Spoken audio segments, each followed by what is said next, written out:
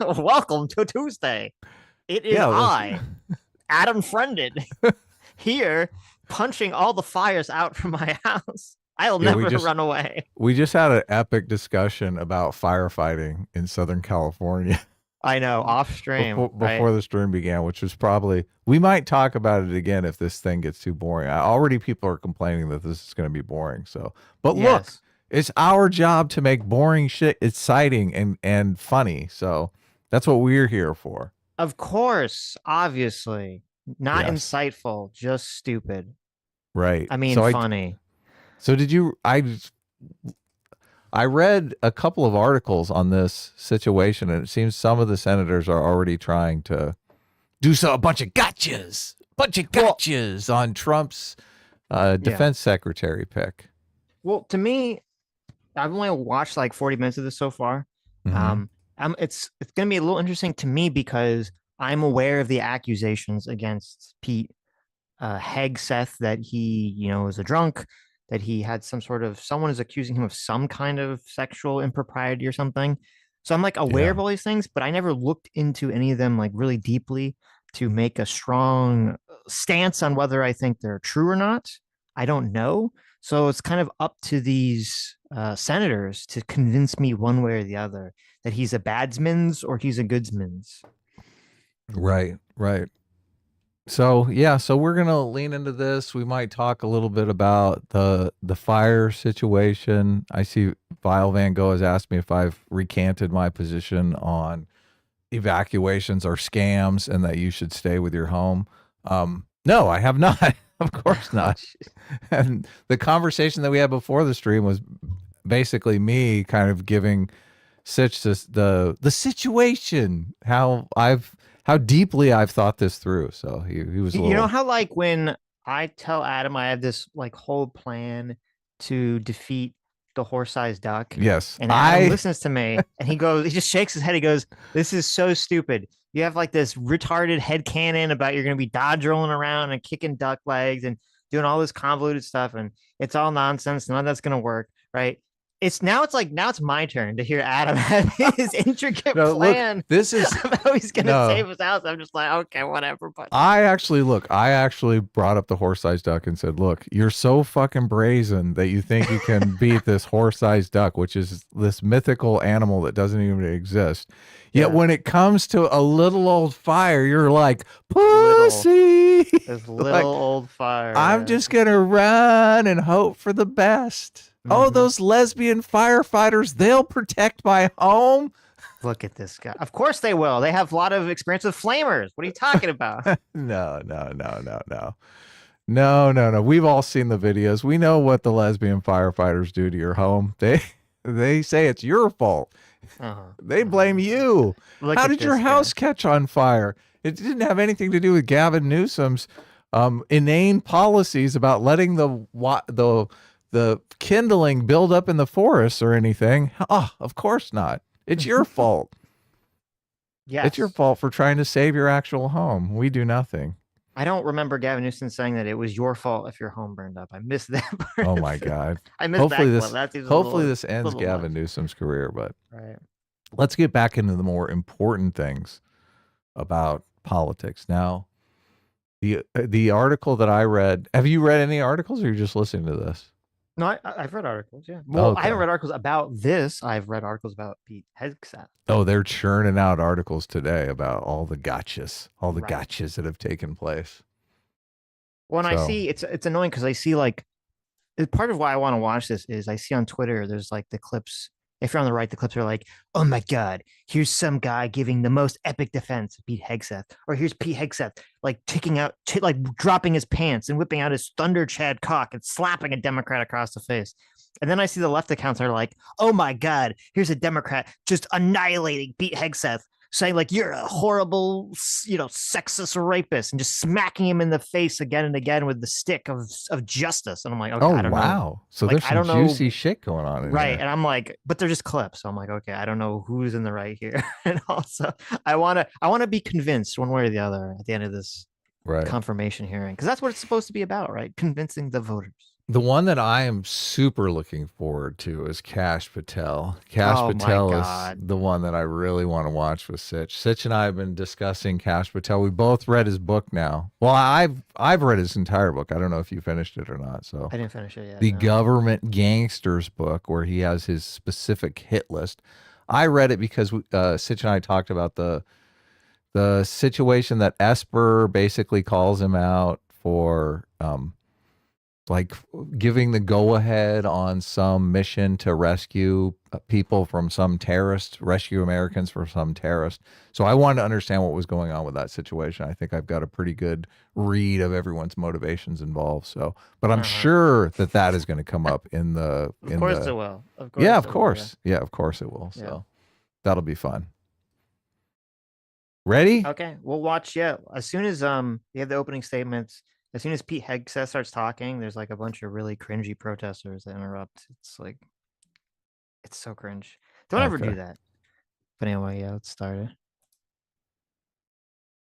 Oh. You okay? To You order. press. The Committee on Armed Services has convened this hearing to consider the pending nomination of Mr. Pete Hegseth to be Secretary of Defense. Woo! Trump appointee. And Okay.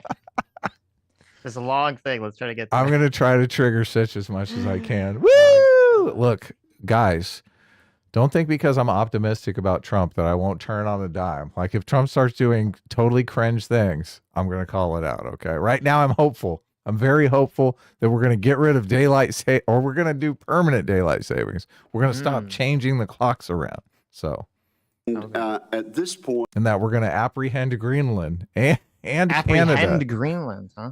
and Panama. Shit, we might just take China. in light of the continued suffering and death in and around Los Angeles, California, I'm going to ask my colleagues and those in the audience to observe a moment of silence. Oh my God. Oh, we're going to skip the moment of silence, guys. You guys know that I am on the job down here, so everyone is safe. We don't have to worry about the fires any longer. Look, I hate the fact that the news media, oh God, they're such pieces of shit. So there's another fire that broke out last night in Ventura, but it's totally under control and no homes are at stake. But the news media is trying to run with it so that they can keep all eyes on the fire. Like all anyone cares about is life or property being threatened. Right. So that story has kind of drifted away. So now what they're trying to keep it going. To chair this committee in this Congress, I want to thank Senator Reid. Under his chairmanship, he proved time after time that he cares deeply about national security and about the United States of America, and particularly the men and women who wear the uniform and stand watch both here and around the world to protect the United States.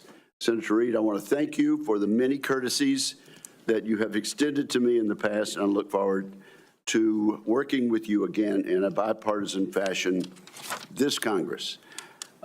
It's also appropriate to recognize and welcome 3 senators attending their very first Senate Armed Service Committee. Is this, can I fast forward through this stuff, get to good stuff, you the can questioning? I guess the like. Where's Hegseth come in? He has some kind of opening statement. Yeah, that's what we want to hear. We want to hear his opening statement. Let's see if he's here. Look at this. Secretaries of Defense in their hearings and ask ourselves a simple question. Has the civilian leadership of the Pentagon under the administration of both parties proven up to the challenge? Often the answer has been no. The civilian leadership has not built the Department of Defense to meet the moment. And this is our moment to correct that. A few examples illustrate how leaders in the past have fallen short. Most of the department's signature programs run years behind schedule and billions of dollars over cost. Vital initiatives have suffered, such as the F-35, the new Sentinel ICBM, and the Navy's shipbuilding program, including the Constellation-class frigate. The Department of Defense desperately needs civilian leaders who listen to the advice of combatant commanders, many of whom would benefit from innovative systems. Yet a risk. This guy speaking as a Republican, he's the chair of the Armed Services Committee. Roger Wicker, Senator Roger Wicker from Mississippi. Diverse DoD culture has kept too many promising technologies on the wrong side of the so-called valley of death. That tenuous period between experimental prototypes and production contracts. Defense companies backed by venture capital receive less than 1% of defense contracts. As we all know, the Pentagon still cannot even pass an audit.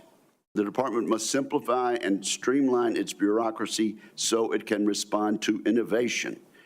Staffs have ballooned. Organizations are top-heavy. Civilian leaders have promised time and again to slim down the bureaucracy, and perhaps genuinely hoped to. Every day, men and women in uniform make tremendous contributions to U.S. security. They and the American people deserve a Pentagon that does the same. Today's Department of Defense is no longer prepared for great power competition. It is not a national defense institution ready to achieve and sustain technological supremacy across the range of operations. Admittedly, this nomination is unconventional.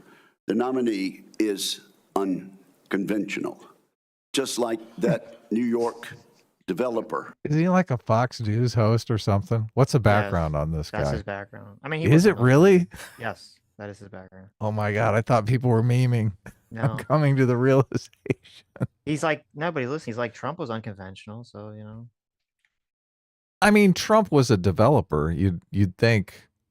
I mean, Trump would know how to get that reservoir filled, right? He's got some understanding of how things work, right? I don't know. Well, this guy was in the military. I mean, I don't. Oh, believe okay. I don't. He wasn't in a leadership position, but he was. Well, in that's the military. something. Yeah. Who rode down the escalator in 2015 to announce his candidacy for president. That may be what makes Mr. Hegseth an excellent choice to improve this unacceptable status quo that I just described. He is a decorated post-9/11 combat veteran. He will inject a new warrior ethos into the Pentagon, a spirit that can cascade from the top down. Mr. Hegseth will bring energy and fresh ideas to shake up the bureaucracy. He will focus relentlessly on the warfighter and the military's core missions, deterring wars and winning the ones we must fight. He will bring a swift end to corrosive distractions such as DEI. Today, many simply acknowledge and live with the systemic problems I have mentioned earlier. Damn it. We should have a moment of silence for that right there, right? Mm-hmm. The death of DEI. That'd Oh be my nice. God. So good. Please. Oh, kill it. Kill it. Bury it 50 feet deep in the center of the earth. In acquisition, accountability, technology transition, and organizational civil service reform. Mr. Hegseth will actually move to fix these issues decisively. In short, I'm confident that Mr. Hegseth, supported by a team of experienced top officials, will get the job done. The Secretary of Defense is an incredibly important position, but the Secretary's span of control is limited. The Pentagon is vast, with 3 million plus personnel, uniformed civilian and contractor. A successful secretary understands that steering the ship means focusing his attention on strategic level priorities. The secretary must be supported with exceptional subordinates who will run the day-to-day affairs of the Office of the Secretary of Defense, the military services, and the other DoD components. I'm also confident that as an infantryman, Mr. Hegseth understands the military principle of commander's intent. Communicate the clear objective, empower subordinates to use initiative and judgment, and hold everybody accountable. We must not underestimate the importance of having a top-shelf communicator as Secretary of Defense. Other than the Look at that, throwing him a bone. He's like, look, he's a Fox News host. He's a good communicator. This guy will be perfect. president, no. You don't think so? We'll see. You want this guy to get confirmed? Where are you at on this? I have no strong You're- opinion yet, except okay. my strongest opinion so far is just I don't think he has the experience to be in that role. Right. Yeah. Official plays a larger role in telling the men and women in uniform, the Congress and the public about the threats we face and the need for a peace through strength defense policy. I have no doubt Mr. Hegseth will excel in a skill in which many of his predecessors have fallen short. Much has been made of both Mr. Hegseth's personal life and some of his policy pronouncements. Regarding his personal conduct, Mr. Hegseth has admitted to falling short, as we all do from time to time. It is noteworthy that the vast majority of the accusations leveled at Mr. Hegseth have come from anonymous sources. Contrast these anonymous accusations with the many public letters of support and commendation. We have seen letters from people who served with Mr. Hegseth. These individuals have worked with him professionally. How's this guy voting? What do you think, Sitch? Well, What's his? he's Republican. He's in the head of the committee. He's obviously going to be like. He's on obviously board with this. supporting him. Yeah, I mean, he is. He's totally talking him up right now. of course. They really know him and his character. These patriotic Americans have been willing to put their names and reputations on the line to support Mr. Hegseth. I look forward to sharing these testimonials with the American people. Let me mention one right now. It comes from David Bellavia, who earned the Medal of Honor for heroic actions in combat in Fallujah, Iraq. David Bellavia writes the following: Pete is fearless, unflappable, and confronts conflicts head-on. He's a leader to the core. When Pete is confirmed as the next Secretary of Defense of the United States of America, this country will finally know the privilege of having a true ambassador able to speak on behalf of this generation and its two-decade global war on terror. Washington doesn't build men like Pete. Combat builds men like Pete. As I said, there are more letters expressing the same endorsement. Today, we'll hear from the nominee directly. I want to thank Mr. Hegseth as well as his loved ones for being here today. I look forward to discussing his nomination. I look forward to hearing from Mr. Hegseth about the ways he hopes to rebuild the American strength that secures the peace. And so now I turn to my friend and colleague, Ranking Member Reed, for his opening remarks. Well, thank you very much, Mr. Chairman. I'd like to first congratulate you on your chairmanship. I look forward to continuing our committee's strong tradition of bipartisanship and collaboration. And thank you for your thoughtful and conscientious service to the committee over many years. Thank you very much, Mr. Chairman. I'd also like to take a moment to join Chairman Wicker in welcoming our new members, Senator Slotkin, Senator Banks, and Senator Sheehy. Welcome. We look forward to working with you. Mr. Hegseth, I welcome you and your family to today's hearing, and I'm also glad to recognize my former colleague, Norm Coleman, and Congressman Mike Waltz. Thank you, Congressman. Mr. Hegseth, I want to begin by saying that I respect and appreciate your military service in the Army National Guard. I know from experience that there is no greater privilege than to lead American soldiers, and I thank you for answering the call. You have been nominated to be the Secretary of Defense. The Secretary is responsible for leading a department of 3.5 million service members and civilians, an annual budget of nearly $900 billion, and hundreds of thousands of aircraft, ships, submarines, combat vehicles, satellites, and the nuclear arsenal. This is Jack Reed. He's a Democrat, so just so you know. The head Democrat on the committee. Right, there you go. The Secretary also plays a powerful role with our allies, partners, and adversaries abroad. And as we speak, China is seeking to undermine our interests, intimidate our friends, and challenge our standing in the world. Russia's campaign against Ukraine threatens not only Europe, but the entire global order.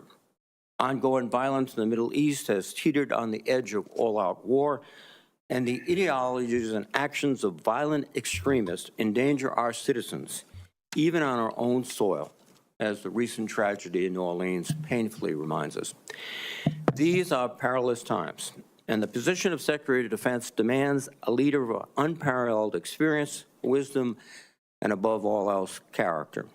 The Secretary is expected to be a fair, nonpartisan, and responsible leader as well as a trustworthy advocate for the men and women that he leads. Mr. Hegseth, I do not believe that you are qualified to meet the overwhelming demands of this job.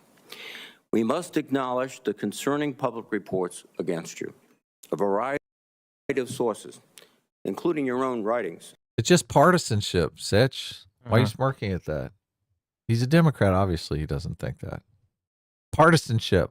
Okay. Implicate you with disregarding the laws of war, financial mismanagement, racist and sexist remarks about men and women in uniform, alcohol abuse, sexual assault, sexual harassment, and other troubling issues. I have reviewed many of these allegations and find them extremely alarming. Indeed, the totality of your own writings and alleged conduct would disqualify any service member from holding any leadership position in the military, much less being confirmed as the Secretary of Defense. Nonetheless, I understand that you reject many of these reports as they involve whistleblowers, non-disclosure agreements, and anonymous, although numerous, sources, including those who have faced political intimidation for sharing their experiences. I hope you will address each of these allegations thoroughly and truthfully during your testimony. Just as importantly, I hope you will pledge to prevent any repercussions for whistleblowers, both civilian and military, if confirmed.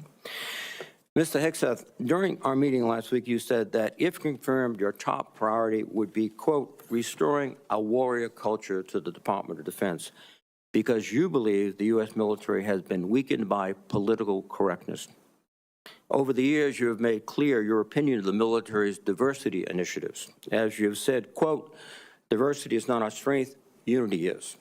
And on a recent podcast, you said, quote, I'm straight up just saying we should not have women in combat roles. When I joined the Army as a young officer in the 1970s, the U.S. military was rife with racial tension.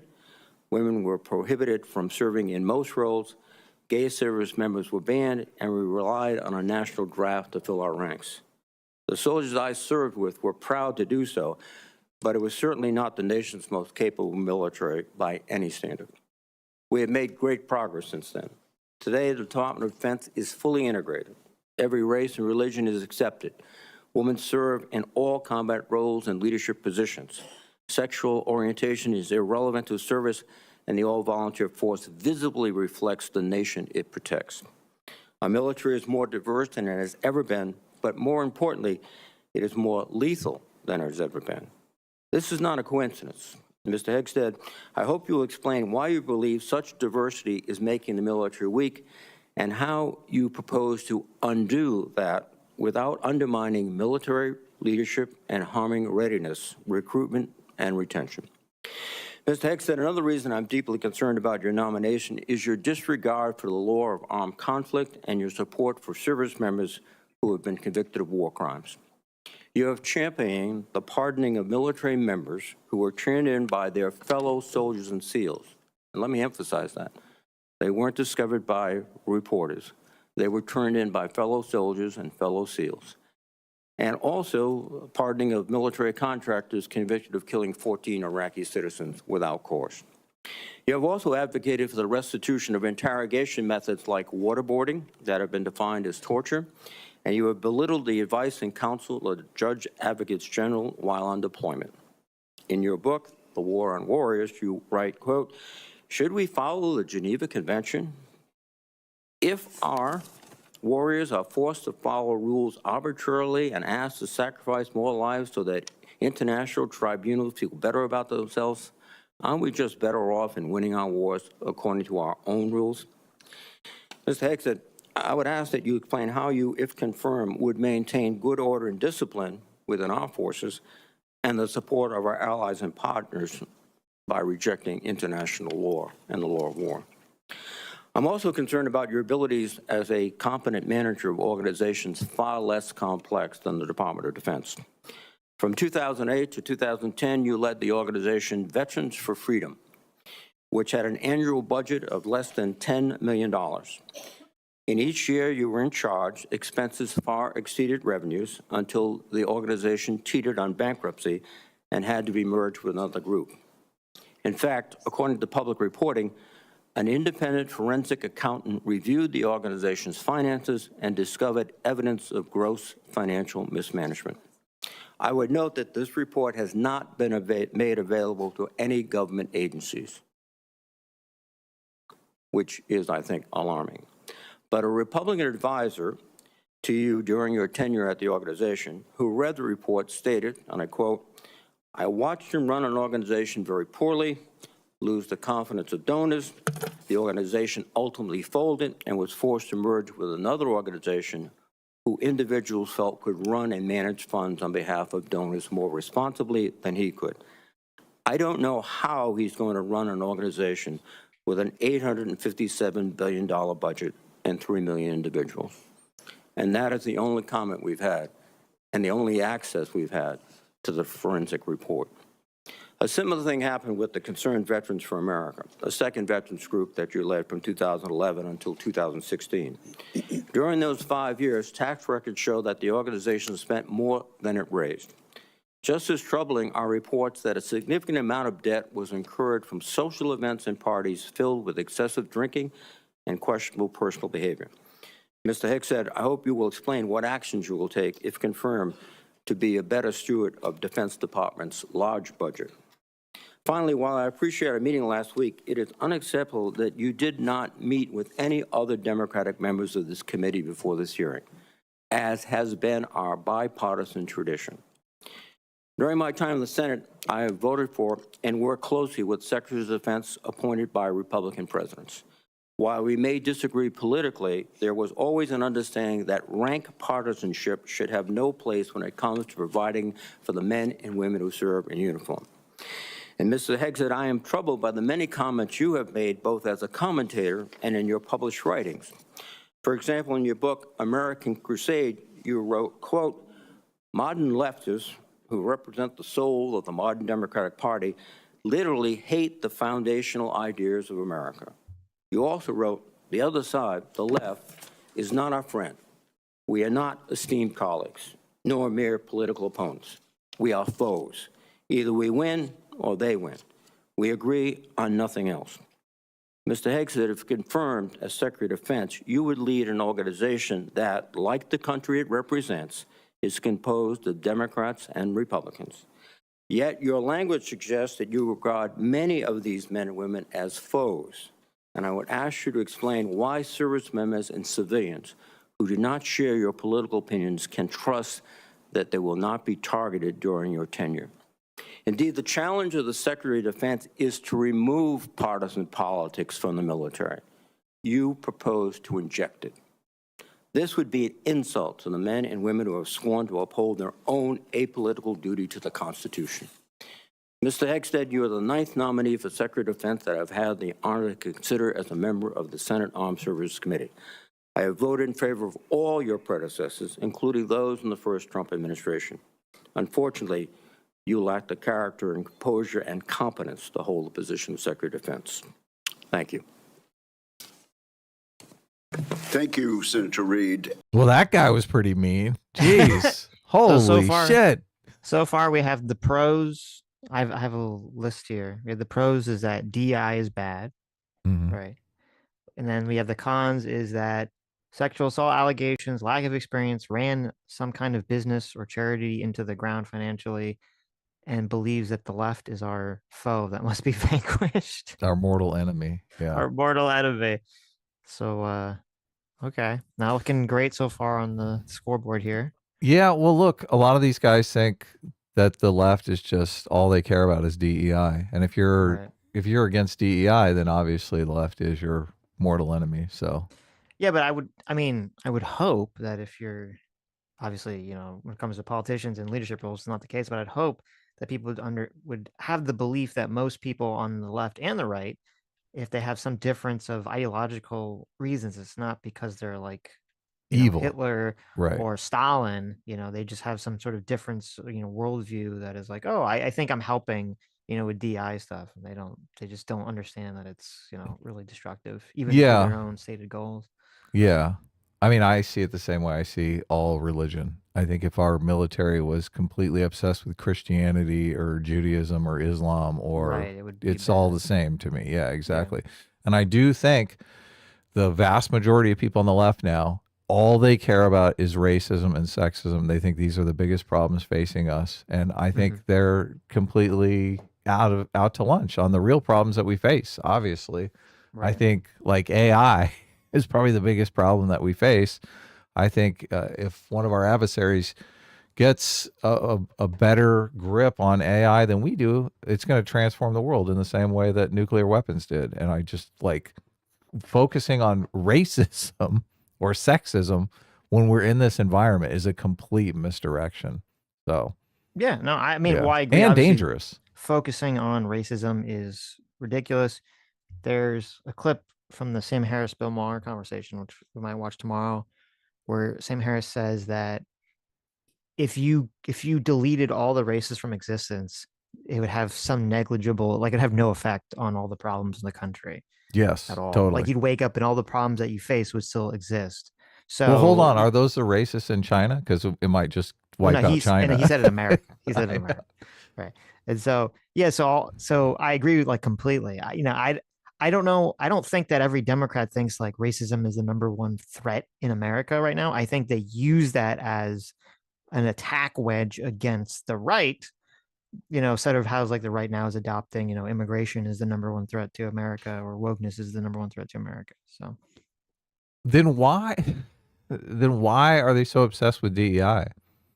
because it's when you say DI, okay, to me, in my mind, I hear anti-merit based socialist nonsense that Right. will basically cause any system problems because you're moving away from a merit-based system, right? That's what I hear. But if you ask a normie Democrat or a normie left-wing person who just wanders around and listens to the news and reads a newspaper, when you say DEI is bad, they hear, "Oh my God, you just hate black people." Yeah. Right. And so it's just an easy win, essentially. It's just an easy layup to get on it. I don't think that the Well, average this goes back to what I was Democrat saying. politician is literally walking around thinking that racism is the biggest threat in America at the moment. That normie that thinks DEI is good, they think DEI is good because they think racism and sexism are the biggest problems our society faces. They think no institution is hiring black people because everybody's racist and that we need DEI, otherwise a black person would never get a job. So they're buying into this worldview that's completely fictitious. Mm-hmm. So that's why I think it's a problem, because they think the world is how completely different than it actually is. Right. Yeah. So they do think you're a racist, like all the other racists who don't want to see a black person in any sort of job, when really the truth is you don't care if black people are in jobs. You don't care if gay people are in jobs, right? You don't care if trans people are in jobs as long as they can do the job. So Personally, me, yes, that's my yeah, position. me too, obviously. And anyone, this is where it always defaults. As soon as you say, no, we need to concentrate on merit first, they immediately shift gears to, well, you're saying that black people are incapable of doing the job, which nobody is saying that. Like nobody is remotely saying that at all, right? Well, some people, but they're in a minority of. Yeah. I don't think they're important in the conversation. Well, it does. We get into, I mean, it's a different situation with women because, like, obviously, we're talking about the firefighter thing because of the Los Angeles fires, and it's questionable whether or not certain tasks can be accomplished by women because they're smaller and not as strong. I think the military, obviously, I mean, they all have guns. So, I mean, guns are the great equalizer. So I'm not necessarily sure that it's as big a deal in the military as it is in like fighting fires. You see these guys huffing up a hill with like 300 pounds of hose, and you think, okay, well, a little woman who weighs 100 pounds and some change is not going to be able to huff up those hills. Right, but I think that's the problem with, like, I mean, I'm not even necessarily against having women not being combat roles because they have to carry a bunch of gear and stuff. You have to run around carrying all this crap, and that's true. That's a good argument. Yeah. So I mean, I think it's fair to be like, okay, maybe women shouldn't be in those combat roles, and there is a problem where we can't really adjudicate these things based on a fact basis. They'd be based on, the some idea of morality kind of being thrown into the conversation, which I don't think makes A, sense. I don't a agree with few it. a few years back, I think it was John McEnroe, the famous tennis player, Mhm. said something on a news broadcast that went viral about how women can't really compete in tennis. Like the best woman in the world is going to rank maybe like 1200 in tennis. And that really was a wake-up call for me because women just didn't believe that that was true. Women thought that that was just like a lie, Yeah. which culturally that's kind of insane that we have most of our population believes that women are just as strong as men. I'm like, what? Yeah. That's like complete insanity. So I wonder how many of these policies are driven by that misperception of reality. And I don't like, are we not teaching people basic biological facts now? Like, how do we get in a situation Yes. where most of the population is literally morons, Right. fucking morons? Look, the news broadcaster was going at him over this. Like, nah, that can't be true. It was like a big hubbub for like weeks. Right.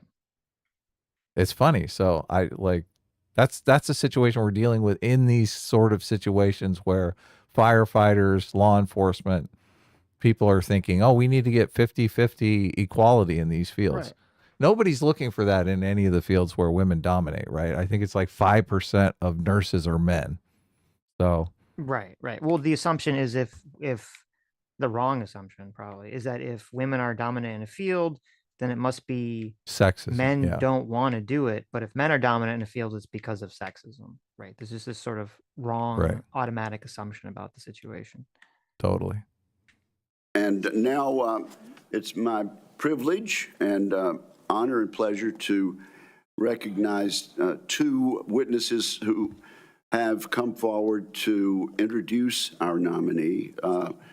First, I recognize my Let's skip forward to his, unless Yeah, these are, the two you people said that you watched it. yeah, the two people that just speak from are kind of boring, so you can skip to Pete's Okay. Let's Pete's get to actual statement on it. Oh, yeah, go back, go back. No, this is someone's getting kicked out. No, I just like go back so you can see like The breakout. Accountability 'cause- and Oh, it's during his speech. yeah, Okay, it's during we'll- him when he starts talking. Yeah. All right, we'll just see if we can. records and other information from the. Do Here he you is. agree to provide records, documents, and electronic community, the basic deadlines? Let the Witnesses guy and- talk. Shut the fuck. So at this point, Mr. Hegseth, you are recognized for your opening statement. These senators love the sound of their own voice, Mm-hmm. which I just look. It's so difficult for me to say that. We've talked for hours. on the The internet, irony. Yeah. like glass houses, but whatever. well, thank you, Chairman Wicker, Ranking Member Reed, and all the members of this committee for this opportunity today. I'm grateful for and have learned a great deal from this advise and consent process. Our founders knew what they were doing. Should I be confirmed, I look forward to working with this committee, senators from both parties, to secure our nation. I want to thank the former senator from Minnesota, Norm Coleman, for his mentorship and friendship in this process, and the incoming National Security Advisor, Congressman, and more importantly for our purposes, Colonel Mike Waltz, for his powerful words. I'm grateful to them both. Thank you to my incredible wife, Jennifer, who has changed my life and been with me throughout this entire process. I love you, sweetheart, and I thank God for you. And as Jenny... And I did not have sexual Sex with relations that woman. at that party. Yeah. Look at that. Yeah. You get to a point where, like, what in the relationship where you're going to move something past something like that, like, you know, an affair has taken place, obviously, where it's just, it's better not to just bring it up. It's better just to let sleepy dogs lie, right? Terrible. But yes, true. and I pray together every morning. All glory, regardless of the outcome, belongs to our Lord and Savior, Jesus Christ. His grace and mercy abounds each day. May his will be done. Thank you to my father, Brian, and mother, Penny, as well as our entire family, including our 7 wonderful kids, Gunnar, Jackson, Peter Boone, Kensington, Luke, Rex. Does he need that in there, that Jesus thing? Because I just, like, he completely triggered so many people on the left. Maybe right wingers are into that, but That is, yes, because they're into it. Yes, it's the show that he's a religious individual. I know. He But asked when Jesus they to protect him from not cheating on his wife, I guess. when some Biden nominee steps up and starts talking about DEI and diversity and inclusion and stuff like that, like, it's virtually the same thing. Of course. Why You know, can't we you just saying that triggers the shit out of some Christians. Does it? I'm sure, yeah. Well, look, How dare I you have conflate the two.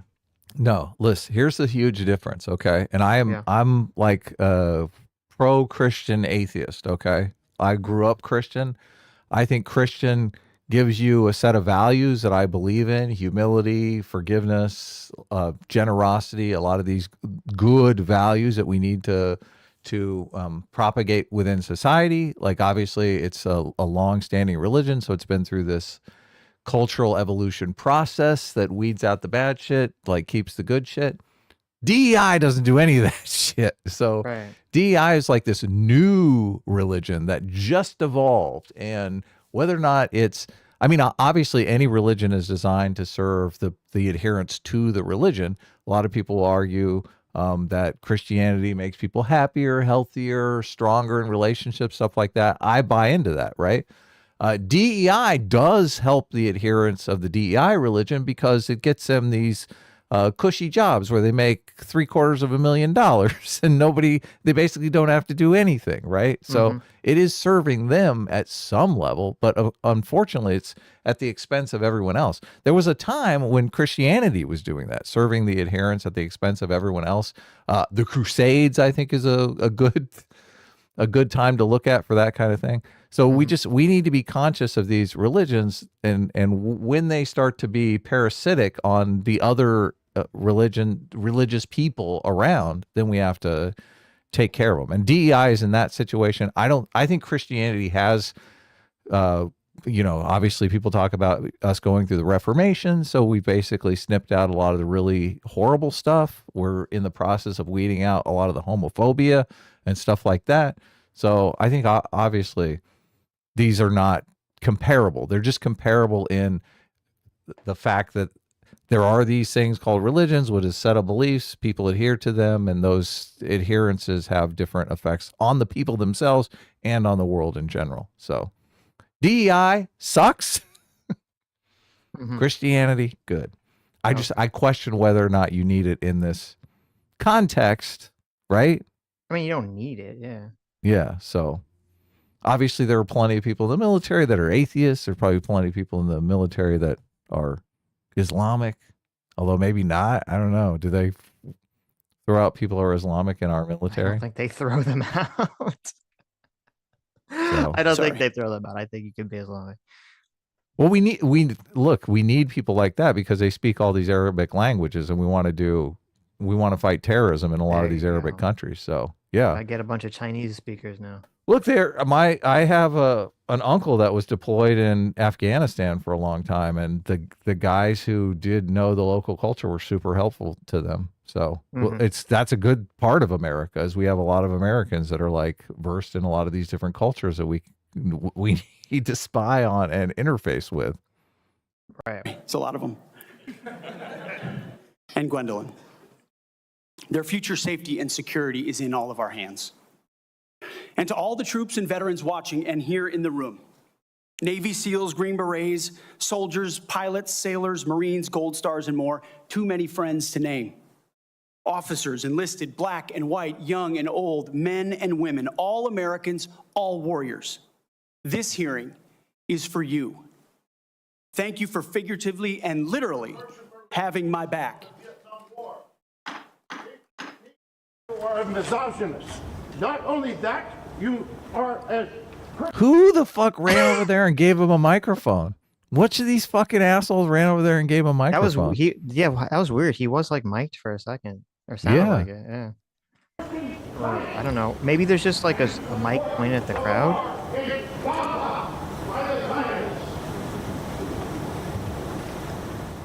I want to Washington is predominantly left-wing people. It really Yeah. is. So they Well- control all of these hearings. It's no. I mean the ruling party controls like the hearings. You mean in terms of like the crowd, like the random people in the streets Yeah. that Yeah. they can get in? Yeah. Of But course.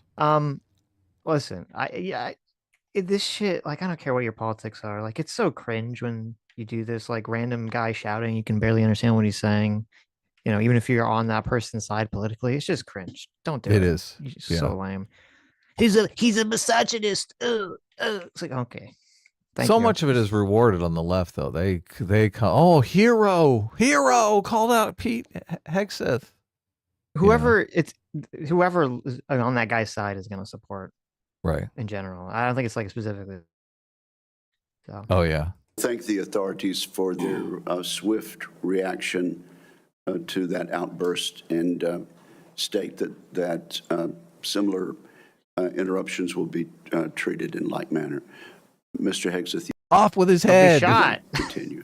Well, as I'll say again, That's so funny. We both had the same I know. instinct. That's right. Take him to the street and flog him. There you go. thank you for figuratively and literally having my back. I pledge to do the same for all of you. It's an honor to come before this committee today as President Donald Trump's nominee for the office of Secretary of Defense. 2 months ago, 77 million Americans gave President Trump a powerful mandate for change, to put America first, at home and abroad. I want to thank President Trump for his faith in me and his selfless leadership for our republic. The troops have no better commander-in-chief than Donald Trump. As I've said to many of you in private meetings, when President Trump chose me for this position, the primary charge he gave me was to bring the warrior culture back to the Department of Defense.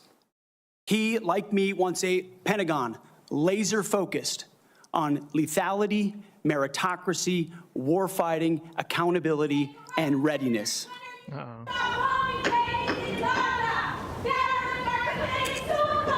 That was abdabdoo. Yeah, they do this. There's probably like 5 of them in there. Maybe at least 3 or 4. Yeah. Oh yeah, we'll be good. We promise. We'll be good. Yeah. Liars. You may continue, sir. Returning the Pentagon back to warfighting, that's it. That's my job. Mr. Hegseth, suspend your remarks. Let me just say this. The Capitol Police are going to remove immediately individuals that are disrupting the hearing. I see a pattern attempted to be inflicted on the committee, and we're simply not going to tolerate that. You may proceed. To bring back warfighting, if confirmed, I'm going to work with President Trump and this committee to, 1, restore the warrior ethos to the Pentagon and throughout our fighting force. In doing so, we will reestablish trust in our military, addressing the recruiting crisis, the retention crisis, and readiness crisis in our ranks. Oh my God! You people suck. Members of the security That's good. Yeah. force will remove Punch him. Get him in the members- face.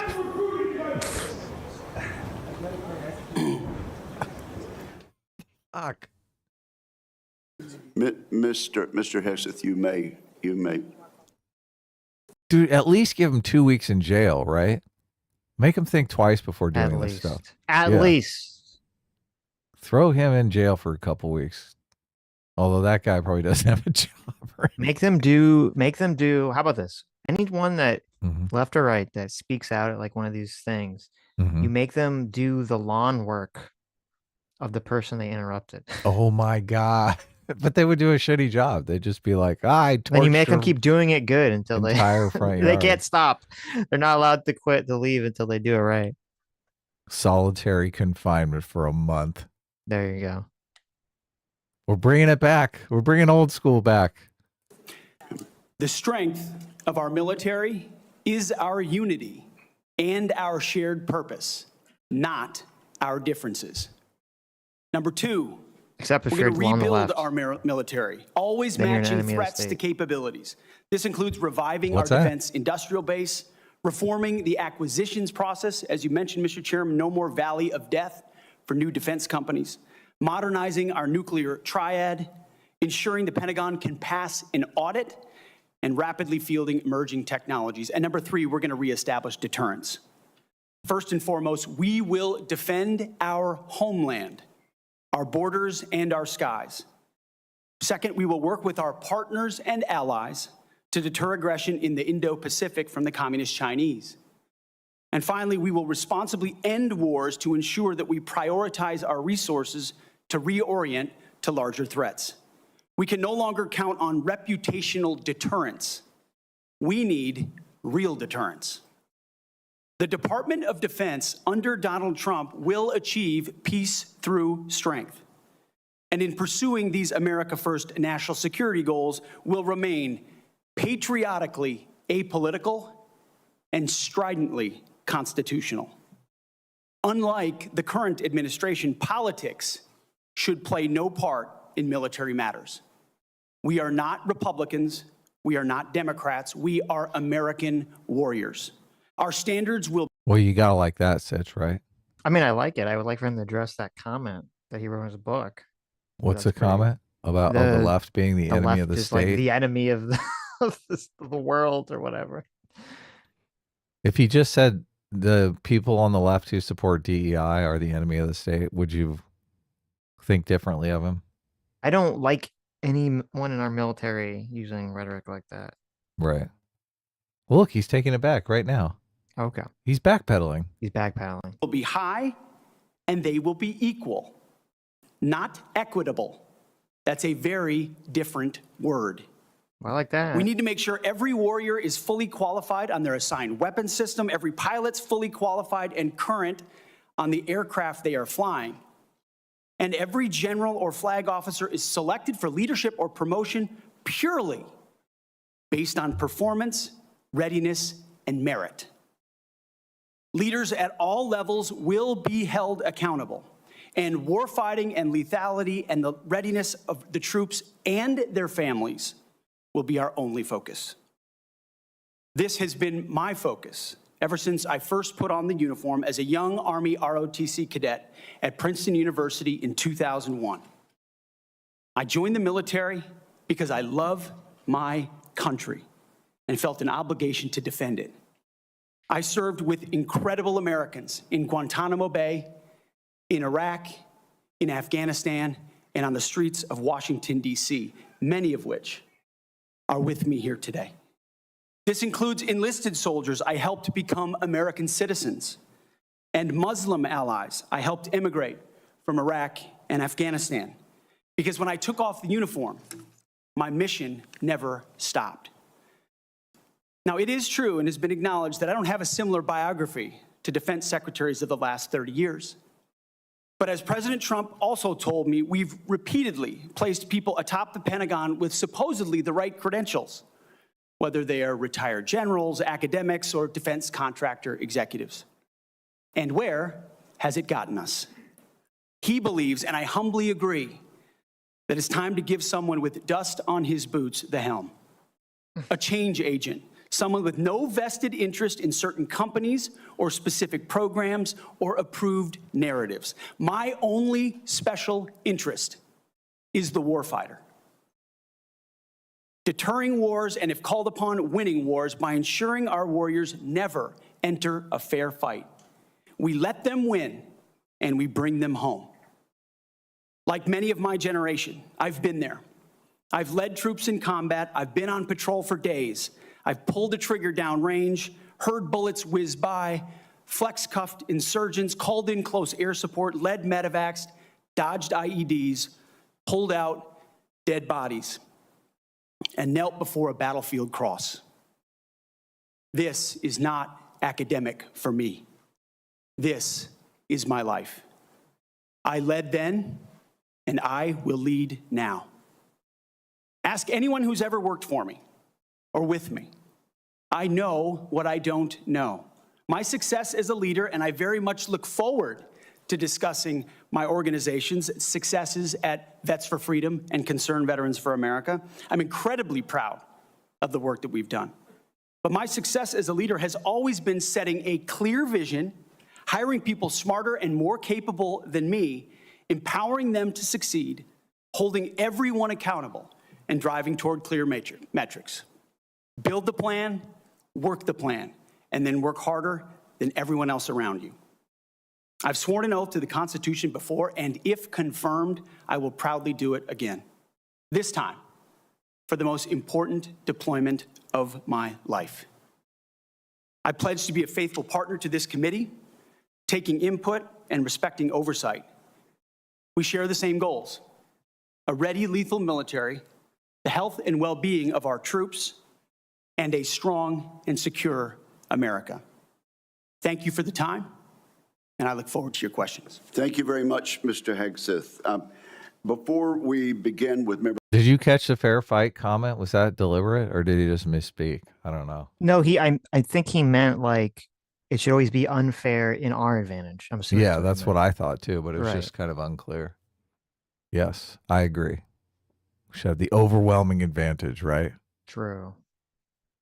questions, I would like to remind my colleagues that consistent with the bipartisan staff agreement from December, and in concert with exactly how this committee dealt with the last Secretary of Defense nominee, each member will be recognized for one round of 7 minutes to question the nominee. Out of respect for the time of all members of this committee, the time limits will be tightly enforced. We've now been here 45 minutes, and I think we've done very well with the time. But no, at you've this done point, I will crap. begin Total shit.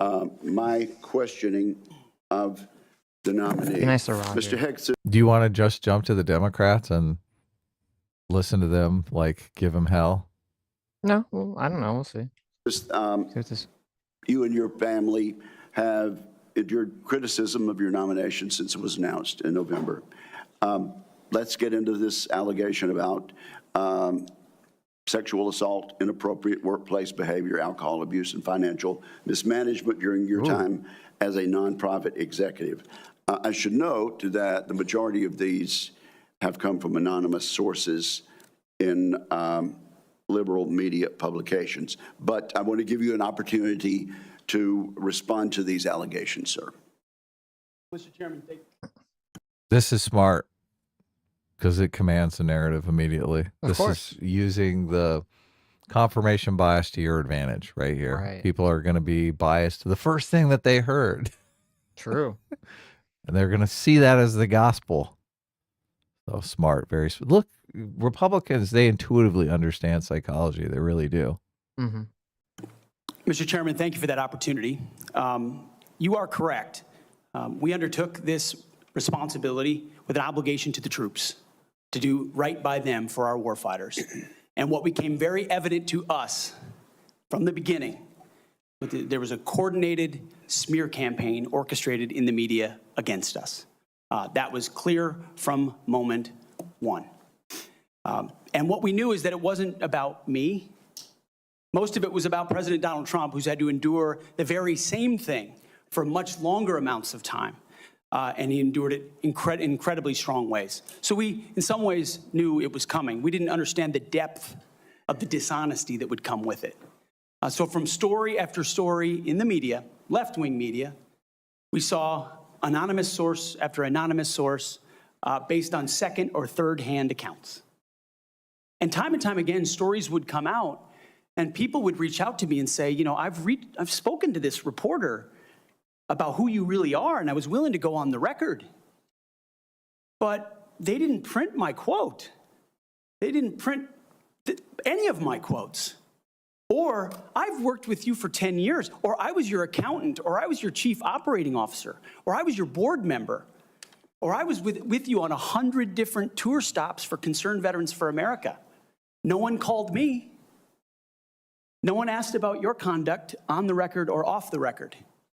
Instead, a small handful of anonymous sources were allowed to drive a smear campaign, an agenda about me, because our left-wing media in America today, sadly, doesn't care about the truth. All they were out to do, Mr. Chairman, was to destroy me. And why do they want to destroy me? Because I'm a change agent and a threat to them, because Donald Trump was willing to choose me, to empower me, to bring the Defense Department back to what it really should be, which is warfighting. So I'm willing to endure these attacks. But what I will do is stand up for the truth and for my reputation. False attacks, anonymous attacks, repeated ad nauseum, printed as nauseum, as facts.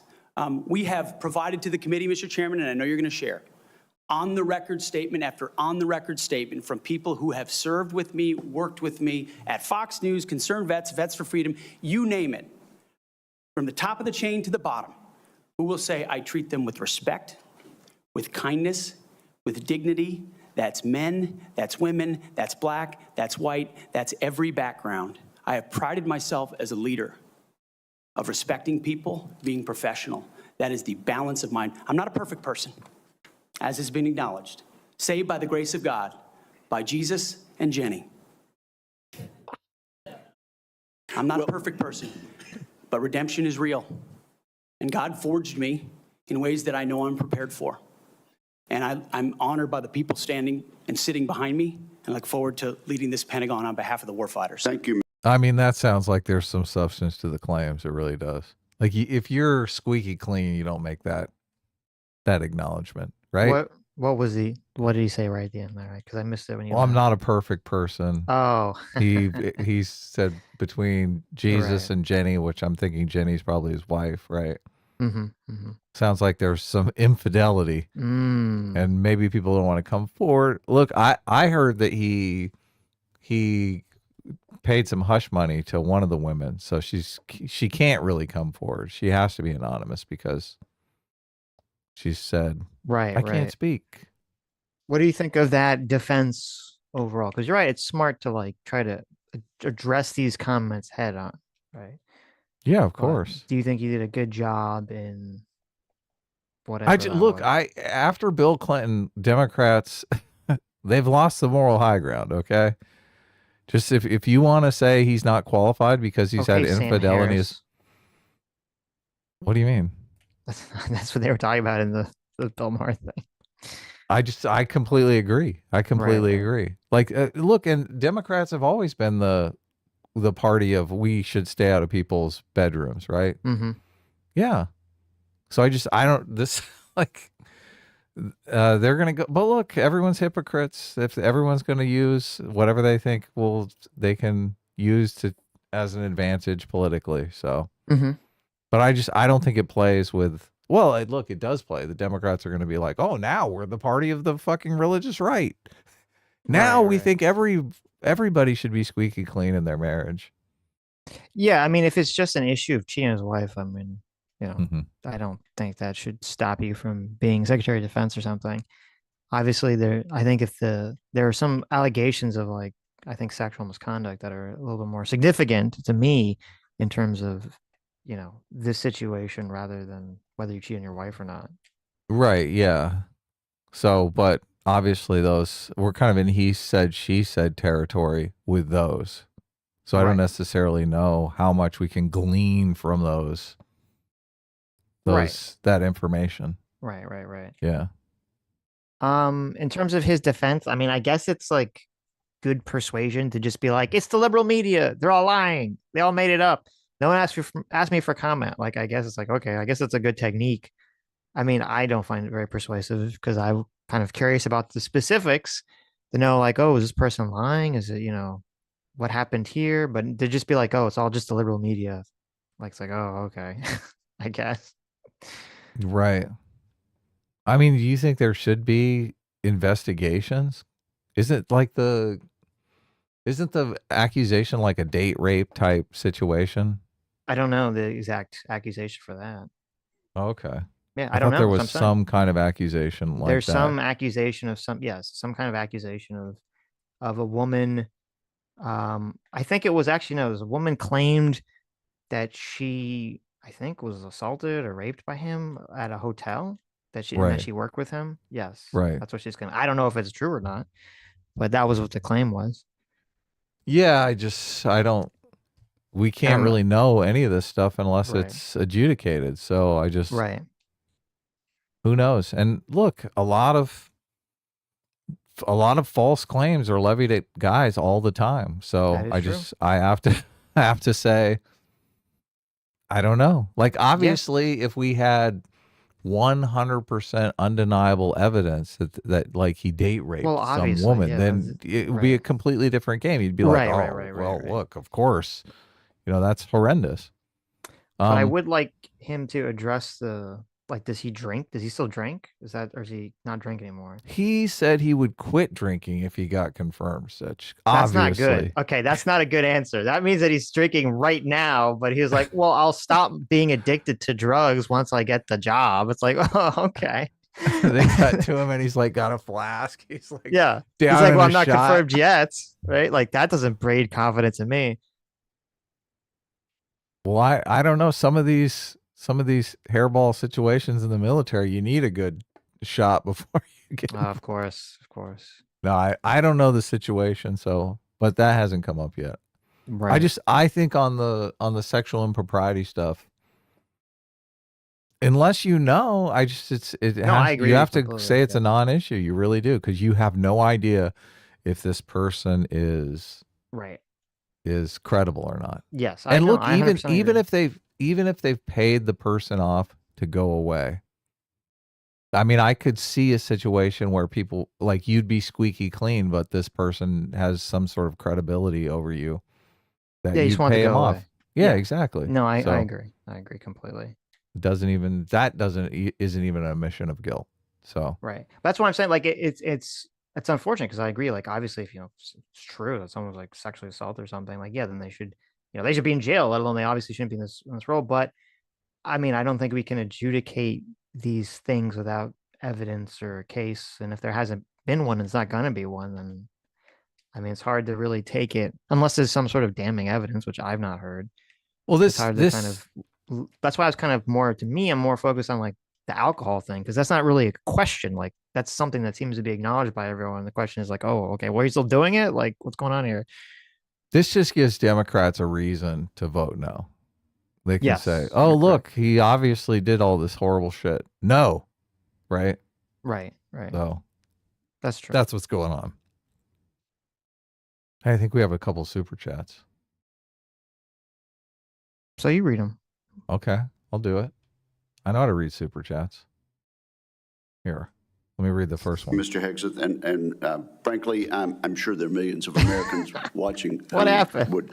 Would agree that they've experienced that same sort of redemption. So I do appreciate that. I realize that Sitch, when are you going to experience redemption? That's what we all want to know. Me? What are you talking? I believe in God. You're the fucking dirty atheist who's gonna burn in hell for all eternity. Just believing in God, you have to accept Jesus as your Lord and personal No, Savior. I in was order told to what the avoid when hell, I was fire, told and brimstone. Okay, I was told, okay, by I forget his name, your friend mean, who was very look. Christian, that as a Jew, that when the end times come, Jews will be given another chance. An opportunity, yeah, exactly. But accept if you Jesus, die okay. before the end times come, then you're just going to go to hell. No. I think you get that chance even if No, you're you dead. don't. No. I think you do. Listen, Jewish people who live during the apocalypse, they get the opportunity, but Jewish people who die before the apocalypse, they're fucked. no, that's not true. That is not true. They Okay. are. I'm sorry. That's I don't not make true. the rules, okay? Okay. Look, but I'm going to give you the opportunity to I'm going to use listen, you're a dirty atheist. You're going to burn in hell. I'm going to use my Jew pass. I'm going to be like, I'm an atheist for listen, Jesus. if Jesus comes down, descends from heaven and demons are everywhere, I'll be like, oh, I guess they were right. Like, it's fine. Okay. Well, you still have to die during the apocalypse. It's not just well, we're all going to die during the apocalypse. Is that that's what the apocalypse is. Everyone dies. I do think there's like a lot of demons running around raping There people. are a lot of though. demons running around. It's not. And you can't really just I don't think you can commit suicide. Like you'll be totally getting raped by some demon and you'll be slashing your wrists and trying to survive. Like, but no, it's like I don't think you can. I don't think you late. can commit. I think committing suicide would put you in God's not good graces if Christianity is correct. Okay. Of course, yeah. But we all know, listen, the real thing is, it doesn't matter if you're Jewish or Christian. The real thing that matters is if you're S-class. That's when you get the real savior, okay? S-class is all burning in hell. You turn that S-class certification to God, and God's like, oh my God, just here, let me roll out the red carpet, the VIP pass. How directly to heaven. many S-class do you think have accepted Jesus as their Lord and personal Savior? I think it's maybe 5%. I don't know. It doesn't matter. It's irrelevant to the conversation. What are you talking about? S-class gets you straight to heaven, okay? Look, you don't get into heaven without Jesus, okay? That's wrong. Jesus That's not true. is what it's all about. S-class baby gets you there, right? Look, Sitch, I'm going to give you an opportunity. You right can now. listen, you can use, all that free will that people have been storing up every time they donate, okay? You can turn, I didn't want to tell you guys this, you can actually turn in all the, like, at least 1,000 units. If you have 1,000 units of free will stored up, and when you die, okay, as long as you didn't commit one of those, I forget whatever, the super sins, the cardinal sins or whatever, as long as you didn't commit some of those cardinal sins, you can turn in that 1,000 units of free will to God, and he'll be like, oh, here you go. Here's your pass to heaven. Look, Sitch doesn't know this because he was raised in one of those like Jewish temple. What do they even call it? What is a Jewish Temple. church? Is it okay? So he doesn't know this. But look, when you are in the chosen religion, the true religion of Christianity, at the end of every church service, they give you the opportunity to come down to the front and accept Jesus as your personal Lord and Savior. So you don't have to burn in hell. Like, it's a free gift given to you by the love of God. Every single service, they're like, you can do this today. So, Sitch, I want to give you the opportunity. I don't want here's you. the question. I don't want you to burn in hell. I'm Right. giving the opportunity. Does now. does the act matter, or does the intention matter? Well, which one matters more? Well, the act. You have to basically kiss So even the ring if of, you go you to have to kiss the church- ring of Jesus. Okay. Right. So if you go to church and you go down the front and you get on your knees, you say, I accept Jesus, but Right. you don't in your mind. Like, you still get into heaven. Oh, then then you're burning in hell. Okay. Especially if you're basically committing fraud to Right, Jesus. right. But what if you do You're accept Judas Jesus, at that point. What if you do accept Jesus in your heart, but you do it like in a closet by yourself? Oh, you can do that. Look, look, Okay. Sitch. This I just want to know what the offer, rules are here. this offer extends to later today, tomorrow, Oh. the next Okay. day. Dude, this is the Why are you trying to eternal- wait? Hold on a second. This is the Wait a minute. eternal I am offer being to you. scammed, everyone. I want everyone to know I'm being scammed, okay? This is like when you talk to someone and they're like, listen, I want to sell you this thing. This is an opportunity of a lifetime. And then you should always be like, wait a minute. Why are they trying to sell it to me then? Why don't they use this magical opportunity of a lifetime for themselves? Well, I've Why already is done it. Adam, who's What are you gonna burn talking in about? hell, I did this when I trying was to like, sell oh my me God. on this? Why don't you take your salvation? Okay, why don't you use this amazing gift? I did this when I was like 5 years old, man. I've been saved. You've renounced it. It doesn't matter. You're not saved no more. I never renounced it. What are you talking about? You don't believe in God. Look, I still believe Jesus is my Lord and Savior. Come Oh, on. okay. Look I at believe this it from guy. a sociological Look at this perspective. guy. Look at this little guy.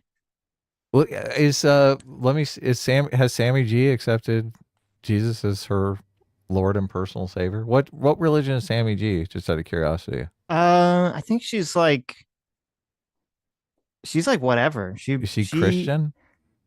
Sort of. I guess sort of. Very big in the Christmas, right? I don't know if that counts. People are saying in the chat I'm an apostate. I guess. I don't know that I'm an apostate because I haven't really renounced Christianity. I haven't said Christians are bad. Look, I was standing up for Christianity earlier, so Uh-huh.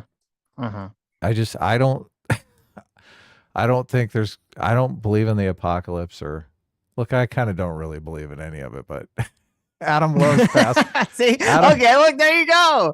You're all like trying to sell me up on this thing that you're not even gonna take. Wait a second here. All this began with you saying that you believed in God, as if that would get you into heaven. No, you brought it up in the I don't even remember why you brought it up or what the context Believing was. in God does not get you into. Look, and I don't. It does in my Jewish religion. people don't even believe in heaven. They don't believe in hell. Oh, really? Yeah.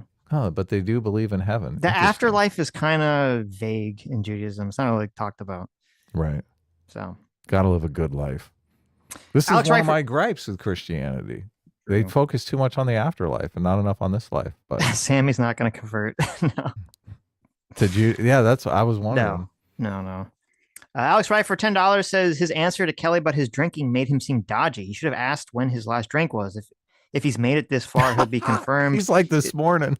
Is this appointment based on merit or loyalty? That's a good question. I wonder if I hope someone does ask him that question. When's the last drink you had? Yeah, that'd be a good question.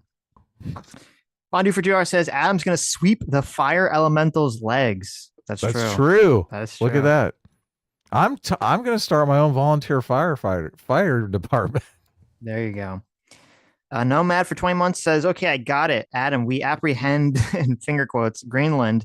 We take the ice from there to California, take Canada along the way. The fish survives. Everyone's happy. Look, there you go.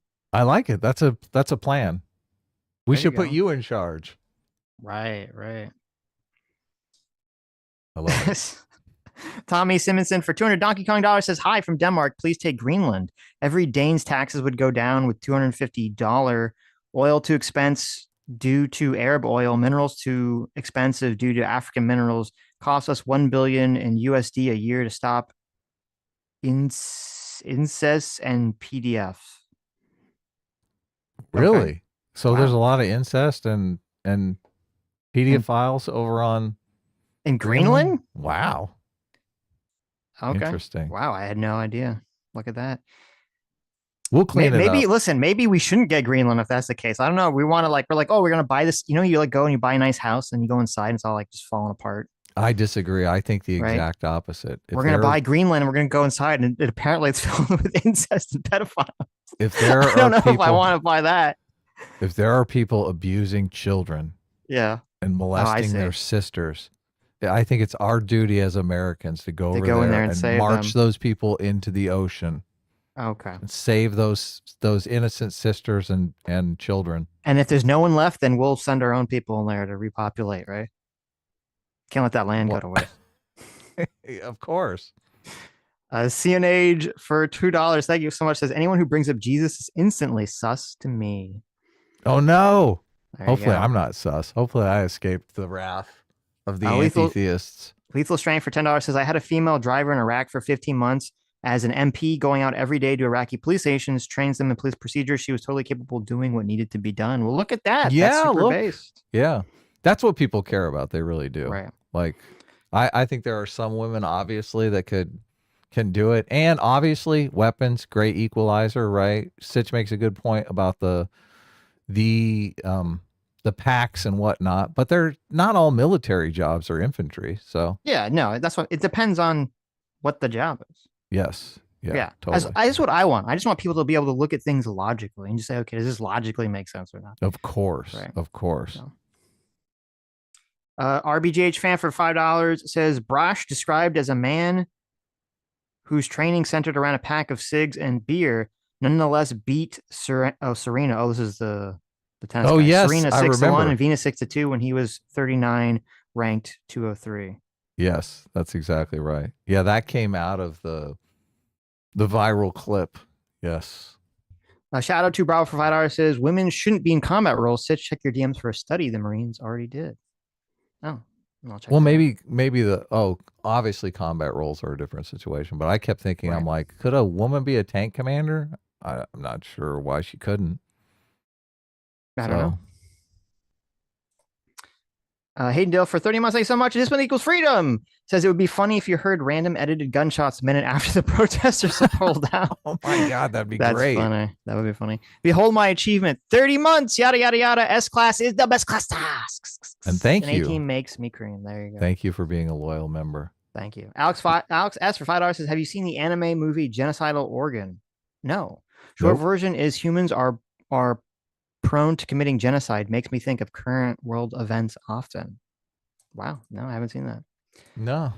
Majin for 24 months. Thanks so much for doing 2 years of Free Will Seeker. Says, what's up, my in-words? I have nothing to add, working my Western comic while going mad with Revelaya tons on historic occultism. That's what your comic's about? Cool. Cool. I get it. Look, I'm resting, and on the 7th day, the Lord rested from the fucking massive amounts of work He did on the comic. So, Oh, Revelations. I couldn't read it. Broke up. My brain just couldn't process that word.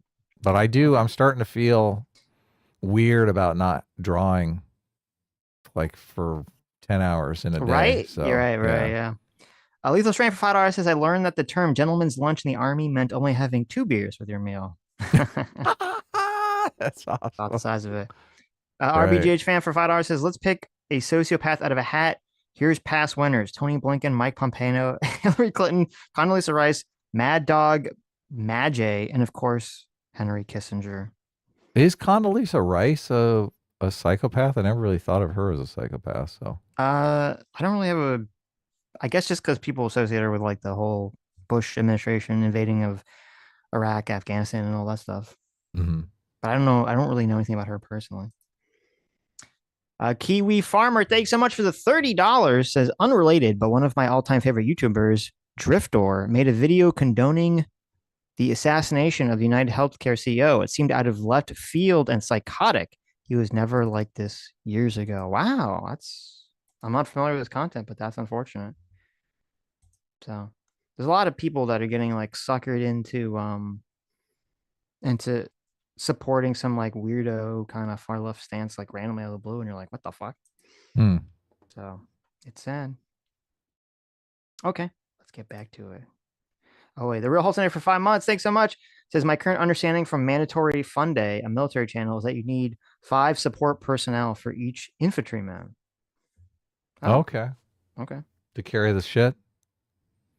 Mike funny. Assange for $5 says, A-Team Brains Soup Odd Mod Pia Preem. I love Why it. did you wrote it so weird? I know, but it's getting great. Everyone's hip on how you say things now. If Sitch says right, S-Class is the best class. Thank you. You got to put the K's in there. It's okay. Yeah. We all know the K's over there. We all K. It's all about the KKKs. Oh, stop it. Stop it. Stop in it. S class. Stop it. All right, back to this. I at least want to hear one Democrat go after Pete just to see how cringe it is. It involves a little bearing of the soul, but thank you for that. Now let's talk about top-line defense spending. I have a plan. I think you've read it. I've issued another plan for Freedom's Forge, which you've also had a chance to look at.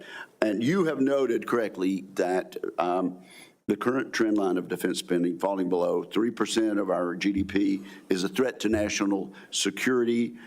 You also said building the strongest and most powerful military in the world must be done responsibly. I love this because remember Jank was saying, look, if they agree to cut the Pentagon, we should take them up on it.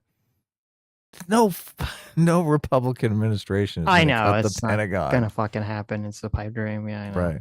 I mean, also, a lot of the MAGA people probably want that, but yes, it ain't going to happen. Yeah. But it's this question is kind of funny because this guy's basically like, did you read my paper and do you agree with me, the person that holds your confirmation in the balance? Do you agree that I'm totally right about the military? It's like, oh, I wonder what the answer to this question is going to be. Of course. Yes. You're the best. Rah, rah. Confirm me. But it cannot be done on the cheap. You still agree with that, do you not? Yes, sir, I do. Tell us what you think about, particularly about my plan to make the Defense Department less bureaucratic, less top-heavy, cut out some of the bureaucracy and layers, make it more. That's So kind of just gross. freestyle here for a minute about how awesome I am. Okay? I know, it's kind of gross. Please bend over and suck my dick for the next 2 minutes and tell me how smart and awesome I am. Thank you. Yeah, exactly. More friendly to startups and to new ideas, contained in my 20 or so page white paper, Defending Freedom's Forge. Senator, I've had a chance to review the Forged Act, that paper. Those are precisely It's the kinds genius. of ideas that need to be pursued. And I look forward to working with this committee to ensure So smart. we cut the red tape, we incentivize innovation, we rebuild the defense industrial base, cut out the bureaucracy, all the things that are preventing the platforms and the tools from getting rapidly from our great defense companies here that should, and those that want to compete, into the hands of warfighters. But past his prologue on this, sir, and I would just look at what President Trump did after the drawdowns of lead from behind under President Obama. President Trump rebuilt our military. He didn't start wars, he ended them, and he didn't allow wars to start on his watch. We've had the same kind of defense cuts under the Biden administration. And so, look, I would present to the committee the reputation of President Donald Trump and me coming alongside him to ensure we have peace through strength by rebuilding our military, investing as necessary. Going under 3%, Mr. Chairman, is very dangerous. Okay, we got 45 seconds. Tell us, in that point, get us started at least talking about deterring China and the Indo-Pacific. It starts with priorities.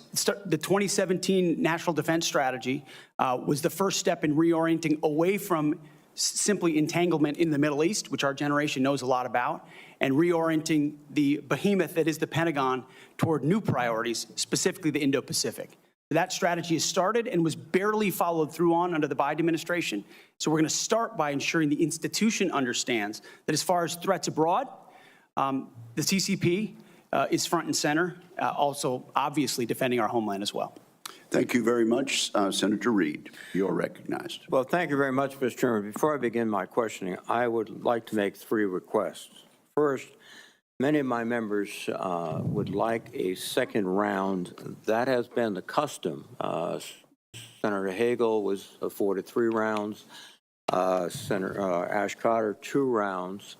And that was done by a Republican chairman with the consent and the appropriate guidance of Democrats. I must say, too, my recollection is I've never denied anyone the opportunity to ask the second round of questions as I chaired. I would request the second round. And my time is running. I think these are administrative. Oh, yeah, you're using your time. No, if the timekeeper will pause the time. I must say, I think we're going to have adequate time for questioning, and I know Democrat members have coordinated their questions as much as we have, and we are following the same exact precedent on all things. Do you want to jump to Tammy Duckworth? She's the one that asked him all the gotcha questions. Well, we'll get to this guy when the guy actually asks a question. This guy asked something good. We'll see. Let's find out. Insufficient, frankly. There are still FBI obligations to talk to people. They have not. This is Mumbles Jack Reed. Not had He access is mumbling to. pretty bad. Yeah, we call him Mumbles. He's from Rhode Island, the state, the tiniest state in America. Mm-hmm. Why we even give them a senator? We should give them like half a senator. The forensic audit, which I referenced to, and the person who had access to was quite critical of Mr. Hegseth. And I think people on both sides have suggested that they get the report. I know your colleagues have asked for it. Senator Thune assured me personally that he thought it was an appropriate idea. So I would ask, and I would say too, as a precedent, one of President Trump's appointees had similar, very complicated personal issues. The report was made available to all the members of the committee. We would be following precedent, and I ask that that be made possible. Again, there's been much discussion about this, and what I intend to do is follow the exact precedent that we've had for the last 2 hearings with regard to secretaries of defense. Not only Secretary Austin, but Secretary Mattis 8 years ago. And that was for the chair and the ranking member to see the report. And so that is my intention as chair of this committee. Finally, Mr. Chairman, I have several letters that I would include for the record. One from Count Every Hero, which is an organization of retired 4-star generals and former secretaries of defense. Okay, I'm going to fast forward. He's he just could skip. complaining Yeah, about this his is- fucking shit. Yeah. I have a signed letter from Jesus Christ saying that he is a rapist. I would like to include this in I the mean, record. that should be included. You're just talking about how you got to accept Jesus to get into heaven. You don't trust him on the rape Obviously, that's a allegations? forgery. Come on. Look, How did you check the doesn't make signature? sense. Okay. I did, yeah. An agenda-driven transformation for our military. Clean house and start over. It's come to my attention that current serving military personnel have received emails threatening them with being fired for supporting the current DoD policies.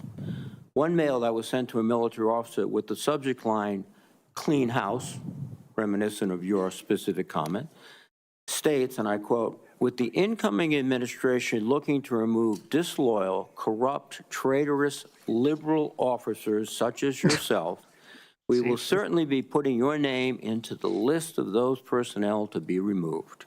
We know you support the woke DEI policies and will ensure you never again influence anyone in the future. You and the redacted spouse's name will be... Look, this is so weird because I'm like, okay. Based? Like, he's putting woke people on notice already. He's not even in the office. Well, it depends what the person did. Jack Reed, I love this guy. Thank Oh you my for pointing God. this out. Get at him here. Hell yeah, he's putting him on notice. Total simp mode. Well, look, I'm assuming you agree with him if these people are in fact woke. You're just saying maybe I don't know they're anything about it. innocent. He didn't explain what they did. He just said, here's a letter of people getting attacked. Like, well, what do they do? I don't know. Mm-hmm. Be lucky if you're able to collect your military requirement. Oh my God, he's going for the jugular. I don't think he didn't send this letter. He's saying that someone else sent this letter. So he's like, oh, do you support this? You'll never work in this military again. End quote. Now, I want to remind everyone that these policies that are being referred to date back decades, to the 1940s and 50s, with respect to racial discrimination particularly, and administrations of both parties, including the Trump administration and their first party. Look, he spends it as racism. He wants to throw all the black people out of the military. What a fucking... cause those policies to be enforced. And Mr. Hegseth, are you aware of these emails being sent to officers?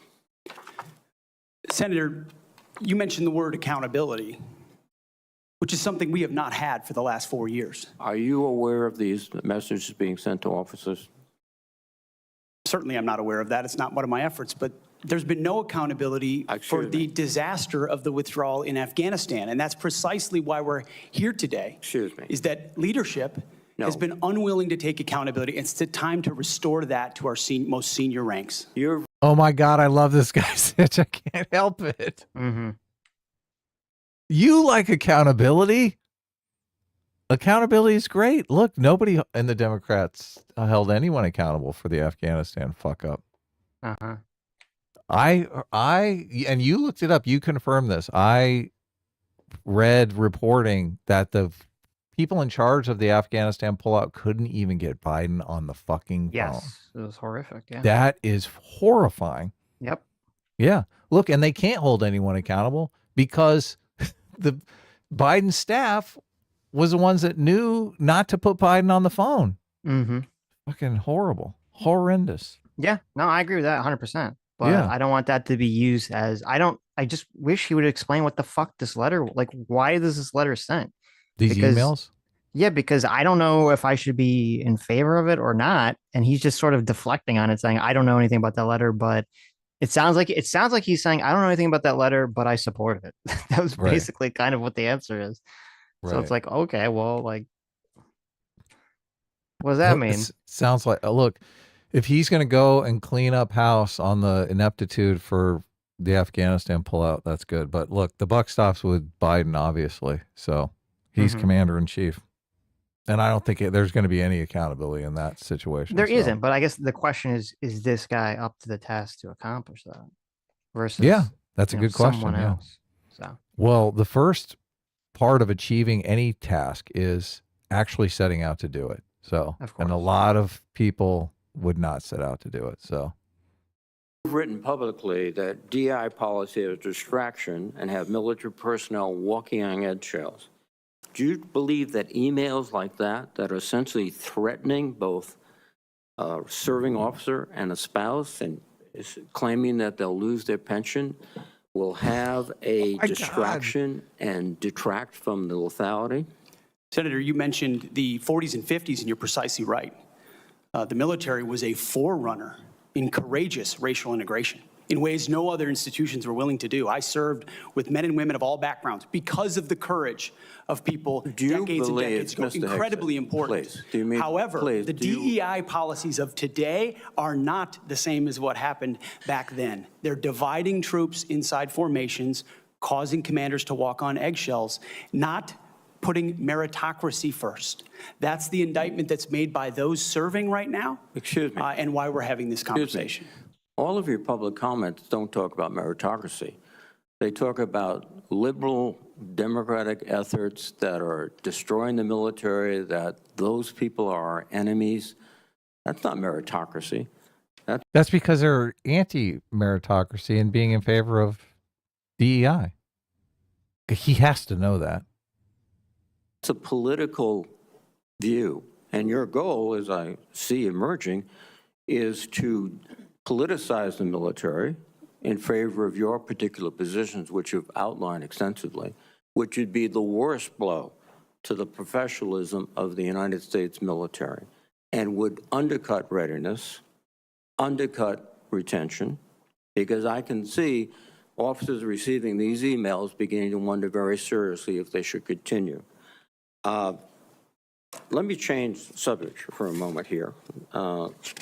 What? This is so weird to bring up some random email that somebody got. So who knows who sent it to him? Well, he didn't send it to him, but he's basically just trying to say, do you support these efforts? Which he didn't say he didn't support them, right? He's implying that he does support them. And then the answer, which I agree with what he's saying in theory, where he's like, obviously the merit of those days is not really, Being we're talking about the civil rights. today. Yeah, exactly. Right. That we're talking about something completely different. I agree with that 100%. I don't, he is sort of using it though to deflect from the issue completely, because he didn't say, the guy asked me, he says, well, you're not talking about, whatever you're talking about that the left and Democrats are evil. And he doesn't really address that. And I mean, I would imagine the whole point here is that the military has this massive threat of violence behind it. And we would like the military in America to be confident that it's not going to be massively politically biased in one direction. That's kind of the whole thought process behind all this stuff. And, when you have someone who's going to be the Secretary of Defense or have some high level ranking in the position in the military, and, they've made it very expressly clear that they think one party is evil, I think that's dangerous, regardless of whether they say the Democrats are evil, or if we had, if someone was saying, I forget that guy who was all like, basically was very woke and basically seemed like he thought all the Republicans were all racist and evil. Like, you don't really want that in the military. I would like for him to address that comment, to give some kind of explanation, defense, to change his mind, something, as opposed to just keep deflecting away from it, because that makes him look guilty to me. I obviously, my understanding of left and right, I think like left and right are yin and yang. They have to work together. A lot of times the left is an offensive institution and the right is a defensive institution. So, right. But I do think that the Democratic Party has been completely taken over by DEI to the point where it is just the religion of the Democratic Party. And I do think DEI is evil. So I just think if he's saying the left is evil because of they've embraced DEI, look, I would love it if he would come out and say that. He didn't say that, though. No, I know. I would love it if he came out and said, look, we have our friends on the left are fine people, but they've embraced an ideology that is destructive and evil. Like, then it would be clear, right? Right. But I do think that's probably what's going on is a lot of people are saying the left is evil because of DEI, but they're just leaving the because of DEI You can't off. make that assumption when my entire life has been the left and the right calling each other evil always for Mhm. different reasons. Right. And people just come up with whatever reason is like the modern reason at the time. In Right. different times in the American history, sometimes one side's more right than the other side. And so, like, yeah, if he gave some answer like what you're saying, I'd be like, oh, well, that gives a lot of confidence. That gives me a lot more confidence to trust this guy's assessment of the situation, right? But he hasn't said anything remotely close to that. Right. Yeah. And I'm not sure that he would. I'm not sure that saying something like that would be politically advantageous. I'm not sure if he obviously. believes it. Yeah. I don't either. But I do think, I mean, I do think people need to fight this DEI stuff. I think, look, the LA fires is a perfect example of this. Los Angeles is woefully unprepared because Gavin Newsom is grabbing his fucking ankles for every single environmentalist in the state. Like, fuck you. Fuck you. It's to the point where people are literally dying, losing all of their worldly possessions because of this shit. And we need somebody that's going to go in there and clean house. So yeah, I mean, well, the environment stuff doesn't really have anything to do with DI, but yes. Well, look, it's a mentality. No, if the Afghanistan pullout, if they actually do some sort of investigation, what he's bitching about is that no investigation was done because they were afraid of what they might find. If they do that investigation, because we have Republicans at the helm now, and they find out that they had a bunch of DEI hires in charge that were just incompetent, then people did die in Afghanistan over this shit. We just don't know. Okay. So look, I'm hoping that they're going to dig in on this kind of thing. I am hoping too, again, but I don't think this is a question of, okay, I don't like the way that you're framing this, because the way it's going to work is that if the Democrats fuck up something, the Republicans are going to be gung-ho to investigate it. If the Republicans fuck up something, the Democrats are going to be gung-ho to investigate it, right? This is the way that this is going to work. But and so we can evaluate those investigations. So Trump won the election. So obviously the Republicans are going to, have power. So they're going to be gung-ho to investigate it. And it should be investigated to get to the bottom of it. Agreed. The question is not whether it should be investigated or not. The question is Pete Hegseth the guy who is worthwhile to be in this position of power, to be the Secretary of Defense? Right. That's the question. It's not the so question you're saying of whether any Republican is going to investigate any Republican's it. obviously going to investigate this stuff. It's going to be within their political interest to do so. Right. Right. Okay. That's a good distinction to point out. You've been instrumental in securing pardons for several convicted war criminals. In at least two of these cases, the military personnel who served in combat with these convicted... I mean, Biden just doled out a bunch of pardons that obviously are horrendous, so... But not to what about us? Oops. Look, even I am not perfect. Service members were not supportive of the pardons. They did their duty as soldiers to report war crimes. Your definition of lethality seems to embrace those people who do commit war crimes, rather than those who stand up and say, this is not right. So what's the response to your service members who personally witnessed these and courageously reported them to their superiors? Senator, as someone who's led men in combat directly and had to make very difficult decisions, I've thought very deeply about the balance between legality and lethality, ensuring that the men and women on the front lines have the opportunity to destroy with and close the enemy, and that lawyers aren't the ones getting in the way. I'm not talking about disavowing the laws of war or the Geneva Conventions or the Uniform Code of Military Justice.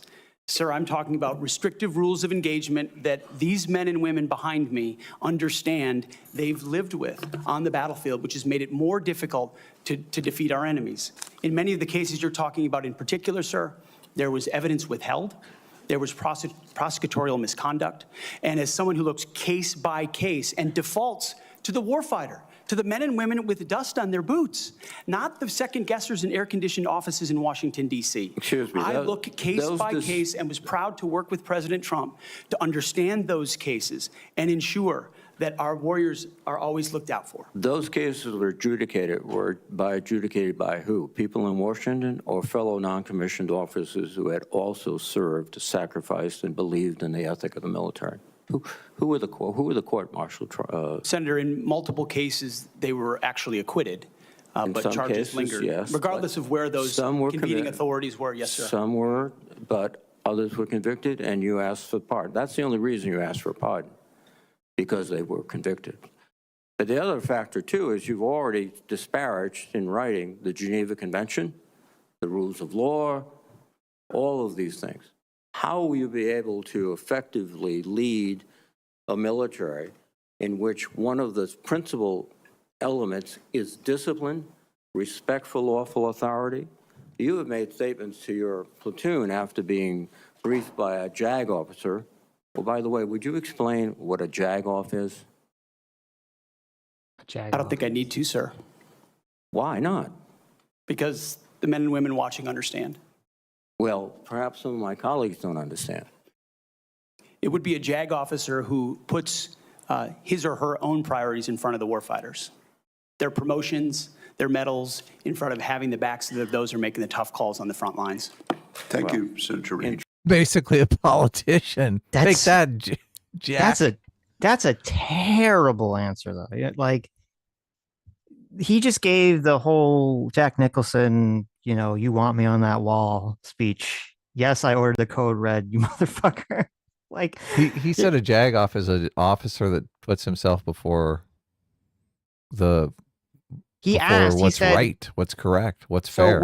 So what he said was, okay, this is the back and forth of the conversation. He said, and I remember, this is part of why Trump chose him, is that, the guy says he has Pete Hegseth has a 100% basically defense of any American soldier that's been charged with war crimes, regardless. It seems like regardless of, what the evidence is, that's just his position. He's just going to defend them all the time, even when other soldiers are the ones turning them in. And I don't know each individual case, so I'm not going to, adjudicate on that.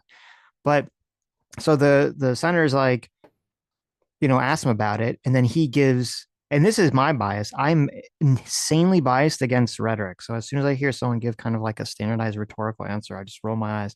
So he gives kind of the standard rhetorical answer of like, oh, I trust the guys on the ground with dust on their boots and not the people sitting in air conditioning offices in Washington. Oh my God. He gives that very standard rhetoric answer. And then the senator's like, well, the people that are, in the court cases against them, they're military lawyers, it's a military court. These are people that have served in the military that have, many of them have been in combat roles as well. Okay, like, what are you talking about? These are not like air conditioning officers sitting around in Washington, D.C., touching their dicks all day. And then that's why he asked him, like, well, what is a JAG officer?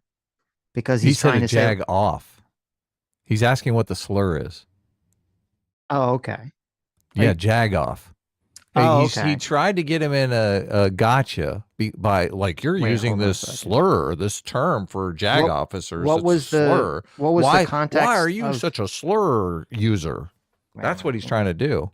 Wait a minute. And he tells him what the slur is. Which one of the principal elements is discipline, respect for lawful authority.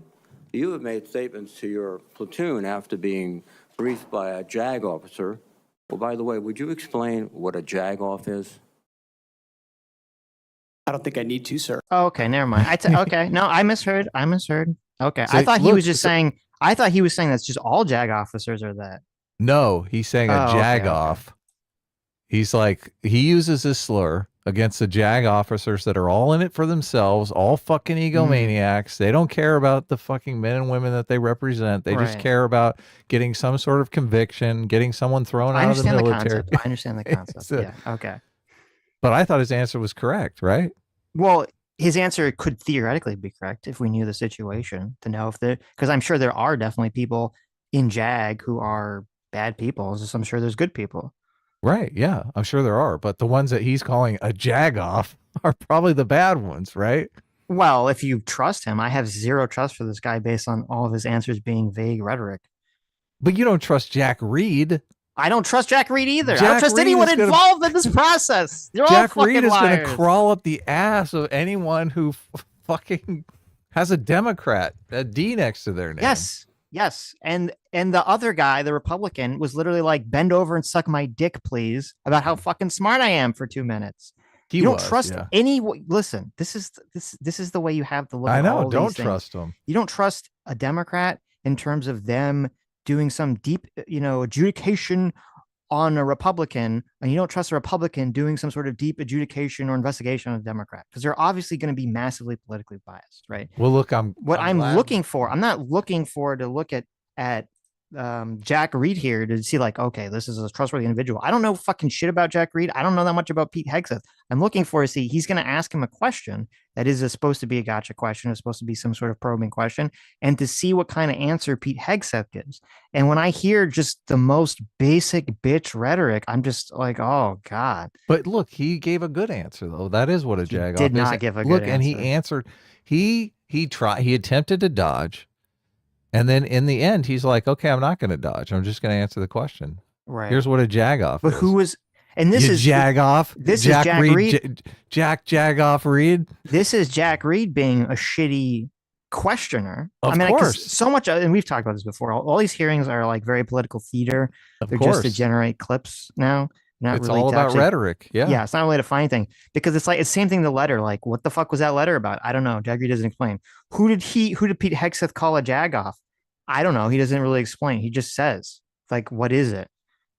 Mm-hmm. So I'm sitting here like, well, I don't know. Maybe the guy was a bad person. Maybe he wasn't a bad person. Was it Tom Cruise? Right? Was it Tom Cruise fighting Jack Nicholson? Or was it, I don't have a movie example for a bad JAG officer, but I'm sure they're out there somewhere. They're probably in that same movie. We just don't remember them. Right. The bad Tom Cruise. Is it Tom Cruise? Listen, is it Tom Cruise against Jack Nicholson? Or is it Tom Cruise jumping on Oprah's couch? Right. Yeah. We have to figure out which Tom Cruise it is. You want me on that wall, bitch. Yeah, exactly. J-Mac has a pertinent super chat here. J-Mac, who has been an enlisted man. Mm-hmm. So. What's it say? J-Mac for $50. Unless you've been in the military, it's hard to understand the disparity between enlisted and commissioned.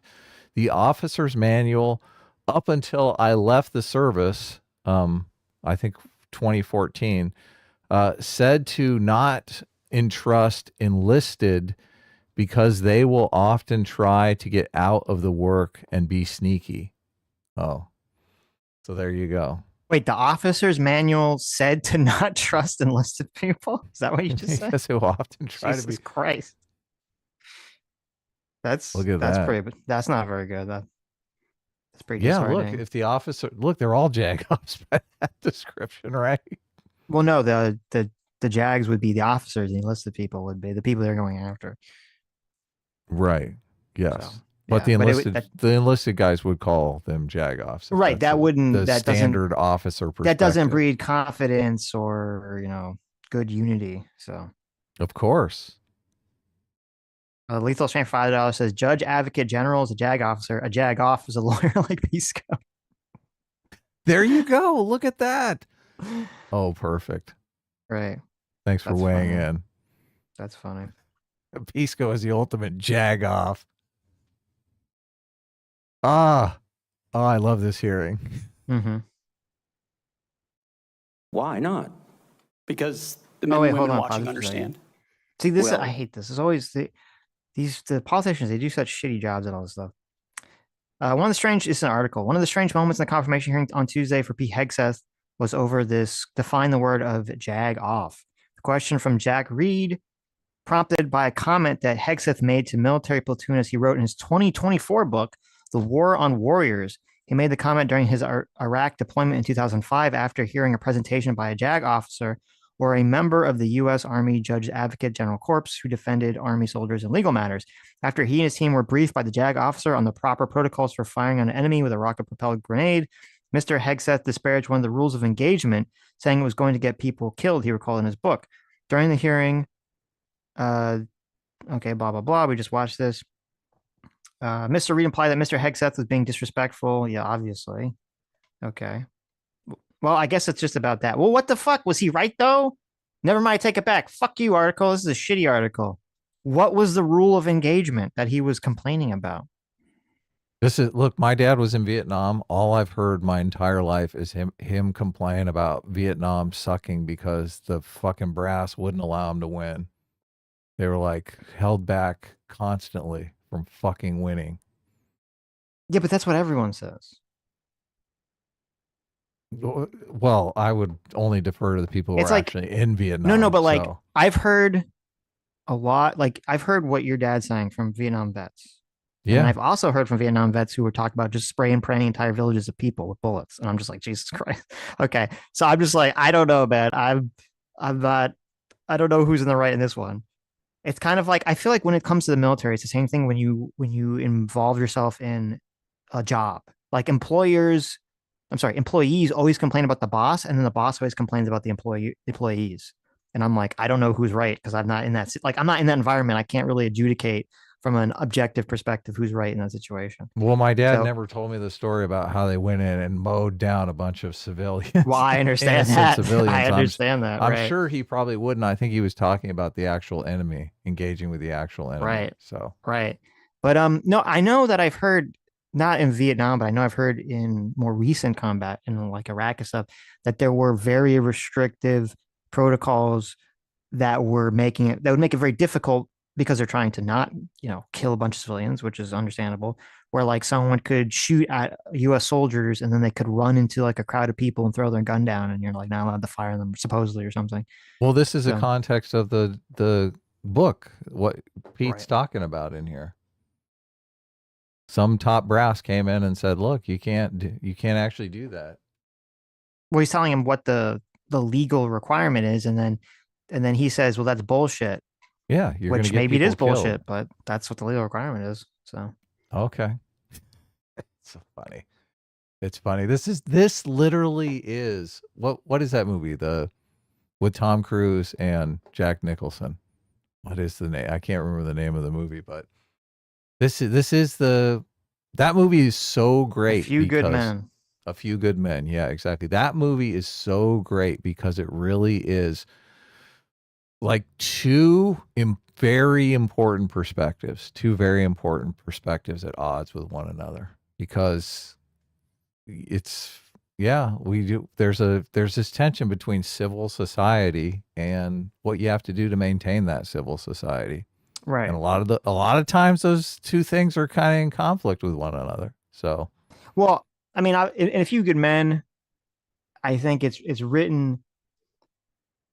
written very heavily favorably on the Tom Cruise side of things. I don't know if I'd say that's a movie that's trying to like weigh it in an unbiased way. Like, look, Jack Nicholson has like a good perspective too. Like he's kind of portrayed as just completely wrong for my interpretation of the movie. mm-hmm. Yeah. So, but I understand what you're saying, which is, yeah, there you do are people's greatest strengths are their greatest weaknesses. And so, yes, a character like the Jack Nicholson character from A Few Good Men is going to be very useful in some situations and be very effective in some situations and lead to people dying and bad things in other situations, right? You mean it was portrayed from a Hollywood perspective where the liberal Hollywood JAG officers are all the great heroes? And Obviously, it was written Jack by Aaron Nicholson Sorkin and directed by Rob Reiner. Okay, that's pretty. I think we know Jack what direction the Nicholson, movie is going to be in, Jack right? Nicholson, the guy who actually keeps people safe, keeps the world in check, is Uh-huh. the villain, the bad guy. Well, he did get someone Really? killed. He did get someone killed for no reason. So The kid was weak, okay? okay. They tried to show him some tough love. Mm-hmm. For those of you who don't know, uh, some kid basically was a big pussy, and they were like, "We're gonna give him the beating in the middle of the night to whip him into shape," and the beating actually, I think, cost his life. So Yeah, he died. Yes. that's the I don't plot know of if the did they movie, ever explain what exactly right? the code red was? I don't But remember. all those guys, all those guys that got that beating, they ended up saving like 100 lives when they actually Oh, I'm went into sure. combat. I'm Yeah, sure. look. Anyway, the world is a harsh place. Some people believe that, some people don't. Mm-hmm. God, I got to rewatch that movie. That movie's so epic, so great.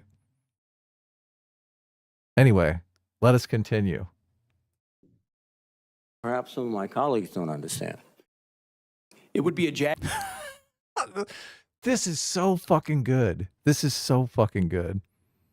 I love it. He's like, look, this is the left is just, they're obsessed with words. With words. That's what they care about. They're like, oh my God, he used a slur for someone in the military.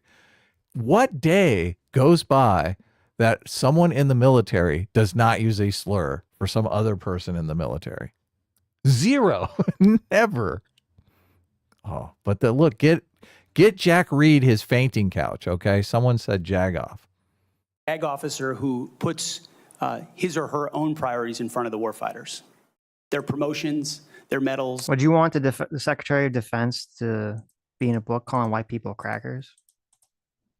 Hell no, obviously. Okay, But this I'm is just a saying, completely okay. different situation. It's a word. Okay, but look, I'm just Jack wondering. Jack Reed is acting like it's some big fucking deal. Look, this is my problem.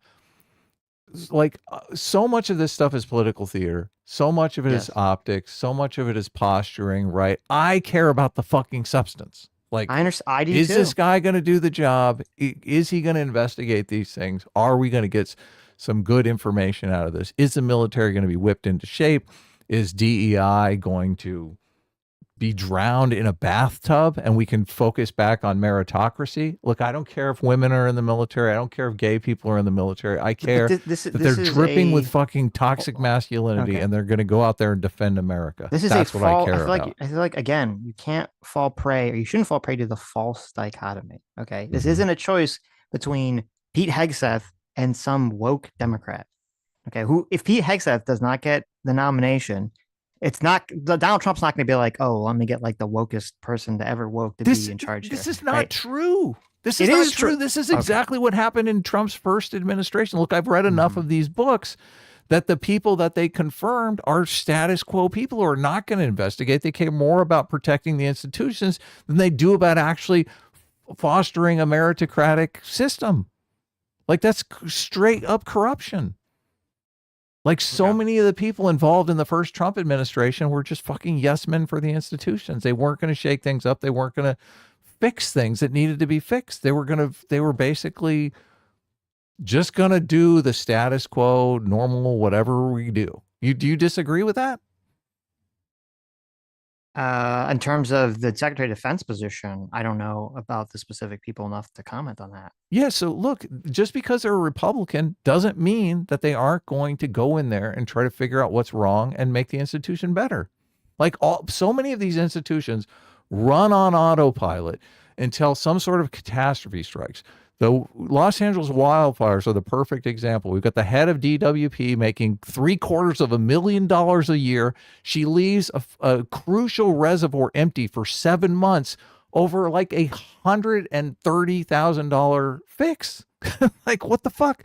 That should take place in 2 weeks. That's a huge fuck up, right?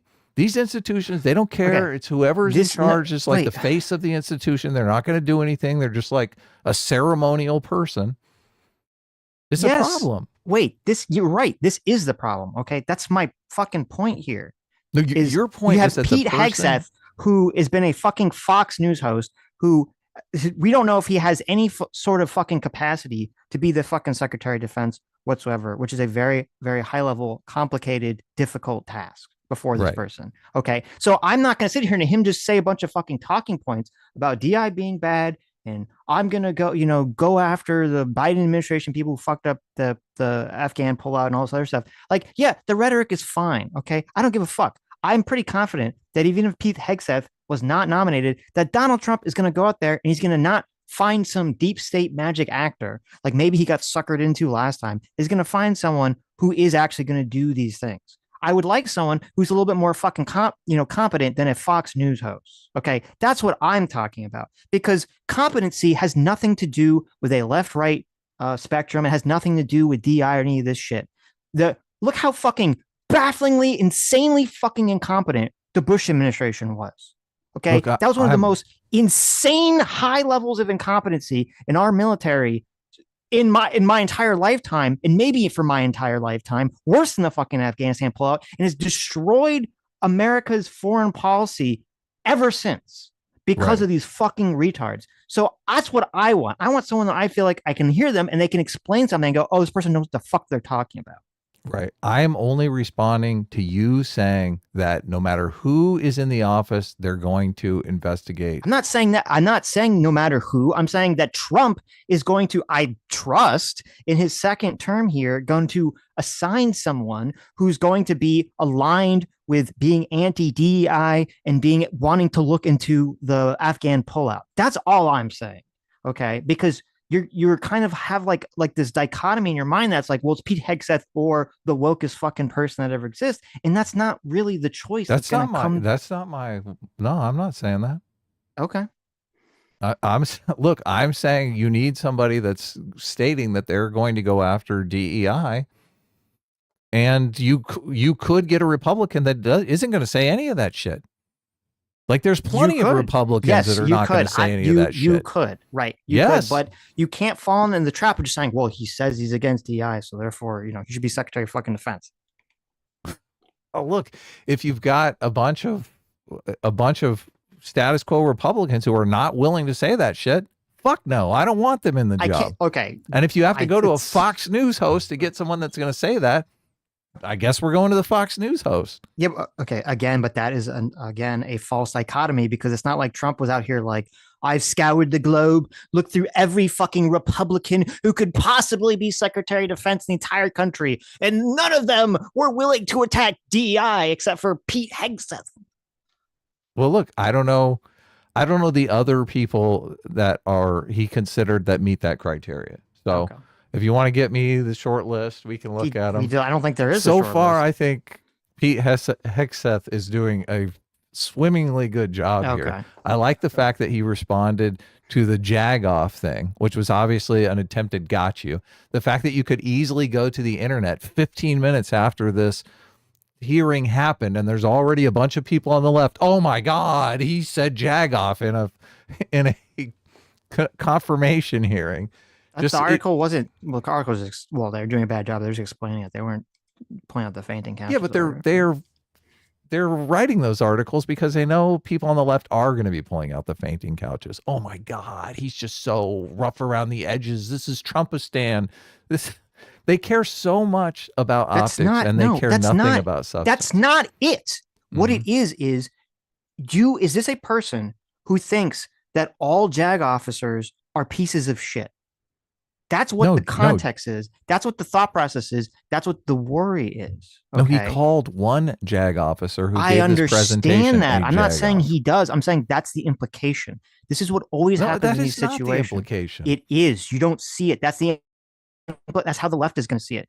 Whenever these personal character attacks go, I'm not saying they're right or wrong. I understand that, but I'm saying that's part of the role here is to be like, no, listen, let me explain. Let me be specific on what my views are in the situation. Okay. Yeah, but that's how Reed being a dishonest piece of shit.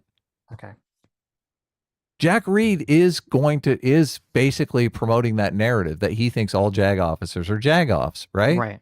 That's a dishonest fucking piece of shit narrative. That's a lie. Well, wait a minute. We don't fucking know. I don't know the answer to that question.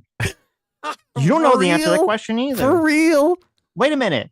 What are you basing that off of? His definition that he just gave. Okay. He just gave a definition.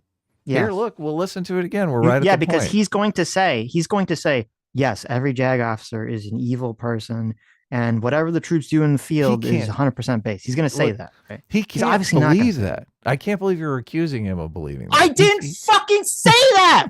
You can't what believe. What the fuck are you talking about? I'm talking about. I didn't say he fucking said that. I said, I don't fucking know what he believes. All I know is that apparently all he does is support everyone regardless of what the charges are against him. That's his MO. Look, okay. That's all and I said, I don't know. And you're just like, no, obviously he doesn't believe that. He has a completely correct view on all this stuff. I know this based on fucking nothing. Look, you're making a claim based on absolutely nothing. I literally said, I don't know, but people are going to perceive it. The left is going to perceive it in one way and the right's going to perceive it in the other way. That's all I fucking said. And then you rushed to his fucking defense and said, well, Jack Reed is lying here. And I said, well, I don't know. How do you know? You agreed with the narrative that I laid out. But look, let me just make a point. You are saying that there is a world where Pete Hegseth thinks every single JAG officer is a JAG-off. You're saying that is a possible world that we live in. Wait. You think it's outside the realms of possibility that there are people that think that 99% of the military look, you're hedging already. ownership, Now there's 1% in there. You're hedging already. Already you're hedging. so you So think that world doesn't exist. The 100% okay, world doesn't sorry. exist. Let me go back. I Let me nailed go back your and position change. then, and you're Okay. getting all upset about it. Pete Hegseth hypothetically maybe could think that 99% of all JAG officers are pieces of shit. Okay. You don't have a problem with that now because I said 99% instead of 100%? I think it's insane to assume that Pete Hegseth thinks even the majority of JAG officers are JAG officers. Well, I'm glad that you have a lot of confidence. Look, we could ask him. Look, if Jack Reed wasn't a fucking like butt sniffing fool, he might ask him, "What do you think? How many JAG officers are JAG offs?" If Jack Reed was a competent person, yes, he would ask actually a good question. Yeah. Yeah, then we could learn something actually about his position, right? That would be nice if we could actually learn something. Look, maybe we'll get to interview Pete and we can ask him. We'll be like, "Look, just you've been in the military, you've been around these JAG offs. How many JAG officers are good, competent officers?" Before we continue, I need you to acknowledge this. Okay, you understand that there is a very strong stereotype between various people in the military, which Pete Hegseth literally laid out about I trust the people with the dust on their boots who are out on the ground and not all those paper pushers in their air conditionings in Washington. Okay? I do. This is a very common idea. It's a very common stereotype. Pete Hegseth literally just repeated it. And that is not so outside the bounds of possibility if someone's operating on this stereotype that they're going to enter in a situation where someone is charged with a war crime or something like that to automatically assume, well, the paper pusher in Washington charging them's got to be fucking bad and evil, and the person on the ground's got to be automatically good. Yes, totally. Okay, yeah, so that's all fucking okay. So you actually agree completely. So then I don't know why you're like flipping out on me. Well, I disagreed on 2 points. One, that you could put any Republican in there and he's going to attack wokeness. And 2, that Pete Hegseth thinks all JAG officers are bad. I said I don't know. Right. I don't know if he's operating under that stereotype. He seems to be operating under some part of that stereotype. I don't know if he's operating under all parts of that stereotype. Right. Yes. All right. Shall we continue? In front of having the backs of those who are making the tough calls on the front lines. Thank you, Senator Reed. Interesting. Thank you, Senator. Interesting. Thank you very much. Senator Fisher. Thank you, Mr. Chairman, and welcome, Mr. Hegseth, to you and to your family. Thank you for the meeting that we had. We talked about a number of things. First and foremost was that nuclear weapons are foundational to our national defense, and having a safe, effective, and credible nuclear deterrent underpins our alliances, and as you know, it deters our adversaries. Nuclear deterrence has been, and you and I believe, agreed on this, it must continue to be unequivocally the highest priority mission of the Department of Defense. But deterrence only works if our adversaries believe our nuclear forces are effective and credible. All 3 legs of our triad are undergoing that generational recapitalization programs, and we cannot afford any more delays in those programs. Sir, do you believe and agree with President Trump's 2018 nuclear posture review that preventing adversary nuclear attacks is, quote, the highest priority of the United States? Senator, yes, I do. If confirmed, will you commit to supporting all 3 legs of the nuclear triad and to using every tool available to deliver these systems on schedule? Senator, yes, I do, because ultimately our deterrence, our survival is reliant upon the capability, the perception, and the reality of the capability of our nuclear triad. We have to invest in its modernization for the defense of our nation. While former secretaries of defense have stated that nuclear deterrence is the highest priority, we haven't really seen that translated into budget requests or using the tools like the Defense Production Act. You've spoken about increasing lethality. You've spoken about getting programs done faster. How would you actually implement a culture change so that we can see these delivery schedules move forward, be rewarded? I can tell you in most every briefing we have, the schedules we're on are too late. So what would you do? Well, ultimately focused first on the things that are most important, as we have discussed, Senator, the nuclear triad, understanding whether it's the B-21 or the Minuteman to the Sentinel, all aspects, or the Columbia-class submarines, ballistic missiles. What are the priorities that need to be focused on and ensure that in those particular cases, you mentioned it, Senator, the Defense Production Act, emergency powers. If we're at a place where our nuclear capabilities are perceived to not be what they are, that is an emergency. And we have an ally in our incoming commander-in-chief, in President Donald Trump, who has spoken about these things, understands the power and strength of nuclear deterrence, will not allow them It's the to be existential deprioritized. threat. It's the existential threat to this nation. How do you change the culture? It's not just the Production Act that's going to be able to do it. How are you going to move forward faster? I like the antagonistic back and forth better than the The back boring. slapping. Yeah. Yeah. Oh my God. We're so on the same page here. So great.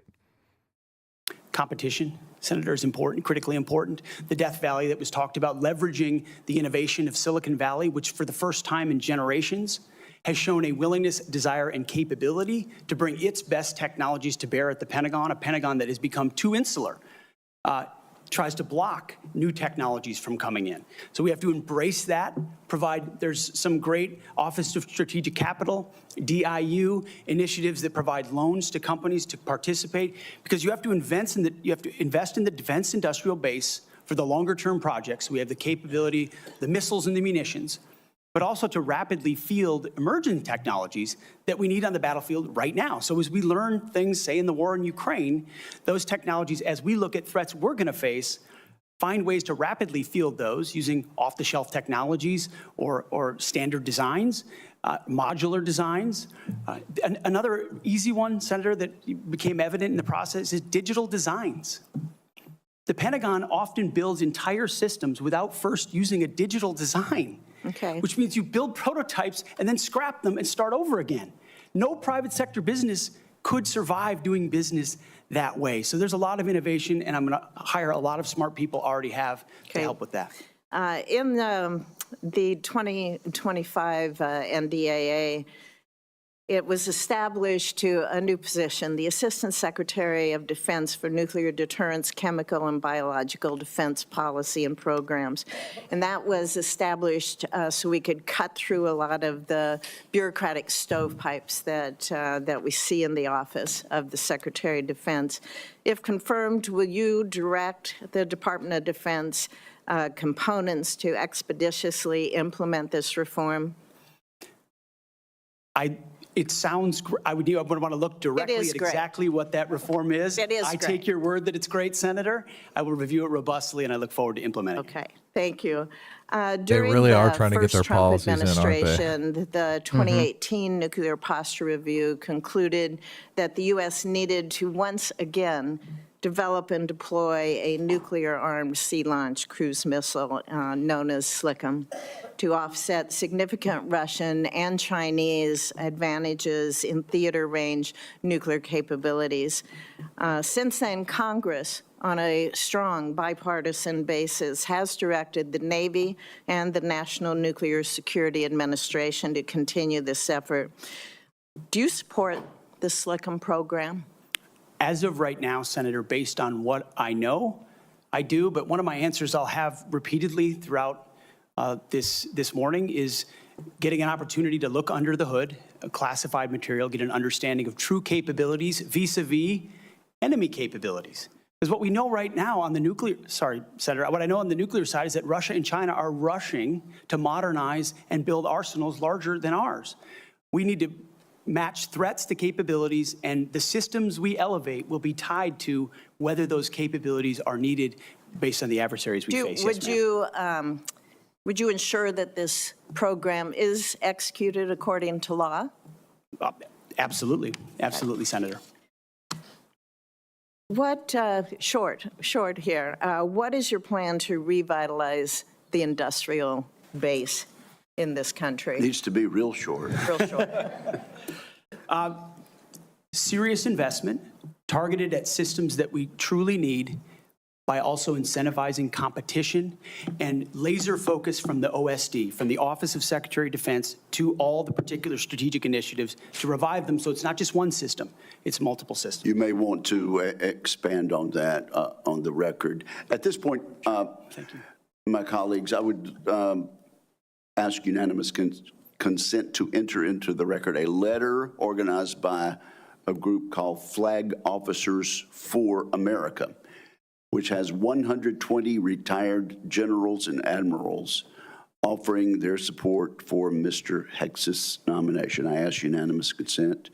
Without objection, it is entered into the record. Senator Shaheen. Good morning, Mr. Hegseth. Good morning, Senator. I was pleased when I was contacted on your Have you seen this part? No. Okay. This one's going to be spicy. I can feel it already. behalf about meeting before this hearing. I've been on this committee since 2011, and during that time, I voted to confirm 6 nominees to be Secretary of Defense from 3 administrations, 2 Democratic and 1 Republican, the first Trump administration. Every one of those nominees met with me and my Democratic colleagues on this committee before the hearing. So, as you can imagine, I was disappointed when no one ever followed up. When we followed up with your office, you were not able to meet. Do you understand that if you're confirmed to be Secretary of Defense, that you will have a responsibility to meet with all members of this committee, not just Republicans? Senator, I very much appreciate and understand the traditionally bipartisan nature of this committee. Their national defense is not partisan. It should not be about Republicans or Democrats. And so I look forward to working together with you and your colleagues on priorities facing this nation. Yes. I think we would expect that. And one reason that I wanted to meet with you was because I thought it would be really helpful to better understand your views on women in the military. Because you've made a number of surprising statements about women serving in the military.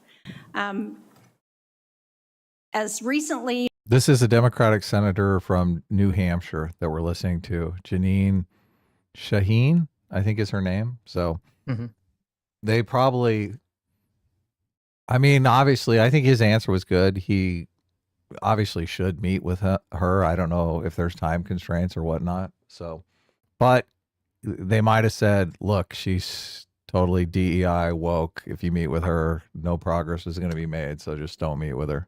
I don't think he met with any of the Democrats except for the Oh, really? guy. Huh. It seemed like that's what sort of what they were saying, but we'll talk about it. That's interesting. Yeah, you should meet with him, right? I mean, what do you got to lose? Just keep your mouth shut and listen to them talk. You know where they're coming from. So you don't say anything? I mean, I would like keep my mouth shut. Just right. be like, I want to hear your ideas, right? That would be smart. And it would make them, she couldn't, obviously come out and make it sound completely partisan. So, right. I mean, he has November the 7th of 2024 on the Sean Ryan Show, you said, and I quote, "I'm straight up saying that we should not have women in combat roles. It hasn't made us more effective." The quote went on a little longer, but that was the gist of it. That was before you were nominated to be Secretary of Defense. Mr. Hegseth, do you know what percentage of our military is comprised of women?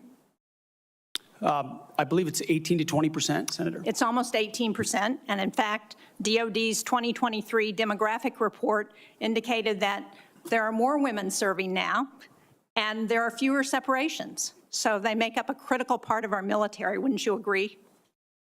Yes, ma'am. Women in our military, as I have said publicly, have and continue to make amazing contributions across all aspects of our battlefield. Well, you also write in your book, The War on Warriors, with the chapter, The Deadly Obsession with Women Warriors, that, quote, "Not only are women comparatively less effective than men in combat roles, but they are more likely to be objectified by the enemy and their own nation in the moral realms of war." Mr. Hegseth, should we take it to believe that you believe that the two women on this committee who have served honorably and with distinction made our military less effective and less capable? I'm incredibly grateful for the two women who've served our military in uniform and including in the Central Intelligence Agency, contributions on the battlefield, indispensable contributions. Senator, I would like to clarify, when I'm talking about that issue, it's not about the capabilities of men and women, it's about standards.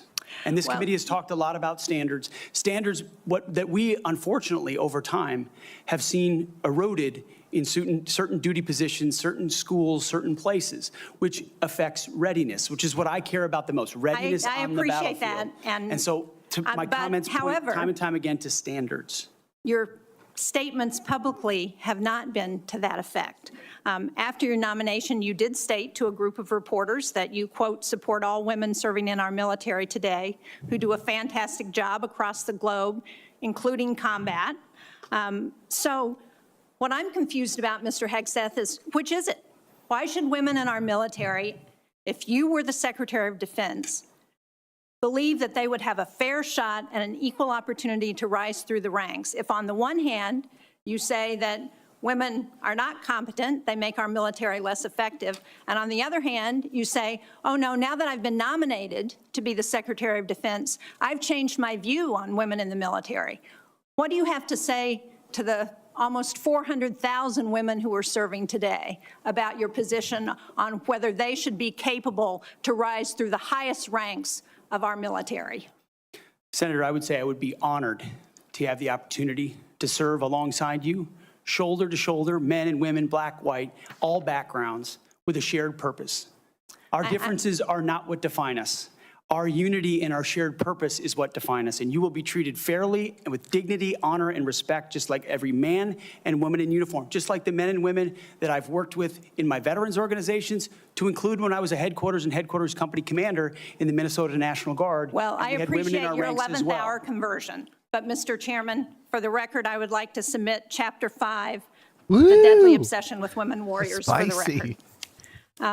Mr. Hegseth. Without objection, it will be Are you familiar with the Women, Peace, and...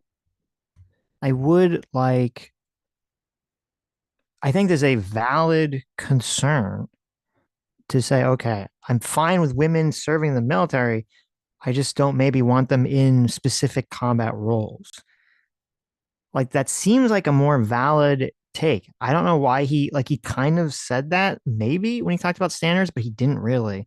So I thought that's what his view was, but I'm kind of confused as to why he's not saying that if that's his view now, because now he's just saying he's fine with it completely. So, right.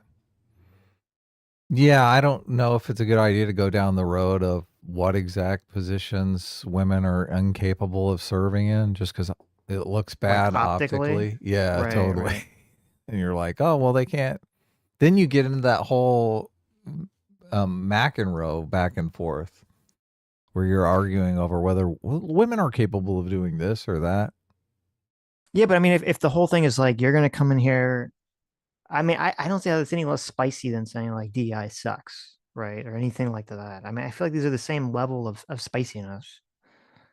Have you seen that video where they go and ask all the military people, all the new military people in boot camp why they're there, and they all just say, "I needed money for college," like uniformly. I haven't seen the video, but I'm not surprised by that. Yeah, I needed money for college. I needed money for college. Yeah, well, I mean, that's how they've been literally selling the military as a college for dude to go to college for, like, my entire life. Yeah, I remember in high school them being like, that's that was the big selling point. To go to college. In that video, there's a lot of women. I mean, there might be more women than men in that video, which is kind of interesting. So, right. I don't know about readiness. I remember after 9/11, if you did that video right after 9/11, every single person would be like, I'm here because of 9/11. I'm here because of 9/11, right? It's like a completely different mindset. So, right. I don't know about military readiness. So, and it's one of those things that people are obviously going to politicize for their own personal gain. So, like, maybe the military is fine. Maybe it's terrible. So, I don't know. and security agenda at the Department of Defense? Yes, ma'am, I am. This is a law that was signed during President-elect Trump's first term. It was legislation that I sponsored with Republican Senator Capito of West Virginia. It was co-sponsored by Marco Rubio, the nominee to be the President-elect's Secretary of State. It was led in the House of Representatives by Kristi Noem, the President-elect's nominee to be the Secretary of Homeland Security. It mandates that women be included in all aspects of our national security, including conflict resolution and peace negotiations. And at the Department of Defense, it has been the law for 8 years under both the Trump and Biden administrations. The DoD has incorporated women throughout its decision-making as a result. Every single combatant commander across 2 administrations has told this committee that this law and its implementation at the Department of Defense provides them a strategic advantage operationally. Based on your comments, it appears that the example that you would like to set, not only for women in this country, but for women across the globe, 50% of the world's population, as the prospective nominee to lead the most combat-credible military in the entire world, is that women should not have an equal opportunity in our military. So will you commit to preserving the Women, Peace, and Security law at DoD and including in your budget the requisite funding to continue to restore and resource these programs throughout the DoD? Senator, I will commit to reviewing that program and ensuring it aligns with America First national security priorities, meritocracy, lethality, and readiness. And if it advances American interests, it's something we would advance. If it doesn't, it's something we would look at. Since former President Trump signed the law, I hope that he agrees with you. Thank you, Senator Shaheen. At this point, I would. See, I think at this point, it's actually counterproductive. I think a lot more people would be more, whether they're right or wrong, I think there's an intuition there that the average person would be like, oh, okay, women can be in the military, but maybe they shouldn't be like in a combat situation. Whether it's right or wrong, whether the studies have shown that or not, there's an intuition there that I think you can use that people would like understand. Where I think this sort of position, it just makes it seem like the straw man version, or I guess I'm assuming the straw man version, he's not really fighting back against it, of you just don't want women in the military. It makes it seem like that has credibility to it. Yeah, I agree, obviously. Well, he's fighting against that as much as he can by saying obviously he wants to work with them. Like she keeps chiding him with the, oh, your 11th hour conversion and whatnot. Right. I was looking for the podcast where he says this. I wish I would have watched it ahead of time because I don't know the context of those remarks. My understanding, I heard the clip like a while ago. I thought it was just about combat roles specifically. Okay, so even That's in what the I thought clip, it he's was. only talking about combat roles. That's what I thought. Yeah. Okay, So that's what I'm so saying. that I feel like you should completely just specify changes- that. If Yeah, that's that the case. completely changes the context. She's making it sound like he wants to kick all women out of the military. Right. That's what I'm saying. That's why I'm saying he should be specific. If that's the case, he should say that's not, that's not my position. If that's Right. not his position. Ask unanimous consent to enter into the record 5 letters of support from female service members and I love when they do this. That's funny. Yeah. He's like, look, now that you had to listen to that, let me do a nice palate cleanser for you here. Here is 150 letters Mhm. from women who have all had sex with Pete Hegseth and said he is a great person. combat Right. veterans. So here's the who support line that he Mr. said. Hegseth. Oh, you got the, He says, you don't have the clip, but you have the, I have the quote. the quote. Okay, here. Yeah, let's so hear it's it. on the Sean Ryan podcast. He said, I'm straight up just saying we should not have women in combat roles. It hasn't made us more effective, hasn't made us more lethal, has made fighting more complicated. Well, look, a lot of people agree with that. They're I like, know, that's what I'm I'm saying, more, they're like, I'm more worried about my female officer getting abducted and raped the shit out of, right? They're like, that's a thing that people fear. Well, I don't think that's like a good thing because it's like, okay, well, if they're gonna do that, they're probably just gonna kill the guy anyway, right? Like you're gonna have like an equal threat of dying or being raped or something. I think it's just more of like if women can perform in combat roles to the same level as men, which I mean, obviously I'm somewhat skeptical of. So Well, he did say the the enemy would objectify. So yes, that's what. Yeah, he said yeah, that in the book. that's what he means. He means That's they're what going to I take understand. That's what I our meant. military members hostage and turn them into sex slaves for the next 50 years, and it's going to be fucking painful. Right. Probably not 50 years, 5 years. I don't know. Right. So I'm just saying that he should, because according to this article, this is an AP article, it says in the book that he says that women have a place in the military, just not in special operations, artillery, infantry, and armor units. In the book, he said women have performed well in dangerous support roles during war, but women in infantry, women in combat on purpose is another story. Women cannot physically meet the same standards as men. I'm sorry, he should just say that. I think that'd be such a better answer than the answer he's giving. Right. Oh my God, the liberal media is going to go hog wild with that. Oh my God, they're 'Cause just it's- well, going to it's- yeah, completely but- spin it into Right. nonsense. But that's because that's like one of those things that if he said the actual position, then people would run with it and it would be like it looked like a non-story. It's like, so what? I think it's the people are, like I said about the John McEnroe video. Like I'm just astounded that so many people believe that women are as strong as men. Right. So a lot of those people would think what he's saying is untrue. They would believe it's just factually incorrect and that he's a fucking idiot. Mm-hmm. Even though they're the idiots. They're the ones that don't know the truth of the situation. Right. So I don't know. I mean, I don't know how much focus grouping they do for these kinds of things. I'm under the impression that they just kind of do a cursory survey. Like this is kind of a formality. They know they have the votes. They know they have the votes to. Right. Right. Yeah. Otherwise, they would have said, "Oh, we don't have the votes for you. We got to get someone else." Right. That's why they do the advise and consent. They would have done what they did with what's his face, Matt Gaetz. Right. Like, yeah. exactly. Exactly. You're not getting in. Okay. Exactly. So all of this is just 100% posturing. Right. So he's only going to say things that he knows the liberal media can't spin into. Well, no, like I'm saying it's the controversy. opposite. He's setting himself up for the spin very, very easily by not specifying his comment. Right. Yeah. Well, I'm saying that even if he does specify his comment, there's a lot of people that are not going to believe that's true.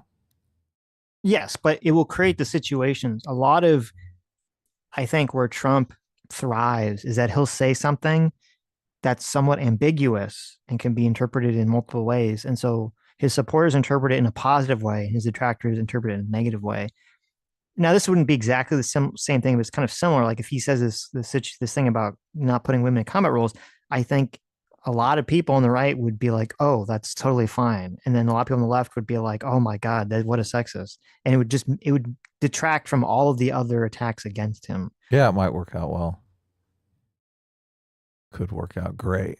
I don't know. It's a risky move, though, isn't it? I mean, if the media completely. Wasn't that what you want, Adam? Don't you want someone who's willing to take risks? I do. Once they're in office.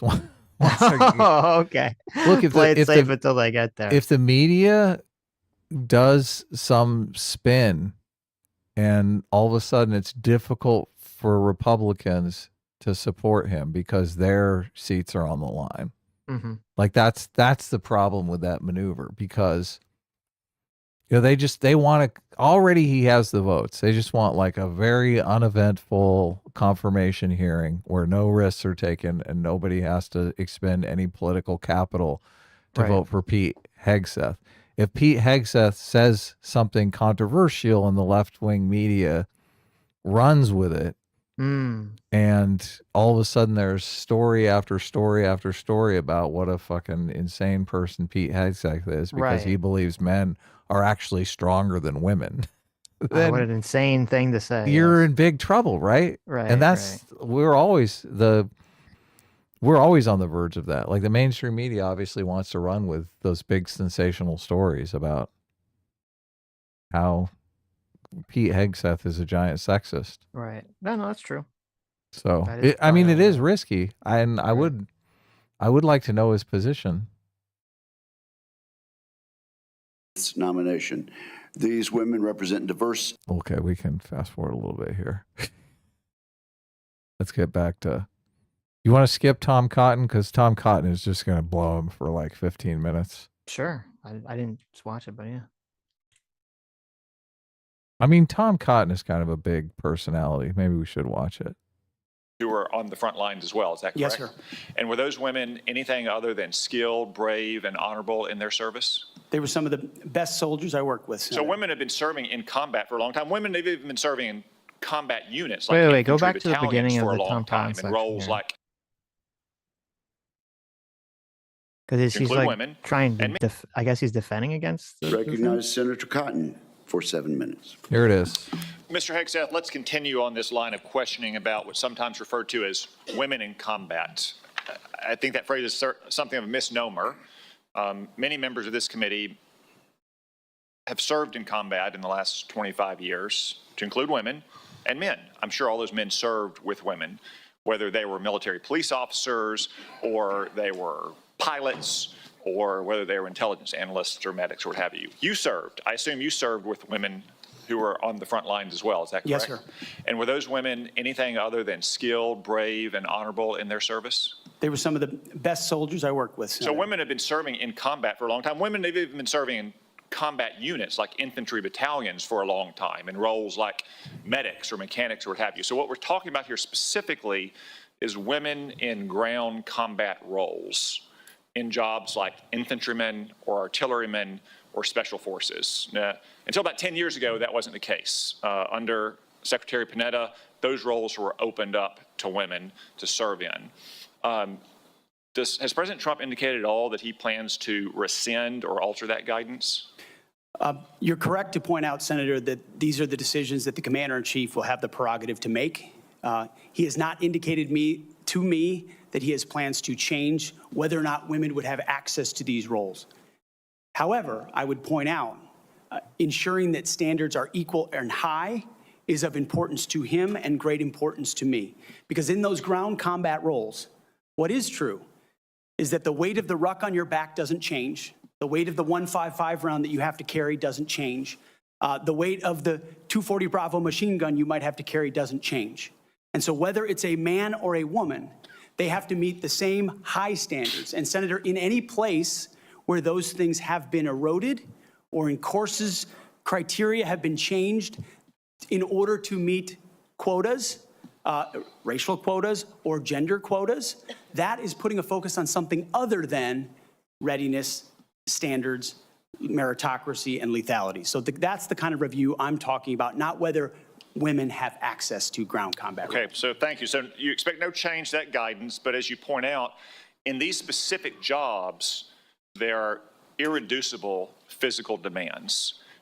We expect our intelligence analysts and our mechanics to be physically fit in the military, but it's different when you're in the infantry or the artillery. You just mentioned a few things. Let me point it out. An artillery shell weighs almost 100 pounds. An Abrams tank round weighs around 50 pounds. The M240 Bravo machine gun with its tripod weighs almost 50 pounds. The average weight of a full kit, ammo, water, commo, body armor for a soldier is over 100 pounds. Nothing you can do can change any of those things, right? That is physical reality. Go ahead. Yes, Senator. And I would say the requirements to handle those things in a ground combat unit, as far as standards, can look different than those of a medic or a drone pilot. And so it's not that it has to be the same standard throughout, it's standards to maximize efficacy of that particular position. Let me read a quote here from one Army officer. While it may be difficult for a 120-pound woman to lift or drag 250 pounds, the Army cannot artificially absolve women of that responsibility. It may still exist on the battlefield. The entire purpose of creating a gender-neutral test was to acknowledge the reality that each job has objective physical standards to which all soldiers should be held, regardless of gender. The intent was not to ensure that women and men will have an equal likelihood of meeting those standards. I assume, based on your testimony, you agree with that Army officer? Absolutely. The standards need to be the same, and they need to be high, and they need to be set by the people closest to the problem set, closest to the understanding of what is required by that job. Commanders, commanding officers, and COCOMs and elsewhere who understand the reality of what they face, that's the feedback we should get. That's what should be enshrined and enforced, and no other set of political prerogatives. When I talk about removing politics, ideological or political prerogatives should contribute to those determinations, nothing other than the execution of the mission. Thank you. For the record, that Army officer was Captain Kristen Griest, the Army's first female infantry officer and one of its first female Ranger School graduates. One final point, you said they need to be objective. Is that G.I. Jane? That's G.I. Jane, isn't it? Gender neutral and high. That's because the demands are, in fact, very high. The current physical fitness test for the Army has a minimum 2-mile run of 22 miles. Run. And I want the reporter to note that I'm putting run in air quotes because 22 miles at 2 miles is not running. It may be jogging. It's probably walking fast. Let's move on. You got a big 22 minutes. Thank you. So that was a much better answer. That was a good answer. That's like the answer that I wonder, because I was thinking like, okay, that's the answer he should have given the woman that he was just talking to, like the response. I wonder if it's one of two things. If it's what you were saying, where it's like he's been instructed to not step on anyone's toes. Exactly. Totally. So he has to wait for like a Republican to like tee him up, to basically tell him it's okay for him to say these things. Essentially, they're like, listen, you can tiptoe in the water. Let me, hold your hand and gently guide you into the ocean, right? Or so it could be that, or it could be just this like thought process of, they're going to interrupt me.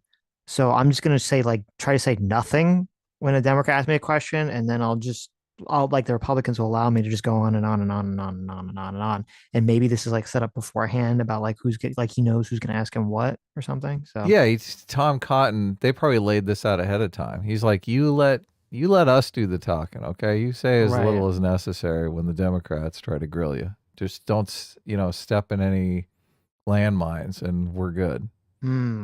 I think that's probably what happened. That's what I would suspect from this interaction. Yeah. Look, they don't want to expend the political capital. They don't, obviously. Right. They want to conserve it they know they have a big fight ahead of them on the budget and all kinds of stuff Trump wants to do. So, yeah. We've got a big...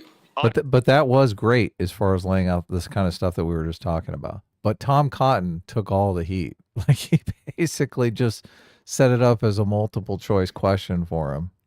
Well, Tom Cotton laid it out better than he laid it out. Of course he did. Yeah. Which is interesting, but he's a far better communicator, I guess. Look, they could raise those standards to the point where no woman could, like they could devise a test that is just outside the ability of all women. Right. And I mean, you'd lose a lot of guys, obviously, because you're talking about lifting some enormous amount of weight or whatever it is. So sooner or later, the realities of recruiting people come into play. But yeah, we're talking numbers. That's the thing. A lot of the DEI people, they're like, look, we want the military to be 50% women. You got to lower standards to do that. That's just not possible.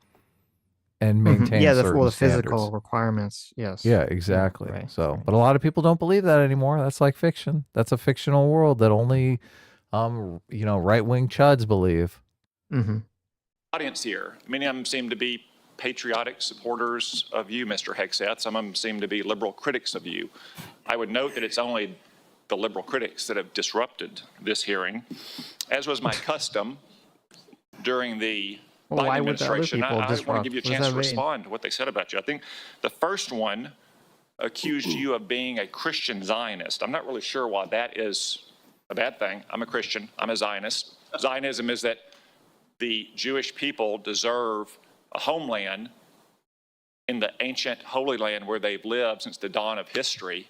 Do you consider yourself a Christian Zionist? Senator, I am a Christian, and I robustly support the state of Israel and its existential defense, and the way America comes alongside them is a great ally. Thank you. Because another protester, and I think this one was a member of Code Pink, which, by the way, is a Chinese Communist front group these days. I don't like that we have to do our pledge to Israel in the Secretary of Defense hearing. Oh, really? Okay, go on. That doesn't make you feel good and safe? Come on. Come on, like, okay, Jesus. I might visit Israel one day. I like to know that it's safe. It's nice. I don't want to get place go abducted visit, by yeah. a bunch of Hamas Right. losers.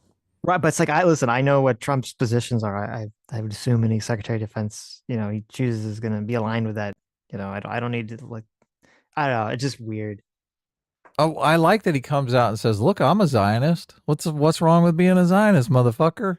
Right. I do well, like I guess we that. couldn't really hear what the people were shouting, so that is a weird. Like they're just saying that how dare you're a Christian Zionist? Yeah. Okay. These days, people use that Zionist as a slur. So I do like that he comes out and says, "What's wrong with being a Zionist?" Yeah, nothing. And then he lays out the definition of it just to get people in the know. Although I don't know how many people are actually watching this. So I find this shit fascinating, man. Mm-hmm. When I had cable, C-SPAN was one of the few things that I watched like constantly. Really? Oh yeah, I love this fucking stuff. This is amazing. You support Israel's war in Gaza. I support Israel's existential war in Gaza. I assume, like me and President Trump, you support that war as well, don't you? Senator, I do. I support Israel destroying and killing every last member of Hamas. And the third protester said something about 20 years of genocide. I assume that's our wars in Iraq and Afghanistan. Do you think our troops are committing genocide in Iraq and Afghanistan? Senator, I do not. I think our troops, as you know, as so many in this committee know, did the best they could with what they had. The outcomes, and tragically, the outcome we saw in Afghanistan under the Biden administration put a stain on that, but it doesn't put a stain on what those men and women did in uniform, as you know full well, Senator. Thank you, Mr. Hegseth. Thank you, Senator Cotton. At this point, I ask unanimous consent to offer to the record a letter submitted by Omar Abbasi, son of former senator. Serving, and I have many concerns. Thank you, Mr. Hegseth. I do want to thank you for your service, and I want to thank you for your willingness to serve in this capacity. Thank you, Senator. I have many concerns about your record, and particularly your public statements. So this is a Democrat from New York, Kristen Gillibrand. It's Kristen Gillibrand. Yeah, I've heard a lot. Wasn't she suggested as like a presidential candidate? Was she? Democrat from New York. What's her backstory? This is just like a reality television show. We have to know. Mm-hmm. We have to know where she stands in the Big Brother house. Who are her alliances? Because they are so hurtful to the men and women who are currently serving in the U.S. military, harmful to morale, harmful to good order and discipline. If you are saying that women shouldn't be serving in the military, and I'm going to read you your quotes, because the quotes themselves are terrible. You will have to change how you see women to do this job well, and I don't know if you are capable of that. So I want to press on these issues that my colleague Jean Shaheen brought up, because she said it so well. So first of all, you answered— I need to educate you on women. This is really lame. Yeah. Did he meet with Kristen Gillibrand beforehand? I'm guessing not. Right. Probably not. your questionnaire, do you believe that any American who wants to serve in their country in the military and can meet objective standards set by the military should be allowed to serve without limitation? You've said yes to that question. But then in all of these other circumstances, you've denigrated active duty service members. We have hundreds of women who are currently in the infantry, lethal members of our military serving in the infantry, but you degrade them. You say, we need moms, but not in the military, especially in combat units. So specific to Senator Cotton's question, because Senator Cotton was giving you... Yeah, can you imagine? Why would you want mom? Yeah, that what's wrong with that statement? That's a weird, it's a weird thing for her to be mad about. I was like, yeah, okay. Did they have like a baby on their hip? They have Yeah, what are like you talking their about? rifle on one hip and the baby Yeah. on the other. It's I think weird. that might be going a bit far. Just a little bit. So you to really like hate Kristen Gillibrand? Uh-huh. She's the person that led the charge to get Al Franken removed from Congress. Did she really? Oh Yeah. my God. A backstabber. Look What at a that. piece of shit. Yeah. Layups to differentiate between different types of combat. And specifically, as secretary, would you take any action to reinstitute the combat arms exclusion for female service members, knowing full well you have hundreds of women doing that job right now? And the standards, He's like, yeah, if they can't lift a rucksack, we're throwing them out. Your 2-mile run, Tom, is about the Army combat fitness test. It is not the requirements to have an MOS 11 Bravo, which is the infantry. These are the requirements today for people serving in the industry, men and women. They are gender neutral, and they are very difficult to meet. They have not been reduced in any way, and our combat for me units, too. our infantry is lethal. So please explain specifically, because you will be in charge of 3 million personnel. It is a big job. And when you make these public statements, and I get you were not Secretary of Defense then, I get you were on TV, I get you were helping veterans, I get it was a different job. But most recently, you said this in November of 2024, knowing full well you might have been named as Secretary of Defense. So please explain these types of statements, because they're brutal and they're mean and they disrespect men and women who are willing to die for this country. What do you think of that word disrespect, Sitch? What's she talking about? Identity politics. Totally. Well, These are Senator, mean, though. It's What's pretty that? cringe. She's like, these are mean comments. That's pretty Look, and cringe. she's even the begging posture that she has. right. The oh my God, oh my I know. God, It's a very oh my pleading voice. God. Yeah. It's like, Not good. talk about signaling. She's signaling to her constituents. Oh my God, this is so crazy. It's like, Very cringe. please. Yeah. Yeah. Appreciate your comments. And I would point out, I have never disparaged women serving in the military. I respect every single female service member that has put on the uniform, past and I present. respect women. My critiques, Senator, recently and in the past, and from personal experience, have been instances where I've seen standards lowered, and you mentioned 11 Alpha, 11 Bravo, MOS, places in units, and the book that has been referenced multiple times here, The War on Warriors. I spent months talking to active duty service members, men and women, low ranks, high ranks, combat arms and not combat arms. And what each and every one of them told me, and which personal instances have shown me, is that in ways direct, indirect, overt, and subtle, standards have been changed inside infantry training units, ranger school, infantry battalions, to ensure that Give me one commanders example. Please give me an example. I get you're making these generalized meet statements. quotas to have a certain number of female infantry officers or infantry enlisted, and that disparages those women who are Commanders do incredibly not have to capable meet of meeting quotas that for the standard. infantry. Commanders do not have to have a quota for women in the infantry. That does not exist. It does not exist. And your statements are creating the impression that these exist, because they do not. There are not quotas. We want the most lethal force. But I'm telling you, having been here for 15 years, listening to testimony about men and women in combat and the type of operations that were successful in Afghanistan and in Iraq, women were essential for many of those units. When Ranger units went in to find where the terrorists hiding in Afghanistan or in Iraq, if they had a woman in the unit, they could go in, talk to the women in a village, say, where are the terrorists hiding? Where are the weapons hiding? And get crucial information to make sure that we can win that battle. So you cannot denigrate women in general, and your statements do that. We don't want women in the military, especially in combat. What a terrible statement. So please, do not deny that you've made those statements. You have. We take the responsibility of standards very seriously, and we will work with you. I'm equally distressed you would not meet with me before this hearing. We could have covered all of this. before you came here, so I could get to the 15 other questions that I want to get to.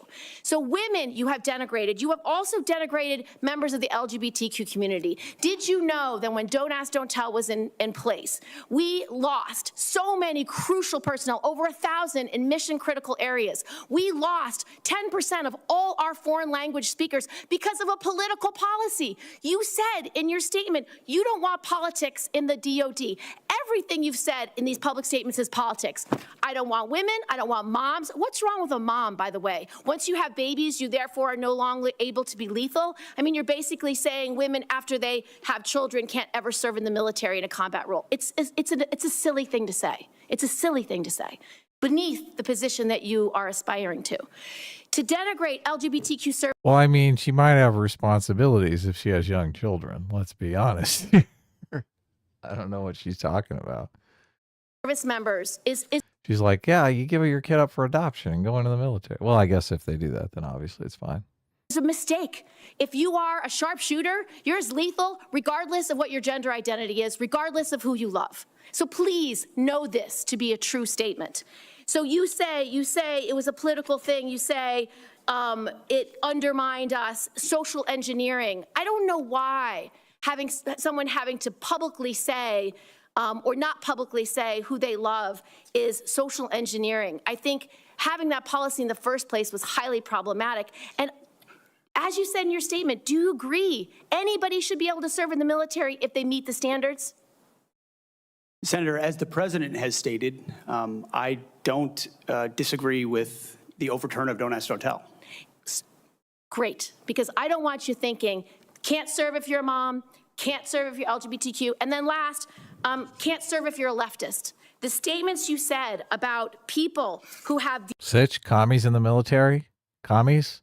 Get them out.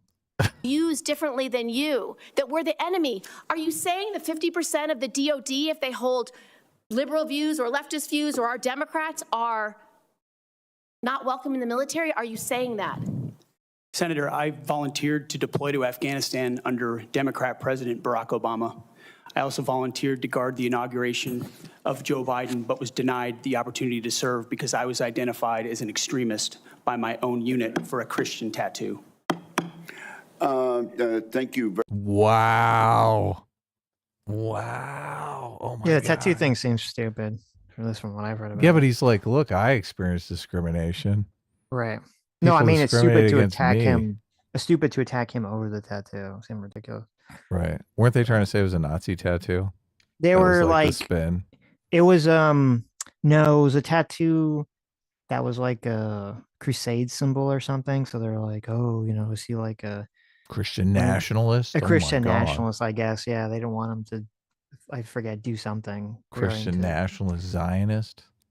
I think it was they didn't want him to like set up help with security at like Biden's inauguration or something like that. I don't know what it was. All right, I'll be Very right much. back. Senator Gillibrand, you held up a document and referred to it during your questioning. Would you like that entered into the record? It may be one without my marks. Okay, yeah, okay, we'll delete. We'll submit a clean it up. copy. Without objection, that will be admitted at the point of your question. And I would like to enter into the record at this point a letter of support from retired Air Force Colonel Melissa Cunningham. Colonel Cunningham supports Mr. Hegseth and mentions his warrior ethos, combat effectiveness, and maintaining military training standards. So without objection, both of those will be admitted, and I now recognize Senator Rounds. Thank you, Mr. Chairman. First of all, good morning.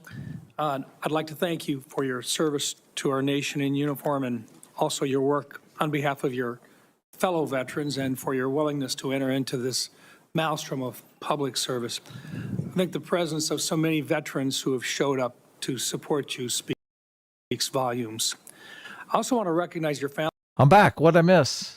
So I looked this up because I Anything good? was curious about are there lower standards for women in the military? Okay, what's ChatGPT say? Well, I didn't ask ChatGPT. Okay. Okay. Probably But- give you the woke answer anyway. It says, after 3 years of compliments and debates, the Army scrapped its move to have a gender age-neutral physical fitness test. So in 2019, they were developing a more rigorous gender and age neutral physical fitness test. Okay. And they were going to go ahead with it, but then what happened was, lo and behold, oh no, women were failing the test at They weren't higher rates measuring up. than Holy men. shit. Oh no. Of course they were. The decision to scrap it comes after a study by the Rand Research Organization, I don't know what that is, confirmed that men, what is Rand? What is this Rand thing? I'll look it up. Confirmed that men were passing at a much higher rate than women, and that older soldiers were struggling with the scores. Oh, so the older soldier guys couldn't even do it. Yeah, women and older people. Okay. So, interesting. says this change, however, will only affect the regular fitness tests that soldiers take annually, qualifying for certain Army jobs, particularly more demanding combat positions or specialties such as Ranger School, will continue to require that everyone, regardless of age or gender, must pass the same fitness test and standard. Well, that's good, at least, I guess. Yeah, I can so see, they're I like guess, special ops, got to keep the standards high, but infantry, we can just lower them down to dirt.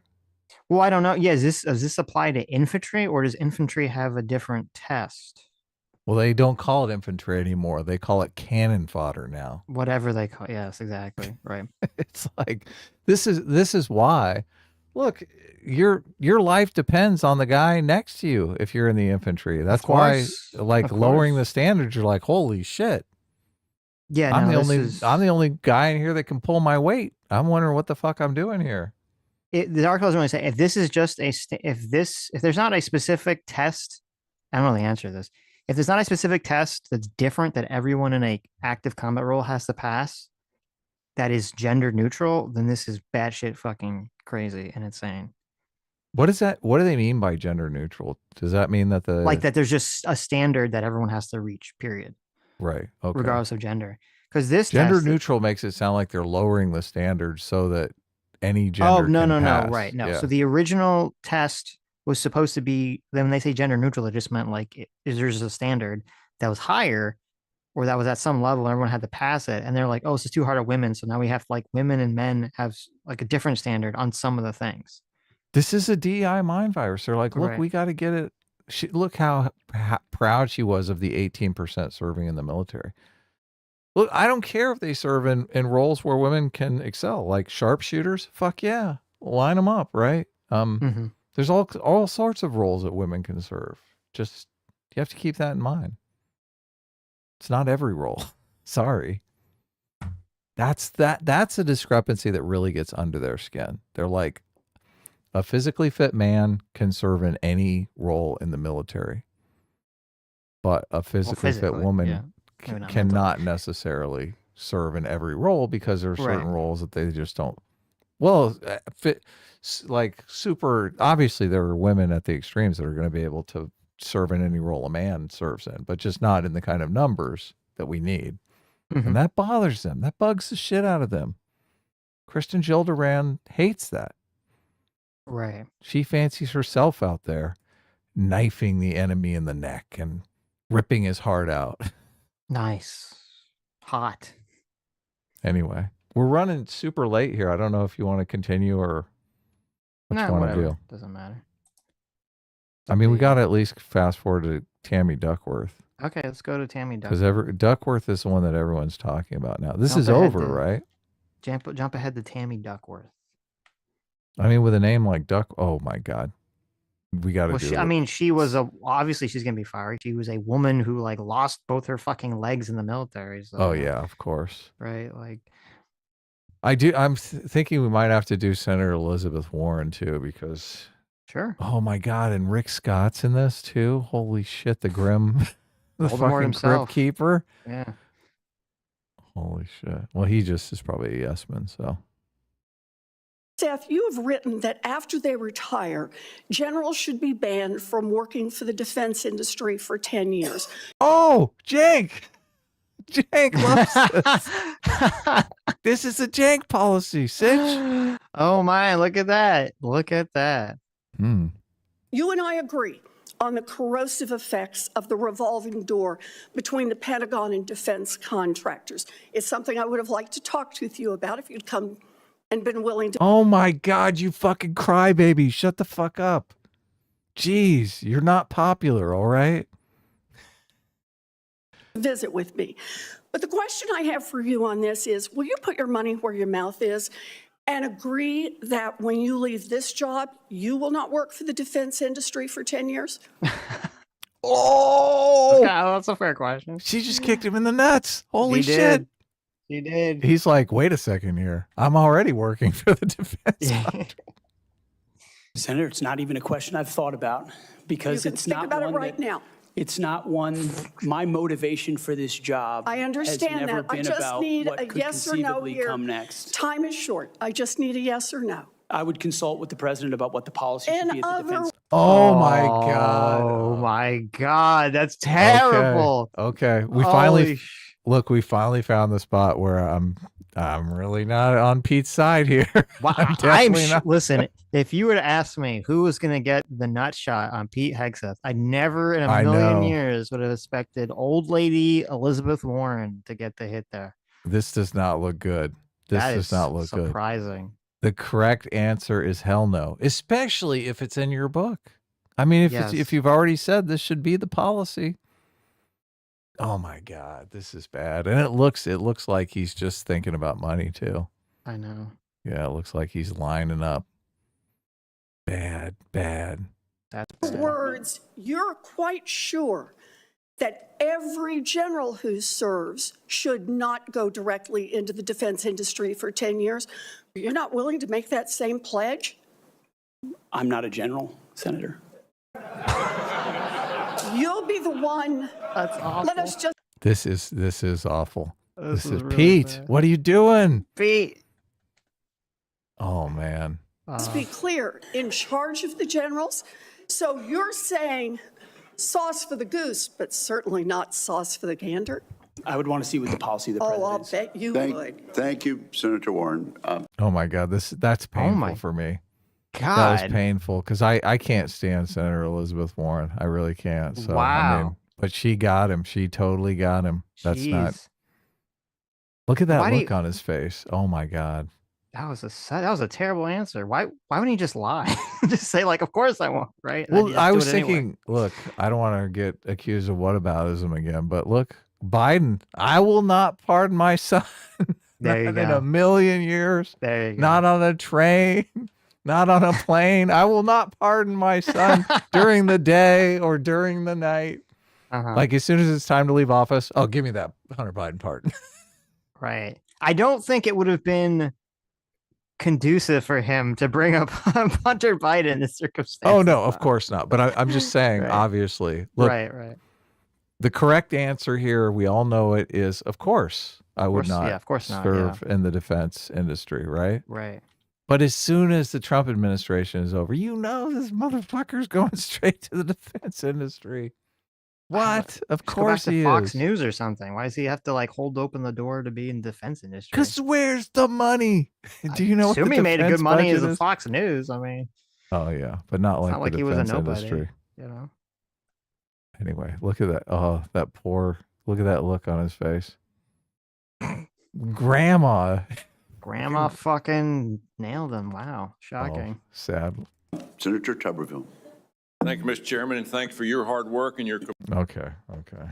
Anyway, I'm glad Wow. we didn't miss that. I'm glad we didn't miss that. That was very surprising. Let's go to Duckworth. So Duckworth served in the military and was is like a double amputee, I believe. Yes. Mm-hmm. Wonder what happened. Oh, she must have stepped on like an IED or something. Thank you, Mr. Chairman. Senator Duckworth, you are recognized. Thank you, Mr. Chairman. And also, Secretary Mattis had to have this waiver as well. Mr. Hegseth, this hearing is about whether you are qualified to be Secretary of Defense. And one of the qualifications, to answer my colleague's question, is to actually win the votes of every member of this committee and to be confirmed by the United States Senate. And you need to convince us that you're worthy of that vote, because the people of the state of Illinois voted for me to be their senator so that I could cast that vote when it comes to picking who is going to be the next Secretary of Defense. So Tammy Duckworth is a Democrat from Illinois. So This hearing now seems to be She lost her legs as her helicopter was shot down. She was the pilot. Oh, really? Wow. Yeah. Okay. Fuck. Fuck. Caring about whether or not women are qualified to serve in combat, and not about whether or not you are qualified to be Secretary of Defense. And let me just say that the American people need a SecDef who's ready to lead on day one. You are not that person. Our adversaries watch closely during times of transition, and any sense that the Department of Defense that keeps us safe is being steered by someone who's wholly unprepared for the job puts America at risk, and I am not willing to do that. Look, here's a Democrat I agree with, Sitch. Yeah. Totally. Look. Excellent. Perfect. Yeah, they do look. We do need to be prepared. So.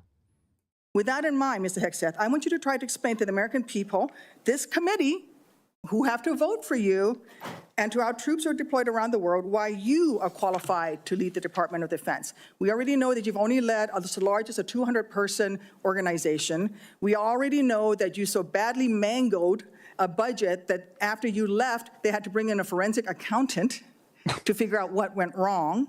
Oh my God. This is not looking good. Oh, no. This is not looking good at all. Oh, no. What?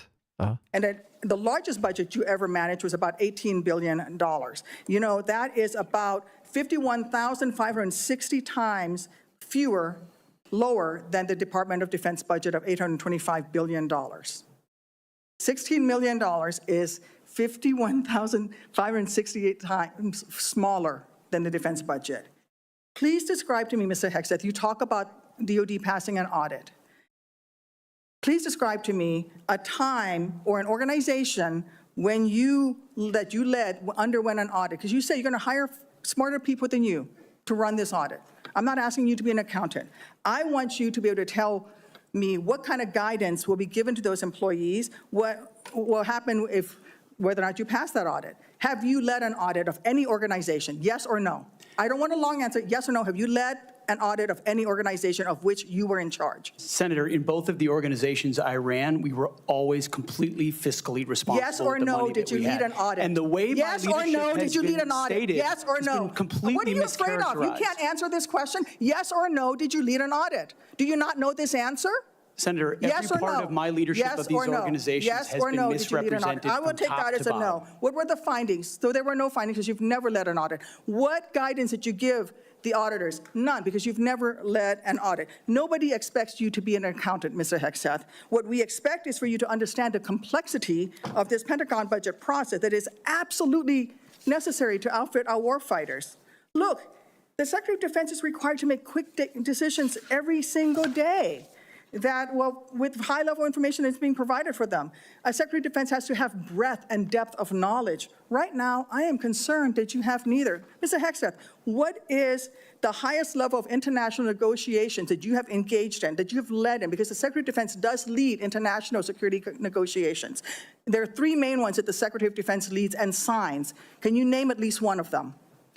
Could you repeat the question, Senator? Sure. What is the highest level of international security agreement that you have led?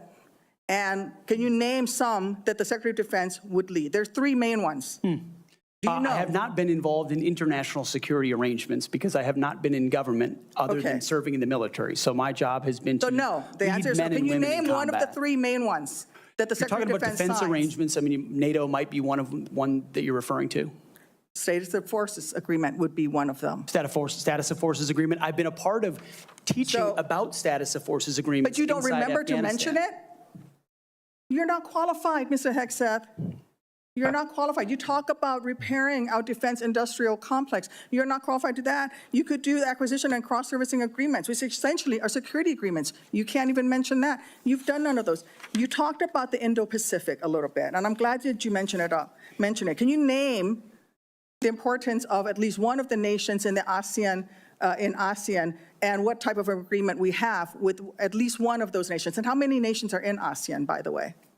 I couldn't tell you the exact amount of nations in that, but I know we have allies in South Korea and Japan and in AUKUS with Australia, trying to work on submarines with them. Mr. Hegseth, none of those countries are in ASEAN. None of those three countries that you mentioned are in ASEAN. I suggest you do a little homework before you prepare for these types of negotiations. Listen,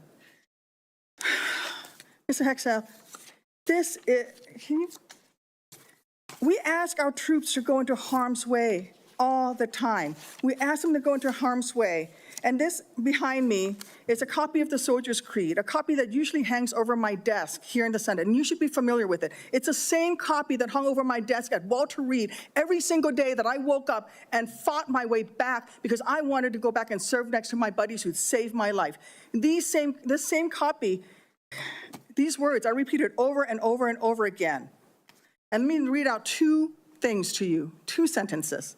I will always place the mission first, and I am disciplined, physically and mentally tough, trained and proficient in my warrior task. Mr. Hegseth, our troops follow these words every single day, and they man up and they pack their rucksacks and they go to war. And they deserve a leader who can lead them, not a leader who wants to lower the standards for himself or raising the standards for other people. And by the way, our troops already meet the standards. We ask troops to man that ship, fight that fire, fly that helicopter until their very last breath. And they do that every single day. They cannot be led by someone who's not competent to do the job. How can we ask these warriors to train and perform the absolute highest standards when you are asking us to lower the standards to make you the Secretary of Defense simply because you are buddies with our president-elect? And by the way, he has filed for bankruptcy 6 times. I'm not quite sure he's the kind of CEO you want to refer to as a successful businessman. Let me make it clear. You can't seem to grasp that there is no U.S. military as we know it without the incredible women that we serve. Women who've earned their place in their units. You have not earned your place as Secretary of Defense. You say you care about keeping our armed forces strong and that you like that our armed forces are meritocracy, then let's not lower the standards for you. You, sir, are a no-go at this station. Thank you, Senator Duckworth. I would like to I hate that she throws the Trump bankruptcies in because it's just everything completely undermines. Yeah, everything, totally. yeah, Look, if you're a business person, you're going to start 100 businesses in your life. 6 of them are going to go bankrupt. Like it's just that's normal. So, and everything she said, I totally agree with. And then she throws that in there, and it makes me think, okay, well, maybe she's just incompetent. It's like, why? You were on a roll there, Duckworth. Jesus. Well, I'm glad she didn't focus on the women in combat thing because I thought that's what she was going to do, judging by her being a woman who lost her legs in combat. But I was glad it was a lot more substantive than that. Yeah, totally. Yeah. Maybe he is wholly unprepared. So. Well, it reminds me of like in the Fifth Risk book when he talks about Rick Perry becoming the energy secretary, completely unprepared. Yeah, completely had no fucking clue what he was doing, and he was governor. Jeez. Yeah, some of these people, they're the face of the organization, but they know nothing about how anything works, and they're comfortable in that role. And I'm one of those people that I like to know how the fuck things work, right? Yes. Constantly digging in, like, how does this work? How does that work? You need someone like that in these jobs, that engineering mentality. 100%. And it's kind of scary with the Fifth Risk where he's talking about like, all these heads of these departments or these massive government agencies, they get these like gigantic books that take you like 2 years to read. And he's like, it takes the average person like 2 years to even understand what the fuck their job, the department that they're head of, department even does, because it does so much things and it's so complicated. And it's like, oh my God. In the book, I mean, they used to do these transfers from one administration to the other really haphazardly. And somebody came in and said, we need to get each of these institutions ready and have a plan to turn over to a whole new administration with some sort of like working handbook of how the institution runs and what the important points are, sort of a class that we can put together to bring in and transfer power to someone else, which the government is so huge and complex. It amazes me that they went for so long without having this kind of transfer of power. But now there's a huge industry in transferring power from one person to another at these big institutions. You would hope that someone would be looking at that manual ahead of time, right? Yeah. Yeah. It doesn't look like Pete has done that. So, Well, I mean, obviously you can't look at the official manual until you're selected, because I'm sure it says things that are like, you don't want people to know about, maybe like it's well, got like I secret I information in it, but because I read the fifth risk too, but aren't there certain things that they disclose early on? yeah, right. Yeah. Like, They so, save the like 5 or 6 secrets until after everything is, but they start the transition with certain right. people. But yeah, because they don't know if he's going to be But confirmed or not. it really shows why. It was interesting. It really shows why the DEI shit is so horribly toxic. It's like, we're watching this, and like, the first 3, 4, 5, 6 speakers, it's all about like the women in military, women in military, women in military. I always focus on that. And it's kind of like, okay, like one person could talk about it, they can move on with their lives. And it's pointless. But then when we have, to my Actual surprise, 2 substance. women that like throw out these like 2 curveballs that are more about substance, and like it's like, oh, that's way more interesting, and obviously, and I think way more damaging and politically effective than any of this fucking, oh my god, women in military bullshit. Well, I did see the Tammy Duckworth is obviously going viral now. A bunch of Of people are course. watching it and reacting to it. So, Right. but I just saw it just now. So, Right. yeah. All right. There was some clip of a guy defending him that we should probably watch too. Okay, bring it up. I don't remember who it was though. See if I can find it.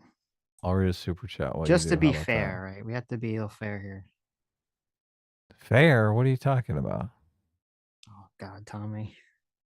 Rick Scott. Some little cares what Rick Scott was saying. Fair. Yeah, fair is fair. Tim Kaine. Oh my God. He's still alive? Tim Kaine? Yeah. Let me scrub this on YouTube. It scrubs really slow to watch together for some reason. Lethal Strain for $5. You cannot shoot a grenade at a person, but you can shoot it at a person's weapon. Oh, is that the difference there? I mean, what's the difference? I guess if they're not holding a weapon, you can't shoot it at them. What's the point of? Well, then if they drop their weapon, immediately you've got to you can't shoot them. So that's the trick. Is that what that means? You would think. Alex Wright for $2 says, got to go to 2:14:47. That's Tim Kaine. It's spicy. Oh, I guess, is that where you're going? Yeah. Says, wait, what'd you say? Alex Tim Wright Kaine? said Tim Kaine is spicy. Okay, we'll check that out. J-Mac for... What was the time code for Tim Kaine? 2 hours and 14 minutes and 47 seconds. Okay. According to the super chat. J-Mac for $100. Thank you so much, J-Mac. That's our surrogate father, Daddy J-Mac says, the cracker example isn't the best comparison. We make fun we make fun of occupations all the time. Calling the career-seeking behavior of some officer jagoff isn't the same as using a racial slur. It's the same as making fun of lawyers, or how we used to call 01's butter bars. No, I understand it's not the same. My point was not in terms of scope, obviously calling someone a racial slur is much worse. It'd be like if someone has a history of using some kind of disparaging name against lawyers, and they're going to be on I don't know, they're going to be the attorney general, and you're like, is that really oh, that's weird, right?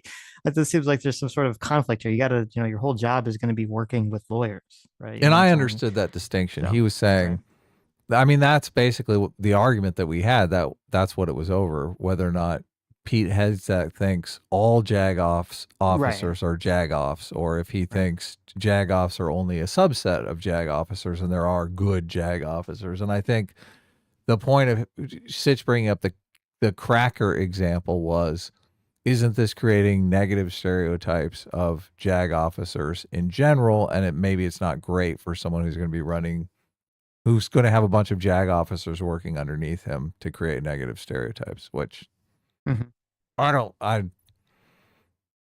for the same reason J-Mac brings up, I don't think the negative stereotypes are as bad because it is not really an immutable characteristic. It is Obviously. it is a occupation. So Right. Okay. did you go to Your the time and spotters? do not wish to ask questions. Well, we watch this I was first, misinformed. Steve, and then we'll go to Tim Senator Kaine. Mullen, Okay. that's right. Caught me totally off guard there. I'd like to submit for the record signatures by 32 members of the House of Representatives who are veterans. The signatures call on the Senate to honor the constitutional duty of advise and consent by conducting a fair, thorough confirmation process that evaluates his nomination solely on the substance and merits. His distinguished military service, academic credentials, and a bold vision for revitalizing the national defense. I ask unanimous consent to enter into the record. Without objection. There's a lot of talk going about, talking about qualifications and then about us hiring him if we are the board, but there's a lot of senators here I wouldn't have on my board because there is no qualifications except your age, and you got to be living in the state and you're a citizen of the United States to be a senator. Other than the fact we got to convince a lot of people to vote for us. And then when we start talking about qualifications for if you're qualified for it, could the chairman tell me what the qualifications are for the Secretary of Defense? Mr. Chairman, could you tell me what the qualifications are for the Secretary of Defense? I'd be happy I'll read it. for you to do that. Yeah. Let me read it for you because I Googled I was getting some advice from I my second in command. Yeah, but I'm just making a point because there's a lot about qualifications, and I think it's so. You want to know what they were going to have for lunch? I know. He's like, senators, especially on the other side of the aisle, be talking about his qualifications, not going to lead the secretary or be the Secretary of Defense, and yet your qualifications aren't any better. You guys aren't any more qualified to be the senator than I'm qualified to be the senator, except we're lucky enough to be here. But let me read you what the qualifications of the Secretary of Defense is, because I Googled it, and went through a lot of different sites. This is who you're putting up for the defense. This is what, listen, I didn't watch the clip. I just saw a bunch of people on the right, like retweeting this, like this was some sort of amazing own. So I had not seen this yet. It's not going too good so far. If we're going to the, you have to be 35 years old and born in the United States as qualifications for being That's not president. great. I agree. Yeah, we do consider other things to be qualified. And also, look, you're a senator because you convinced enough people to elect you. So right, that's a you qualification. did something right. Yeah. It's not just lucky enough to be there. What are you talking about? And really it's hard to see, but in general, the U.S. Secretary of Defense position is filled by a civilian. That's it. If you have served in the U.S. Army Forces and have been in the service for, you have to be retired for at least 7 years, and Congress can weigh that. And then there's questions. Oh my God. What? Guys, please don't. This is not like an epic win here. There are real qualifications. Oh my God, this is just, this is the problem with fucking DEI. Oh my God. That the senator from Massachusetts brought up about serving on a board inside the military industry, and yet your own secretary that you all voted for, Secretary of Austin, we had to vote on a waiver because he stepped off the board of Raytheon. But I guess that's okay because that's a Democrat Secretary of Defense.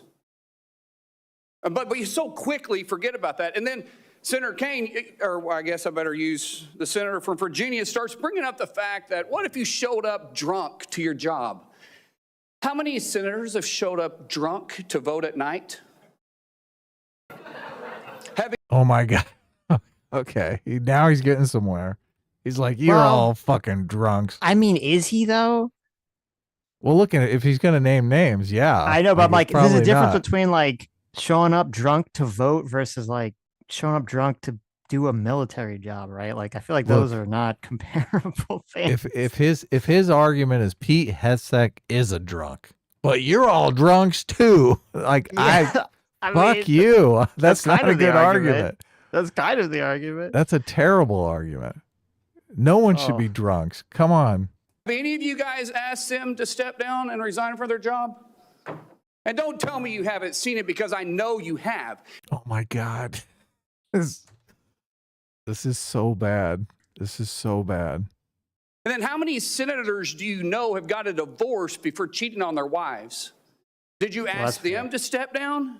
Look, he's basically just incriminating Pete. What is going on here? What the fuck? What the fuck? How many of you have maybe sexually assaulted somebody? Oh, this is not the time. This is not the time. You're making him look guilty as sin. I swear I didn't watch this beforehand. I just saw people like, oh my God, totally owned, totally amazing defense of Pete Hegseth. And I just like, okay, I guess we'll watch it to see. This is Senator Mark Wayne Mullen, Republican from Oklahoma, senator. So, I don't. This looks bad. No, among you, so without sin. but it's for show. You guys make sure you make a big show and point out the hypocrisy, because Look at Mr. King is just laughing. He's like, Mr. King is like, I'm drunk now. This guy's insane. a man's made a mistake. And you want to sit there and say that he's not qualified? Give me a joke. I mean, it is so ridiculous that you guys hold yourself as. Give me a break.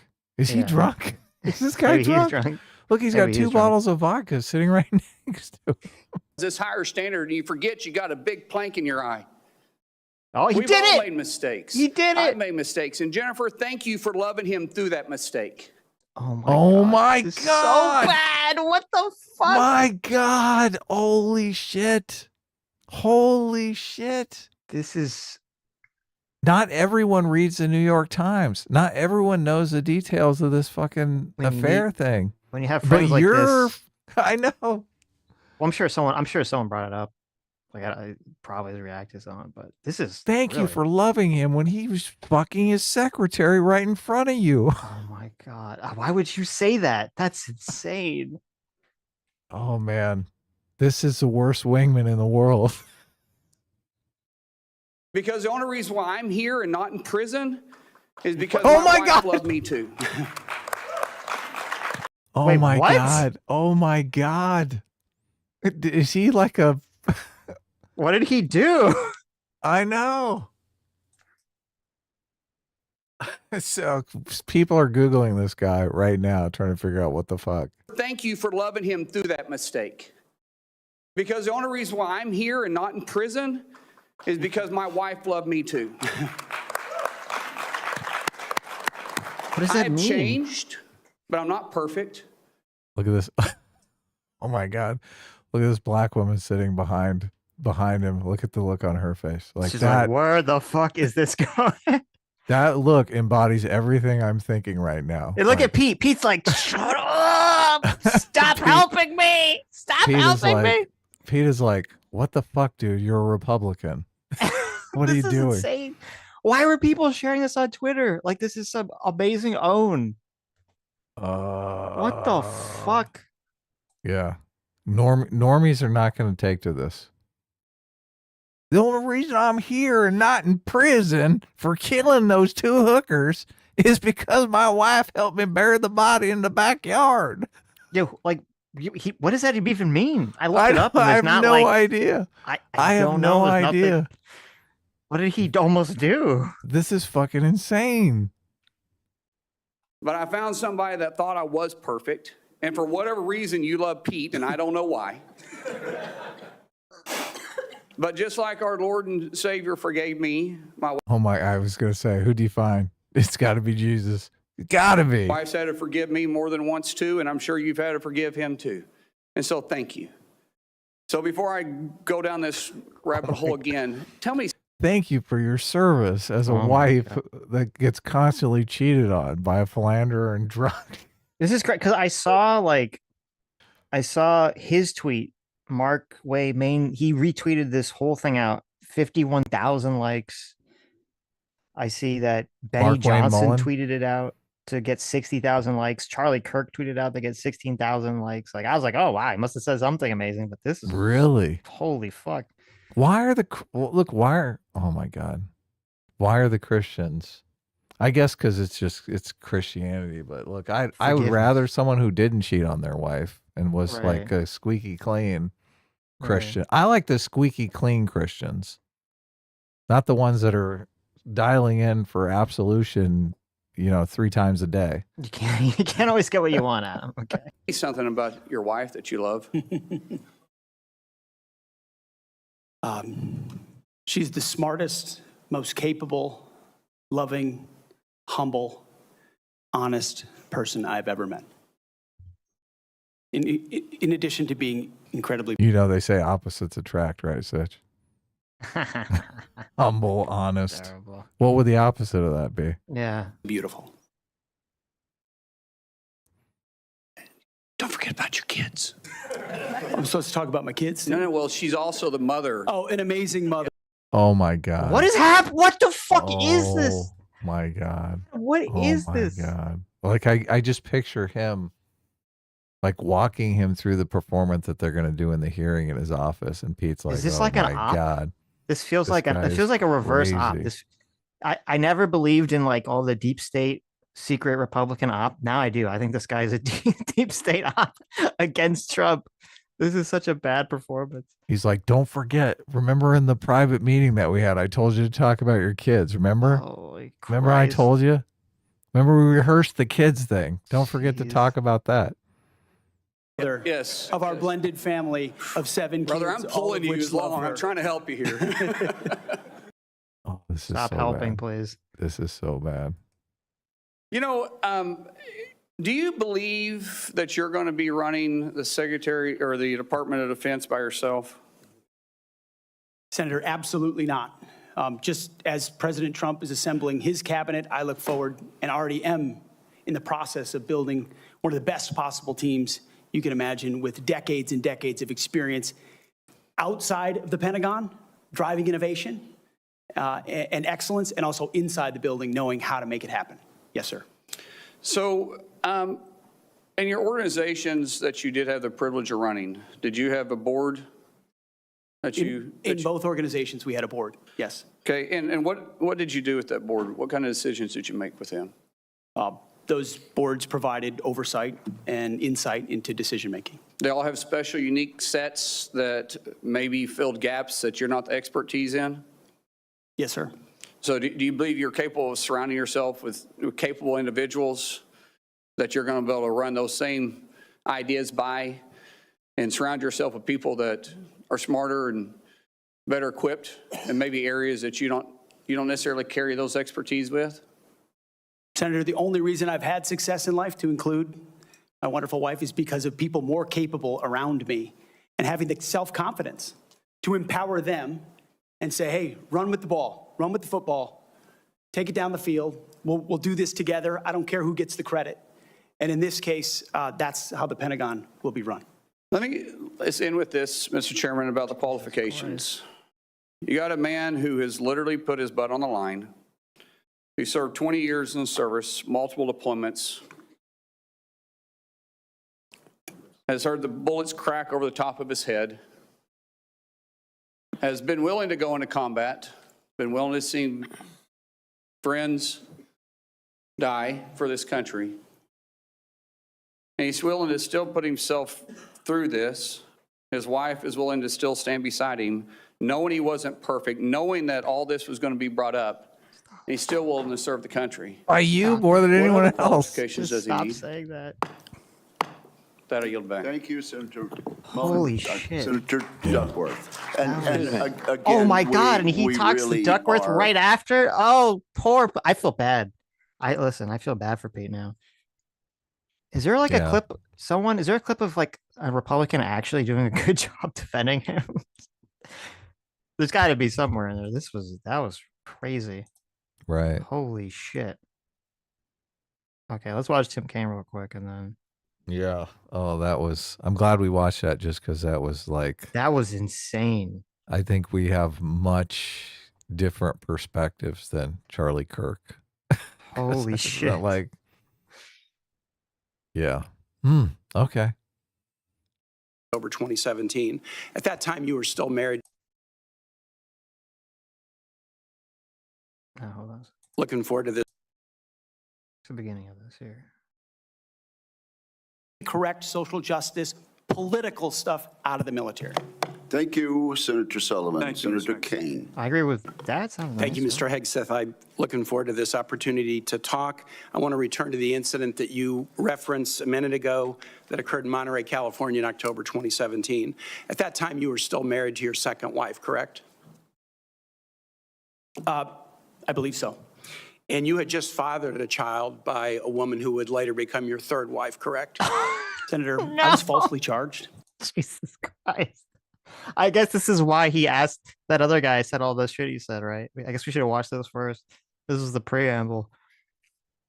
Did you father an illegitimate child? Holy fuck. Oh, I guess so. So that context makes it a little less worse. I guess. Fully investigated and completely cleared. So you think you were completely cleared because you committed no crime? That's your definition of cleared? You had just fathered a child 2 months before by a woman that was not your wife. I am shocked that you would stand here and say you're completely cleared. Can you so casually cheat on a second wife and cheat on the mother of a child that had been born 2 months before, and you tell us you are completely cleared? How is that a complete clear? Senator, the child's name is Gwendolyn Hope Hegseth, and she's a child of God, and she's 7 years old. And she was, and you cheated on the mother of that child less than 2 months after that daughter was born, didn't you? Those were false charges. Well, no, fully investigated, and I was completely cleared. And I'm so grateful for the marriage I have to this amazing woman behind me. You've admitted that you had sex at that hotel in October 2017. You said it was consensual, isn't that correct? Anything, you've admitted that it was consensual, and you were still married, and you just had a child by another woman. Again, how do you explain your judgment? Completely false charges against me. You fully investigated, and I was completely clear. You have admitted that you had sex while you were married to wife 2 after you just had fathered a child by wife 3. You've admitted that. Now, if it had been a sexual assault, that would be disqualifying to be Secretary of Defense, wouldn't it? It was a false claim then and a false claim now. If it had been a sexual assault, that would be disqualifying to be Secretary of Defense, wouldn't it? That was a false claim. So you're talking about a hypothetical. So you can't tell me whether someone who has committed a sexual assault is disqualified from being Secretary of Defense? Senator, I know in my instance, and I'm talking about my instance only, it was a false claim. But you acknowledge that you cheated on your wife and that you cheated on the woman by whom you had just fathered a child. You have admitted that. I will allow your words to speak for themselves. You're not retracting that today. That's good. I assume that in each of your weddings, you've pledged to be faithful to your wife. You've taken an oath to do that, haven't you? Senator, Don't you love this moralizing? This moral this is really grandstanding bad. here? This is really bad. Right. as I've acknowledged to everyone in this committee, not a perfect person, not claiming to be. But no, I just asked a simple question. You've taken an oath like you would take an oath to be Secretary of Defense in all of your weddings to be faithful to your wife. Is that correct? I have failed in things in my life, and thankfully I'm redeemed by my Lord and Savior, Jesus Christ. In finalizing divorces from your first and second wives, were there non-disclosure agreements in connection with those divorces? Senator, not that I'm aware of. If there were, would you agree to release those first and second wives from any confidentiality agreement? Senator, it's not something I'm aware of. But if there were, you would agree to release them from a confidentiality agreement? Senator, that's not my responsibility. Did you ever engage in any acts of physical violence against any of your wives? God. Senator, absolutely not. But you would agree with me that if someone had committed physical violence against a spouse, that would be disqualifying to serve as Secretary of Defense, correct? Senator, absolutely not have I ever done that. You would agree that that would be a disqualifying offense, would you not? Senator, you're talking about a hypothetical. I don't think it's a hypothetical. Violence against spouses occurs every day.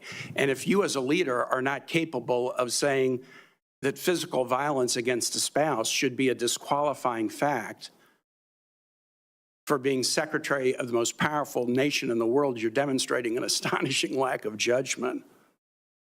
The incident in Monterey led to a criminal charge, a criminal investigation, a private settlement, and a cash payment to the woman who filed the complaint. And there was also a non-disclosure agreement, correct? It was a confidentiality confidential settlement agreement off of a nuisance lawsuit. Right.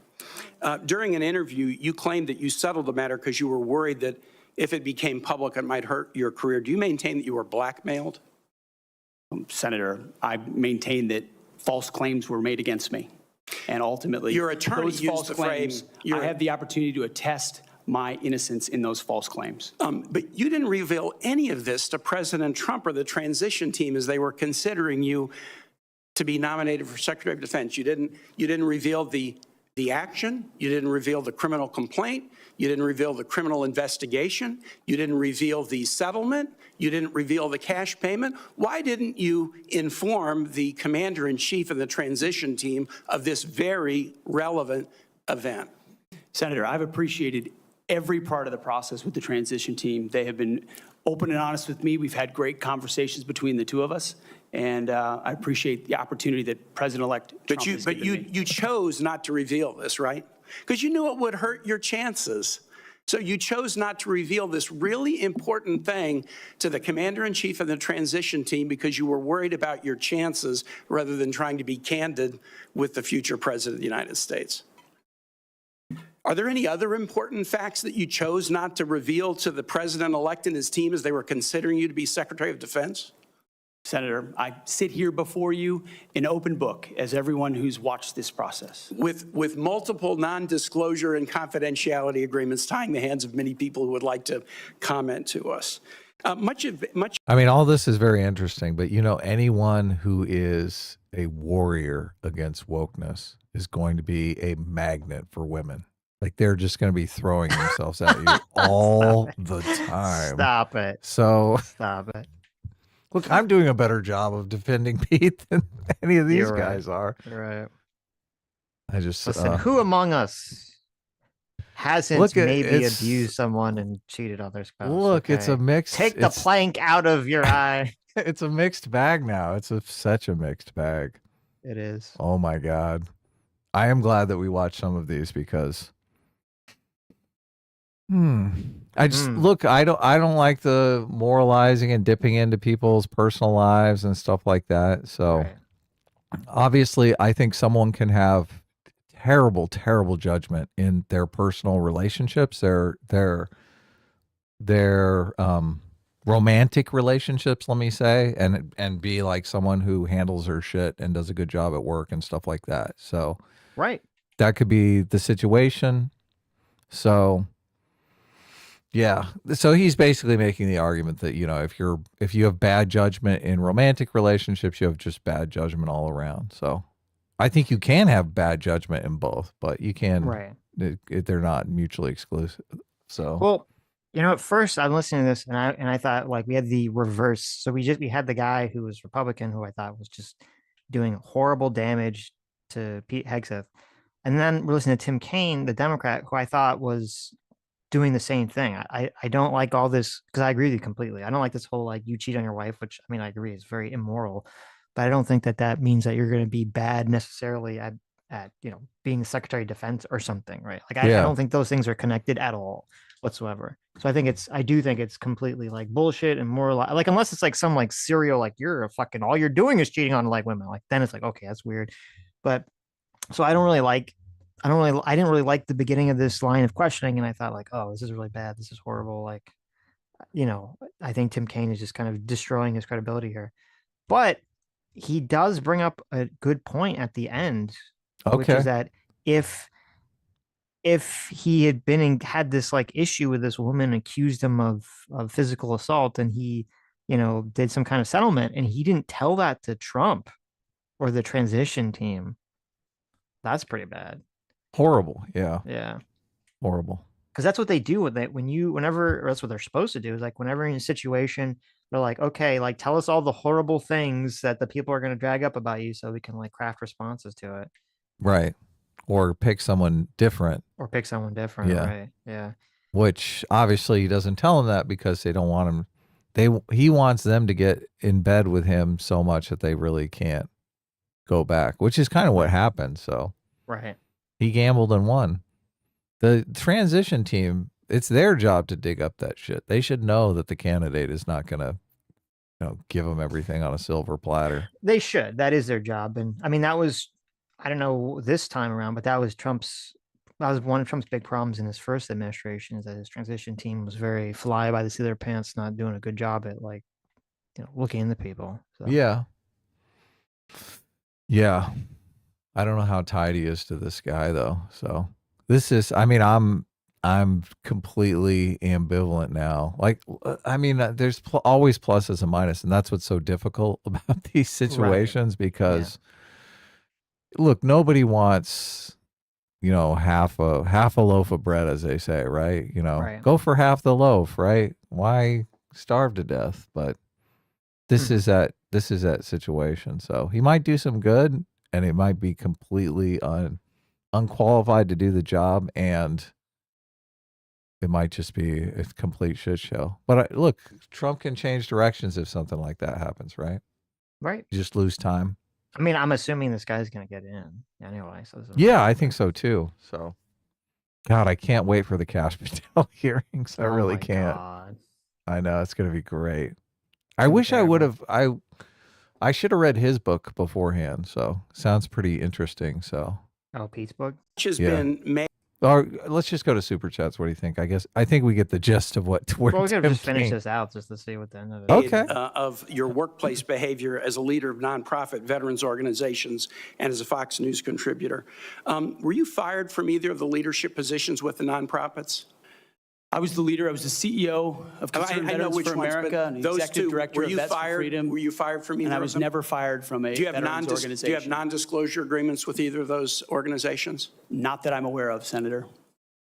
Many of your work colleagues have said that you show up for work under the influence of alcohol or drunk.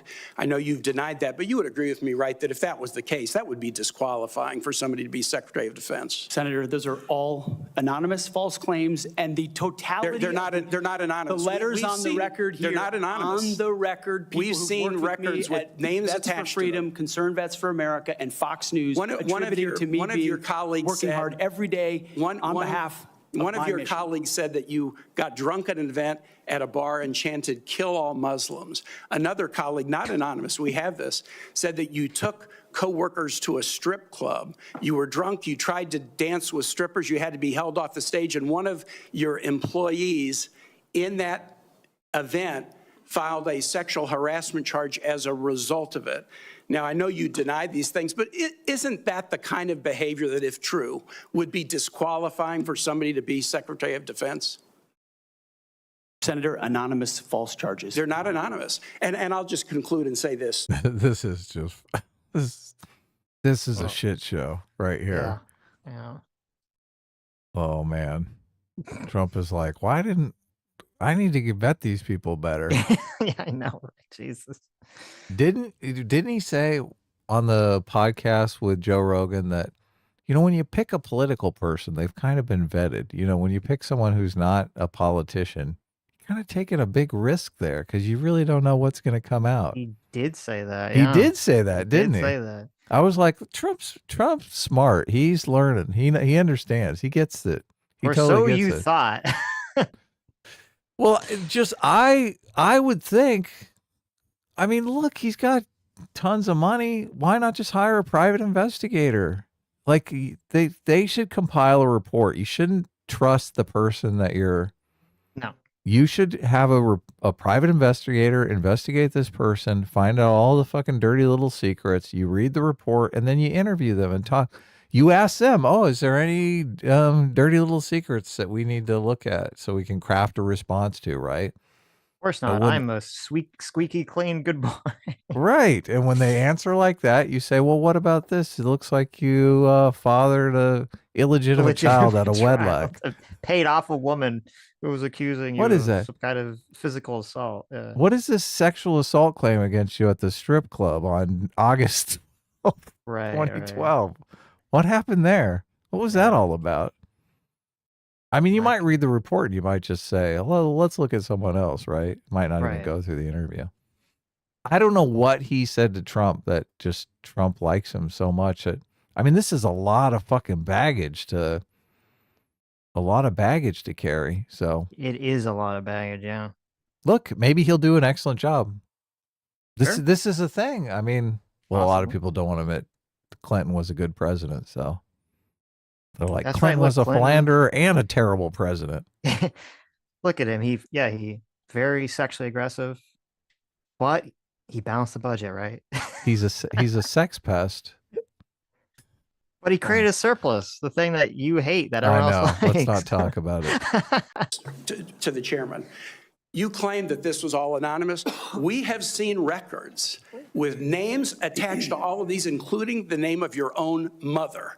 So don't make this into some anonymous press thing. We have seen multiple names of colleagues consistently throughout your career that have talked about your abusive actions, Chairman, I attitudes, think he's words, over and his time. statements. He's way Women. over his time. I now yield. God, if your mom's ratting you out, holy shit. Yeah, do you know Usually about the this? mom stands behind the serial killer, right? She's helping him bury him in the backyard. Yeah, do you know about that story? The mom thing, yeah, I heard it. Yeah, his mom was like left him a very angry message about how he destroyed one of his marriages or something. Right, yeah. Look, And that she's he was like, a I bad- only want yeah. grandchildren. Yeah, she has since said that was a mistake, or she said that right after she sent that, it was like a mistake. Oh, And yeah. I do think it's kind of gross to like drag up some weird message someone had when they're going through a divorce with like their mom. Like that seems kind of. Did she I don't like that. I don't like that. did she either. send it before he fathered 2 grandchildren out of wedlock? I don't know where it was in the time of. Now in the time everything's scale of good. things. Like if he's destroying his marriages and they're ending without children, mom's going to be very upset. see. But as soon as he starts fathering illegitimate kids, and Well, I mean, I know you're joking, but like, yeah, I'm sure not. like- No, I'm sure the mom doesn't care as long as she's like, oh, my grandkids, thank God. Well, I was gonna say Stop that I'm destroying sure your marriages. there's situations where people are in relationships and the parents like the person and if you ruin the relationship, yeah, they could be very mad at you. Oh man, That makes sense. you can always lord over Sammy G about the MAGA stuff, though. You can always tell her, my parents are not gonna miss MAGA. My parents are gonna be like, can't you find a nice Democrat? That's not true. My parents think that Sammy is amazing. Yeah. They think she's great. Yeah. My parents have generally taken the side of my significant others. There have been a few that I think, well, like my mom nicknamed Ding Dong, which is her way of saying, don't date that girl anymore. That's terrible. Yeah. Anyway, let's Anyway. read some super chats. Okay. Ostracy has some choice words for you right here. For me. Okay. Yes. Ostracy let for me- $10. Let me actually Sitch. open up the live stream. I had to close it so my computer wouldn't crash. Just listen. Ostracy for $10. Sitch. Yeah. When you claim that you don't have a strong preference on Hegseth, and then call a person with a 20-year military career a Fox News host, that seems kind of like you do have a strong preference. I said he was in the military. What are you talking about? First of all, I never said I don't have a preference. I said that in terms of what is his qualifications, I was questioning is that how is he supposed to run the fucking Defense Department or be Secretary of Defense if his job was that he was a Fox News host beforehand? And I specifically said, yeah, he was in the military. So it's not like a completely out of fucking left field, but still, just because you were in the military doesn't mean that you can be in like a high leadership ranking position. That doesn't make Yeah, sense. look, and if you're a drunk and a philanderer and you're like, don't really do your job or going to do your job incompetently, we can't have that. Look, I'm right. I think I ran the gamut on this. Like, I do have a strong preference for someone that's going to attack wokeness just because I think it's anti-meritocratic and of course and bad for institutions. So I like that a lot. Right. I mean, I don't like the fact that he's a drunk and a philanderer. So, but I mean, I've worked for some people who are philanderers and are smart, intelligent, hardworking people. So yeah, it's not a less so with drunks. I mean, drunks are obviously that's what I'm saying. fucking Like horrible, but to me, that's why to me, I have all these charges against him. The most disqualifying is his record of, does he have any capability, and is he a drunk? Yeah. Like, I don't really care. Like, the whole women in the military thing is like, whatever. Yeah, obviously being, cheating on your wife is horrible. Don't get me wrong. But like, we're talking about like having a military job here, being Secretary of Defense here. Like, I want to know if you're competent and if you're drunk. So I'm gonna call it glass half full until further notice, right? I mean, at least this person is not super woke and has all this baggage as well. Well, that's true. I mean, at least there's something, right? Right, yeah, look, I'll take it where I can get it. At least there's something there. We'll see what happens. I like you reading the super chats that made better. Okay, JMac gave us 20 gifted memberships. Thank you so much, JMac. Yeah, welcome new members. So that's great. Lethal Strain for $5. Secretary of Defense talks to the Joint Chiefs. Joint Chiefs talk to area commanders to post commanders. Secretary of Defense isn't Patton or Eisenhower. Yeah, so, I know. Not the generals. But they would still. They do have a lot of control and power over the military and the president and things of that nature. It's not and the charge that people make. And look, obviously he's going to control the budget. So the reason why what Senator Warren was saying is useful is because there's like this quid pro quo that goes on. We're going to authorize spending for some new development program for a jet or a plane, and then when you leave as Secretary of Defense, we'll have a nice cushy job for you where you make six figures and you don't do a lot, right? That's the bribe. So Senator Warren is basically saying you're not going to put yourself in a position to take that bribe if you come out here in this hearing and say, I would not do that, right? Well, that's why it makes no sense for him to say, like, well, I'm not a general. It's like, well, wait, what are you wait a minute. You literally control the budget. Yeah. You literally control the budget. I think the generals, they say, oh, our troops really need this thing or that thing or whatever it is, right? I'm sure. I mean, they I'm really sure they need this ointment for their fucking feet. Whatever. Yeah. Well, and also, I mean, it's funny because, we're talking about the Kash Patel book, because one of the big charges Kash Patel levels against, one of the people he's fighting with is Mark Esper, who was Secretary of Defense, claiming that Mark Esper was doing all this stuff to get in the way of, Trump's military objectives. Yeah. And so, yeah, I mean, obviously, it's not like the Secretary of Defense does a lot and has a lot of power. They're not like a figurehead position. So. Yeah, totally. Oh man. It is telling that he wouldn't just say, there's no way I would do that. He knows the score. See, the whole time, I guess I should have said this when that part was happening, because the whole time I'm just thinking, oh my God, this looks so bad, because he doesn't want to, he's thinking of all the fucking people out there who are going to want to basically bribe him. That did look really bad. That's probably the worst. Horrible. That's the worst. At least, I mean, we saw some things going on in that. That was the worst thing, was him not willing to just say, of course, I'm not going to do that. Yeah. That's not good. Fondue for $2 says, who said reacting to C-SPAN was boring? Yeah, look, a bunch of people in the beginning of the stream said, oh, this is going to be boring. I thought it was great. Look, we've streamed a lot longer than we normally do on a Tuesday because I thought it was fascinating. We got in lots of interesting discussions about this. We almost got above 1,000 live viewers. So this stream was very successful in the whole... In the grand scheme of things. Yes. Look, I think these topics I think are interesting, and it's easier. Sitch and I have a way of joking around or yelling at one another, ways to make it more interesting than just watching C-SPAN on your own. That's who wants to do that? Boring. Oh my God. Yeah. Everything that happens on the Sitch and Adam show is purely for entertainment purposes.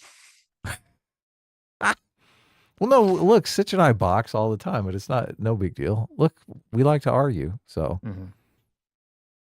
lots of people like to argue, right? Tim Kaine, obviously, he likes to argue. God. But he hits below the belt. Look, I wasn't talking about all of Sitch's infidelity. Of course not. Listen. Why would I? Why would Told I you do that in something confidence, okay? Why would I do something like that? Mm-hmm. Patrick's Based Life for $5 says, I think most people agree with Adam because he's right, mainly because Sitch is wrong. Well, I have no idea what that's about, but obviously he's correct There you go. about that. So Patrick's Based Life for $5 says, it's hard enough to respect a woman as a senator, but this one's named Deb. They're pushing the limit. Look, I was admiring her limbo rings. I mean, obviously she's like a grandma, but I was like, wow, those eyes are pretty fancy. Adam is always the eternal sucker for the limbo rings. The limbo rings. It's just, it's such a unique look. It really Gets is. you every I'm like, time. it does. Yeah. Limbo rings are cool. Brian shh for $5 says, you both seem to agree that Jack Reed is a dum-dum and that Pete Hegseth probably doesn't think all of JAG officers are JAG-offs. Yes, but Sitch said he might think as many as 99% are, which... That's right. I said, I want that question to be asked. I don't know the answer to that question. Look, he might think a majority are. I don't know. So look, I'd like to know. I'd like to think that he at least thinks there are some reputable JAG and there officers, are some right? Good people. I'm assuming there's some good right. people. Yes. Brian for $10 says, my 2 cents is that we shouldn't hold this accusation against Pete without evidence, and it's people like Jack Reed that is failing to back his accusation up. Yes, I don't think Jack had much evidence for his accusations. I mean, I think we should believe the accusations of assault without evidence. That's, I think, far more, damning, scary, incendiary thing than anything Jack Reed was talking about. Look, we shouldn't believe anything without evidence, though. But but also, I think you can go too far in the other direction. I think Christopher Hitchens said evidence of or absence of evidence isn't evidence of absence. Like, don't shut your brain off. Just because there's no evidence of something doesn't necessarily mean that that's not going on. You can think through the logic of something. Like and we'll talk more about this when Kash Patel is actually, when he goes through his hearing, because like there's a media story that's going around about, I guess Mark Esper started it, and I read his book because I wanted to understand the motivation behind that. You can work through the motivation without any evidence, but right. I mean, people are human beings, and we tend to understand, it's easy for us to at least think, okay, well, this motivation makes sense to me. Ostracy for $5 says, correction, 15 years. Oh my God, you're doing a correction already? Correction, 15 years of service. I guess he had a weird 5-year break between 2014 and 2019. Look, and obviously he was cheating on his wife during that time period. So, he had to take some time off in the military. My whole family, I have family members that are like lifelong service members. So I tread lightly. I don't want to throw anyone under the bus because thank you for your service. I've never served.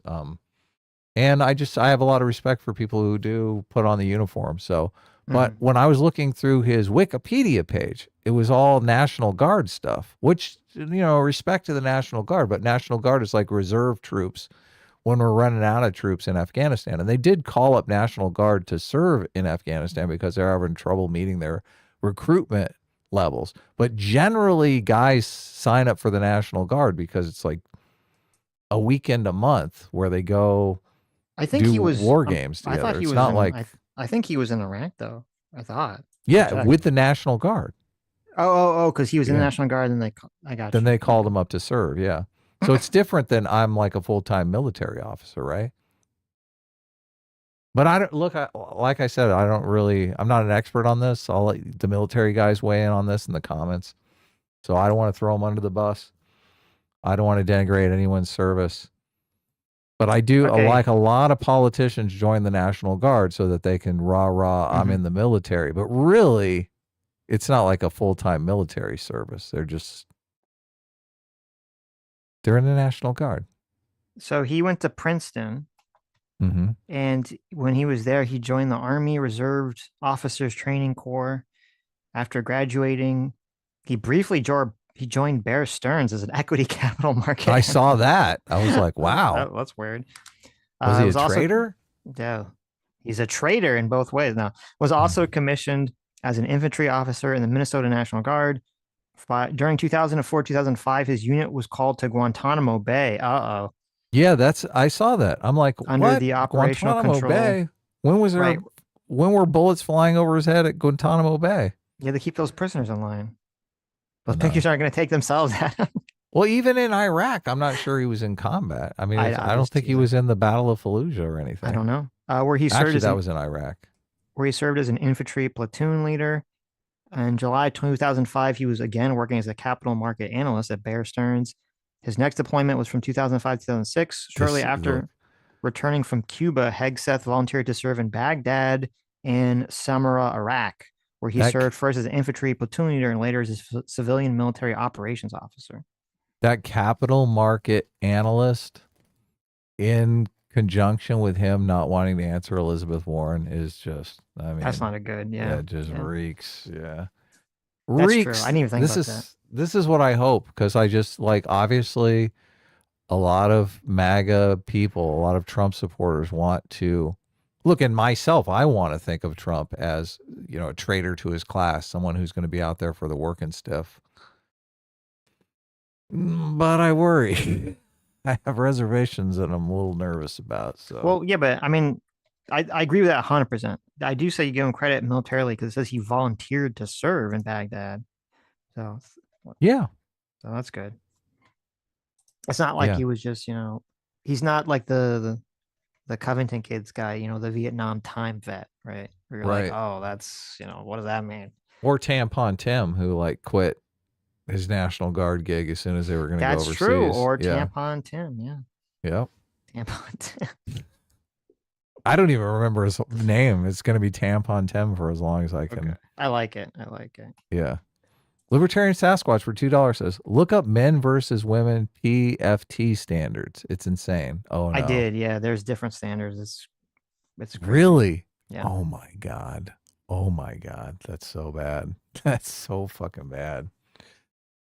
Soladoge for $20 says, Sitch is correct on this. Oh, well, let's skip to the next super chat. Soladoge for $20 says, Sitch is correct on this. The military is the world's largest bureaucracy.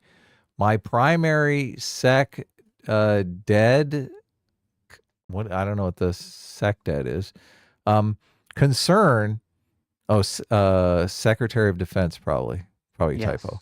My primary Secretary of Defense concern is if they can navigate that bureaucracy, not rant about women and trans people. And Pete doesn't instill confidence for that. Okay, so look, Soladoge is a military guy too. So a lot of the military guys are rah-rah for Pete, but it sounds like Soladoge is not in favor of him. Steel Manning for $5 says, do you expect soldiers to follow women who are in leadership roles whose pregnancy prevents them from deploying? Should those women be promoted less? Yeah, that's tough because you do, like they put together these units and a lot of the boot camp type stuff is bonding so that you can work well with the unit. And if you're a CO, all of a sudden is pregnant and gets, then you're with a brand new CO when you deploy. That's not a good situation. So this is, a lot of these dynamics are just, I mean, there's a point to these dynamics, obviously, and they're real and true and people should look at them. But we have to have 50% of the military be women.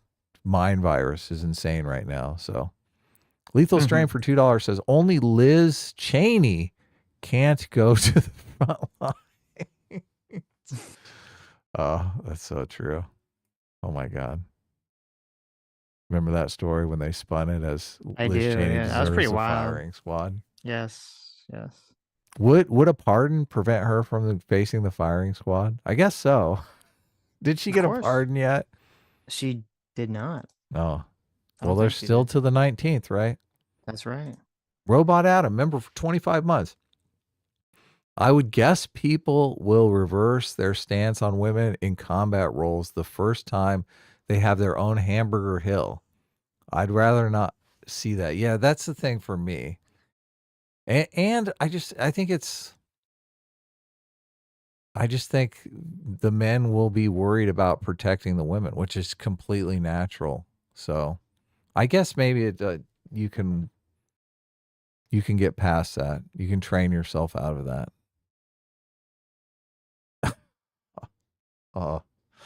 Jonathan Smith for $5 says, Sitch, sorry, but to me, your basis is slowly making you more irritable. What basis? I don't know what that means. Not saying this to goad you, but just 1 point of data. Hope you both have a good week. So I don't know what the basis is, Jonathan. So looks, it does look, that's called passion. Okay. That's a good thing. we both get passionate, and that's good. It's true. Philip Coggins for $20 says DOD and the MIC is in need of serious reforms. Mainly, we have forgotten why we have the MIC, which I don't know what that is. We have 1942 was a bloody year, and lessons have been forgotten. 1942. Oh, I guess that's World War II. Yeah. So much of the military, and thank you for the super chat, Philip. So much of the military is reliant on technology now, though. So I don't know if it's applicable. Do we need huge sums of infantrymen to like run in like boots on the ground style? Like I think if our military is 50% support and women can do those support jobs. I mean, I could conceive of a time when we did have a lot of women in the military just because everything was done by robots and drones and stuff, right?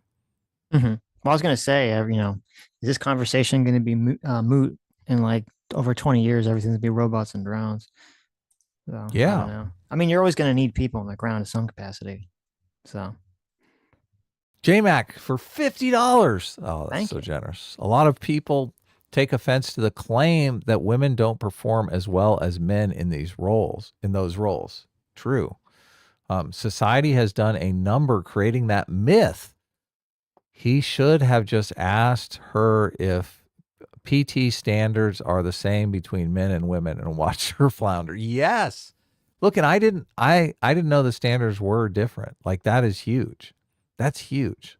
Like if they're doing the physical stuff, on completely different guidelines, that's devastating. That's devastating. Did you see Good Faith Gary's? No, did I miss one? Yeah, Good Faith Gary for $20. Thank you. Says, I hate these hearings so much. It's basically a person sitting in front of high school girls, half them saying, I hate you, I think you're stinky, and the other half twirling their hair going, do you like me? Do you like me? That's so true. That's a pretty accurate. Yeah. I mean, we got some meat at the end there, but you're right for the most part. Yeah. Thank God we got at least some meat, right? Right. Gene the Angry Penguin, member for 27 months.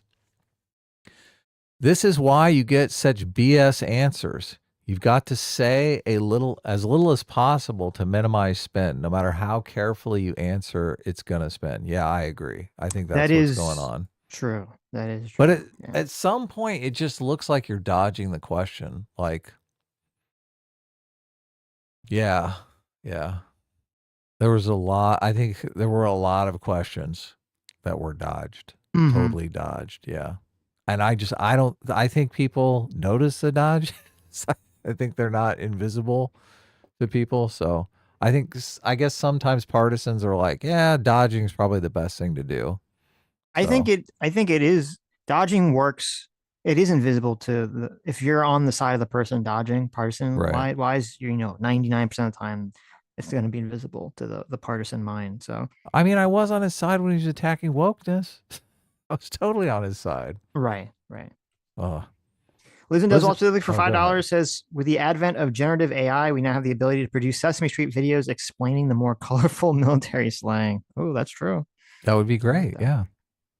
Can you Fondue imagine? $5 says, I'm starting to wonder why he didn't meet with any of these people. Sodos for $20. Thank you. Says, this whole hearing is garbage. What level of command authority will Pete allow fully AI drone strikes? What is Pete's priority on our defense technological initiatives? Does he believe Elon's dumb idea to shut down F-35s? Those are all no good questions. shit. No Those are all good shit. questions, But yeah. look, they had the virtue signal on the whammon for Right. every single time. Though to be fair, we don't watch it, so I don't know. I mean, we watch the whole thing, so I don't know if hopefully someone asked some of these fucking questions, but I'm skeptical. Right. But then again, I never would have guessed Elizabeth Warren when I got the nut shot there. Well, if they're there, let us know. Yeah. Sodos for $2 says, these are the questions that actually matter. Very true. True. Yeah. Substance. Patrick, a base life for $2 says, they nagged the terrorists out of hiding. True. This is what women are good for in the military. I Oh, agree. That's how they listen. That's how they got Osama bin Laden to pop his little head up, right? Sure. Yeah. Get those. What do you call a woman who nags a lot? What would you call that? A nagger? Someone you dislike. Yeah, I know. I can't believe you said it. I said it. Oh my God. I said it my God. correctly. Okay. We just need a whole platoon. We know a whole platoon of what, Adam? A whole platoon of what, Adam? Philip Coggins for $20. A whole platoon of what, Adam? What do we need a whole platoon of? The DOD has already been politicized since Obama had his purge of the flag ranks in his first term. Oh, really? Oh, that sucks. What are the flag ranks? I don't know. Philip Coggins for $10. The ACFT had 3 different standards depending on what your MOS was. Combat MOS had higher standards than admin jobs. Well, that at least makes sense, right? Right. But if you're saying the combat roles have different standards for women and men, that's the problem. So lethal strain for $2. Says Obama fired 197 high-ranking military people in the first 5 years of office. I mean, okay. Was it for political reason? Oh, really? I don't know. It doesn't say. It says that it So happened. he completely undermined the military, or who knows why he did it. Who knows? Maybe they were all secret Russian traitors. Right. Or maybe they weren't woke enough. Maybe they didn't don't ask, don't tell, but they told and told and told.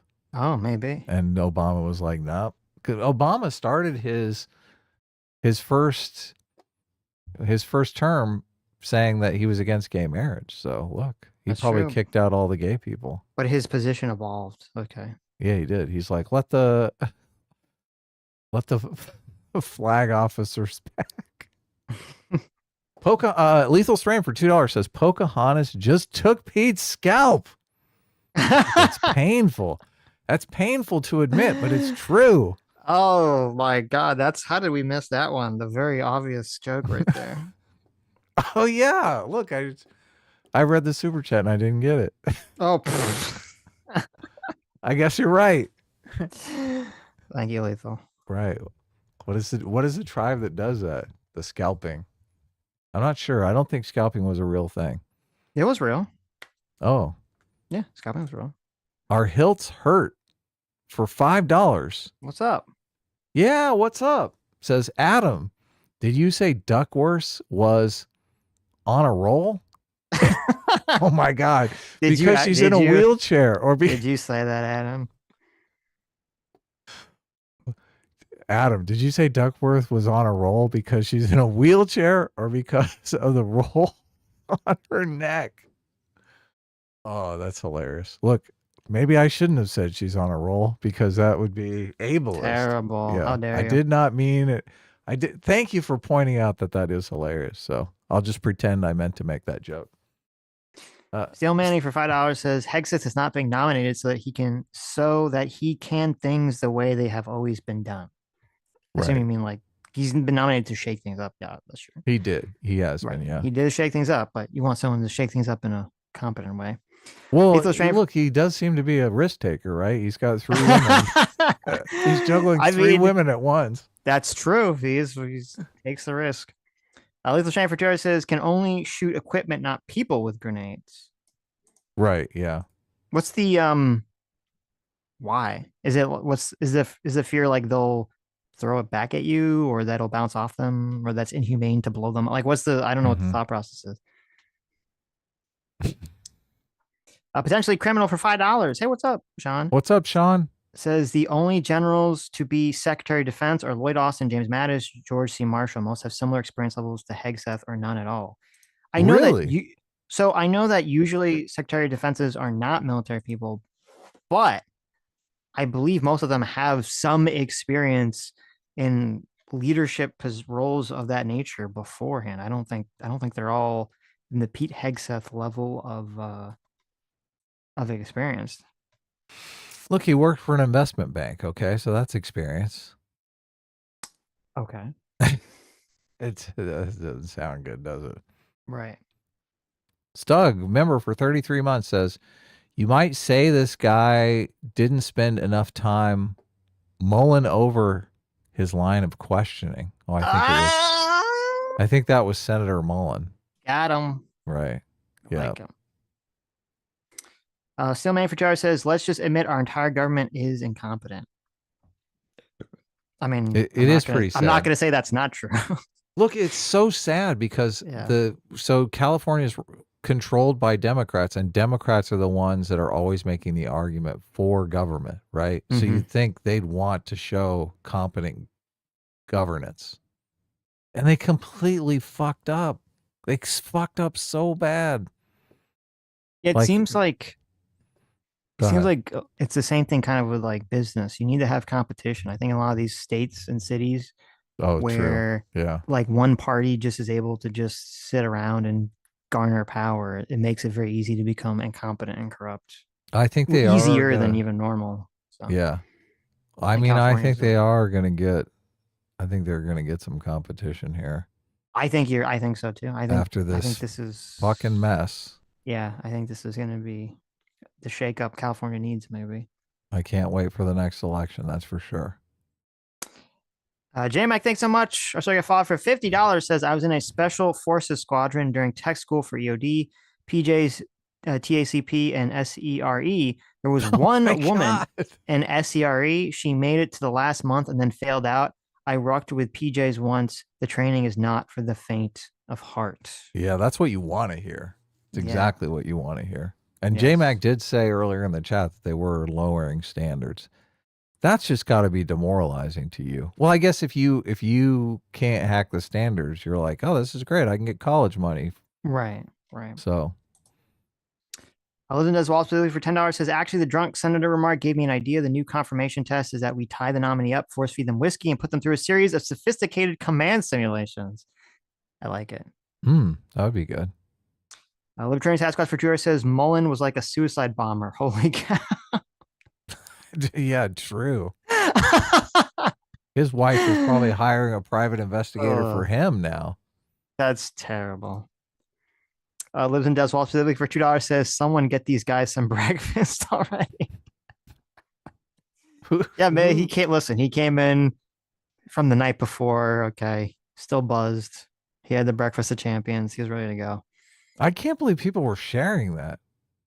That is baffling to me. Yeah, wow. Even with the context of seeing the Tim Kaine one, which it was in response to, it's still that is the exact wrong way to handle that situation. It's worse though, so much worse without the context, and they're not sharing it with the context. You're right. Yeah. They're sharing just the clip. Yes. Well, well, that's what's weird too. How is like 60,000 people like, oh, this is great. Like, did they actually watch the clip, or they just say like, oh, no. Commentator I like said that left got pwned, click like button. It's gotta be that. That was awful. It's gotta be that. I don't know if you saw this. I gotta give Ben Shapiro credit. I mean, I know he's never been an Andrew Tate fan, but he made a whole video saying like, what the fuck is wrong with people on the right who are running defense for Andrew Tate? A literal peddler of smut and filth.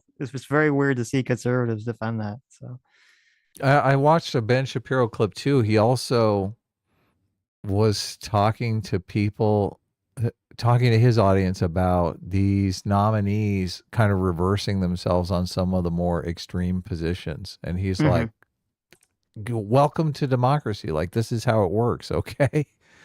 Like they can't go in there with these extreme positions. There are these checks and balances that take place. So welcome to the real world. And I thought, oh yeah, that's great. I mean, yes and no. I mean, this is what always happens. Someone they say, "Oh, you said, if you're in one of these positions or you're going to be a Supreme Court justice, like you said some crazy shit," and they're like, "Oh, well, listen, I don't mean that anymore." It's like, okay, yeah, yeah, but you want to sort of police that. of course you do, yeah, to make sure, And Ben Shapiro talking about, look, we need to police our own. I'm like, that's great. That's what I want to hear. Yes. Libertarian Sasquatch for 2 hours says, I would guess 95% of that room has cheated. Oh, Probably. Yeah. I agree. Contrast for 5 Aussie Bucks says, watching from the start of the stream, lesbian firefighters would be terrible. Remember the Simpsons bit? Enjoy your death trap, ladies. Oh, I don't remember the Simpsons bit, but no. Look, I'm going to fight the fire myself, so. There you go. Don't want any women standing in my way. Lethal Strength for $2 says, Tim Kaine literally described Bill Clinton. He did. That's what I was thinking the whole time. Ouch. Lethal Strength for $2 says, I only went to the strip club once with Hunter Biden. Oh my God. Who among us? Yeah, God. That's what Mullen just said. Who among us hasn't gone to a strip club with Hunter Biden and enjoyed a little bump of the fairy dust? If he said that, oh my God, it would be such a viral clip. If he said, I only went to the strip club once with Hunter Biden. Right. That's clever. Everyone would be like, ah. Right. Oh my God, that would have got a huge laugh. Philip Kogan's provider says, if you wanted dead, broken, or pregnant, call the USMC. Terrible. United States Marine Corps? Oof. Yeah. Say no more for 5 Canadian says, I think Tim Kaine's hair should disqualify him from asking any further questions. Ouch. Love your stream, Sitch and Adam. Thank you. Look, I agree on the hair comment. I do. What the fuck was going on there? Wow. You Albert Einstein looking motherfucker. You're not smart enough for that hairdo. Photos for $5. It says, Adam, the National Guard ended up deploying more often than most active duty units. It was part of a shell game to say we have decreased presence. Oh, wow. Interesting. Oh, interesting. Yeah. They're like, oh, these aren't full-time military, so this doesn't count. Right. It's just a National Guard. Ask a seal. His avatar is like the animal seal, not the military seal. But maybe he's got a hat on. I think, is that like a seal hat? It looks like a Russian hat from this tiny image I'm looking at, but maybe it's not. Ask a seal for $20. Thanks so much. Says we were investigated. Oh, click. There you go. I guess I answered that question. We were investigated because of an Al Qaeda accusation. Multiple times we drove an IED'd road to be interviewed by JAG, NCIS. We were cleared. Can I call those guys pencil pushing fuckheads, or is that slandering all JAG? I'm going to say no. yes. You should call them pencil pushing. I'm going to say JAG yes. offs. Sure, go for it. Yeah. Sodos for $5 says, okay, I'll offer, and thank you for the first ever super chat. Yeah, thanks. Thanks for weighing in. Sodos for $5 says, okay, I'll offer this defense of Pete. May the infantryman who has not had a wild debaucherous night overseas cast the first stone. Yeah, I was thinking that too. I was like, right. Oh, this probably happens all the fucking time. But if he's your CO and he's getting, well, look, maybe that's what people expect in the military. If he's your CO, yeah, he shouldn't be getting blasted. Well, no, I'm thinking they probably like that the CO can drink with them. So I get, well, the thing is, I guess if this was just in bonding. Terms of that behavior, if it was just like, oh, when he was, in service, he was, he drank or whatever. And then it's like, once he's out, he's normal and he's not cheating on his wife, not, getting fucking wasted. I think it'd be a different situation. Right. Yeah. Yeah. So Fondue for $5 says, I mean, looking at Ukraine, ground troops are still very important. Even with the drones, I don't think the human element will go away. No, of course not. But it could be not reduced. Fully, but I think it will change substantially over the next 20 years. It's just, look, the Russian they're putting in like 100,000 troops, 200,000 troops. That's insane. That's like We never had that many troops in Iraq or Afghanistan. Well, they don't even have, because I think like someone was saying, I forget who it was. They were saying that part of the reason they use so many drones in Ukraine is out of necessity, because that's like the cheapest, easiest thing for them to use. They don't actually have like the manpower and the equipment that a modern military would have. Because I saw this video, and it seems like this is pretty obvious. I don't know if you saw. There's a video of like a guy who has like a robot arm, and he has some kind of machine learning on it, and it's holding a gun, and he would just tell it where to shoot, and it would just move and shoot there. And so, I don't know why we're not that far away from a drone with a gun that has a camera that has like auto fucking aim hack locks, and why that would not just be so much better than having a person out in the field to just shoot at shit. That's definitely coming. Yeah. I noticed something I never knew about this from the California wildfires. They have placed cameras all over the wilderness around Los Angeles that are constantly monitoring for the start of fires. Yeah. Right. I'm like, wow. Yeah, that's they good. got like 10,000 cameras set up all over the place. Mm-hmm. Okay, so they're doing something, or they did some level of prep work. I guess why didn't that work? Why didn't they catch it then? Is it just because the wind was so crazy? Yeah, I think it's that they were unprepared with the water situation. Right. Yeah. A mailer for $10. Thanks so much. Says thoughts on the TikTok ban. I've gone back and forth on it, but the absolute tsunami of people equivocating America with a hostile for communist dictatorship over it tells me TikTok must go. No, nice. Yes, I agree. TikTok must go. Yeah. I mean, I've been on the TikTok should go train for a long time. 100%. I do not trust China. I do not trust them with TikTok whatsoever at all. I think I predicted on the stream that they weren't going to sell it because they wouldn't want to give their secrets away. This whole thing with possibly selling it to Elon, I said is going to be BS or a stalling technique. There's no fucking way that they're ever going to agree to that. Elon very famously, revealed a bunch of secrets from Twitter when he bought Twitter. So I don't see what fucking chance in hell, they're going to let him buy TikTok and possibly go through that scenario. So Batya Ungar Sargon has been going fucking crazy after Elon, calling him like a CCP apparatchik and all kinds of stuff. For what? Because she says he has a bunch of like factories and stuff that he's building over there, and he just bends over and grabs his ankles for the CCP because he doesn't want to lose his access to those markets. So right.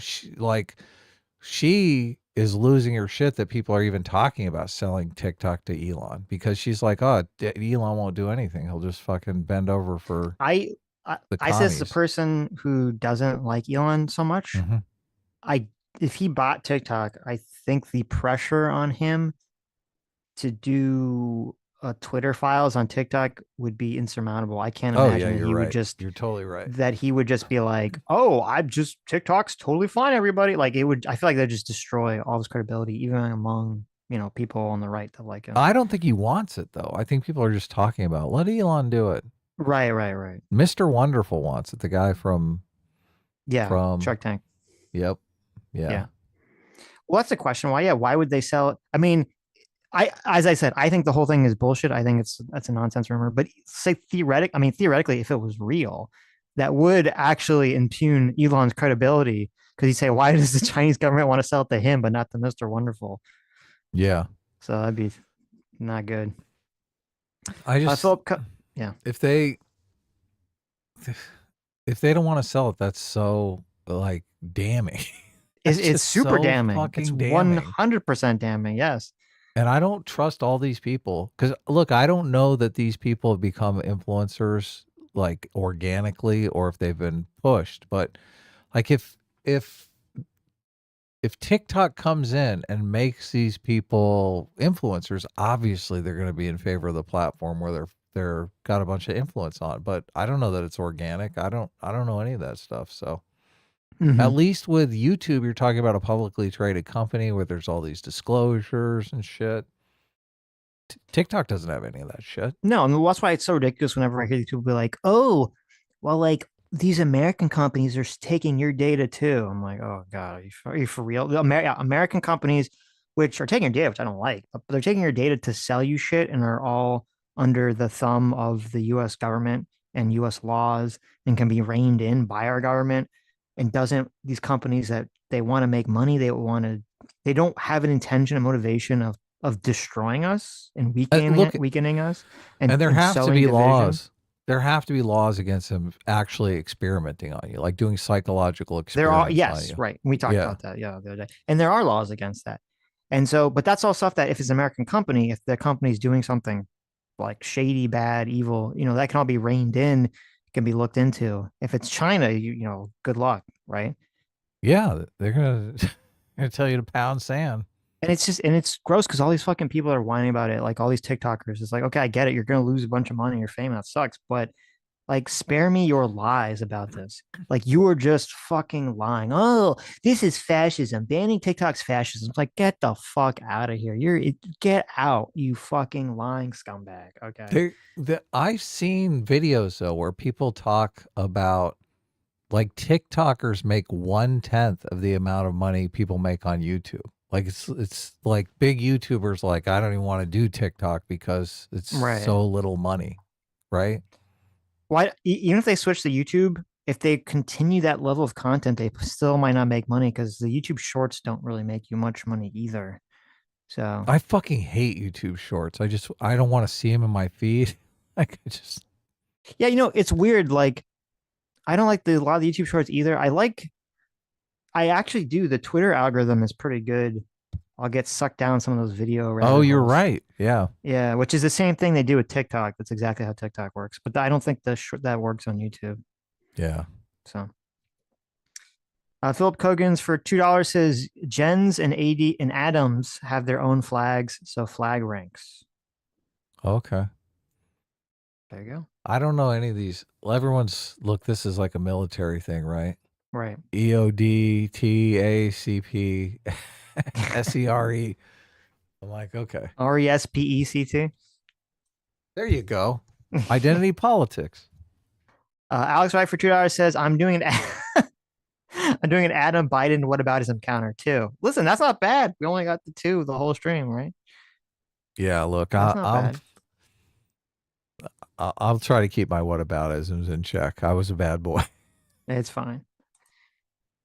Philip Kogan's for $2 says $250K in Iraq at 2003 invasion, $170K for the surge. Wow. I just looked it up and it was only $20K for the surge. The Iraq war troop surge of 2007 involved deploying a deployment of more than 20,000. What's the 170K surge then? So is that how many they had there all together? I mean, you could be right. You probably looked it up and so yeah. Okay, maybe we were close to the same numbers. Wow.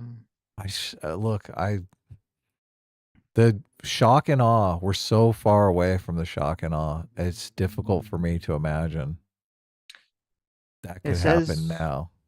It says on June 2007, U.S. military completes its troop buildup or surge to around 170,000 soldiers. Okay. So I don't know if that's the same time. I don't know if that's the same time period you're talking about or a different time period. But. J-Mac says, Adam, acronym jokes are rampant in every branch. I bet you guys love your acronyms. Yeah. All right, is that it? Or do we? Oh, No. I guess we have StreamYards. Damn it, I'm starving. I'm gonna die.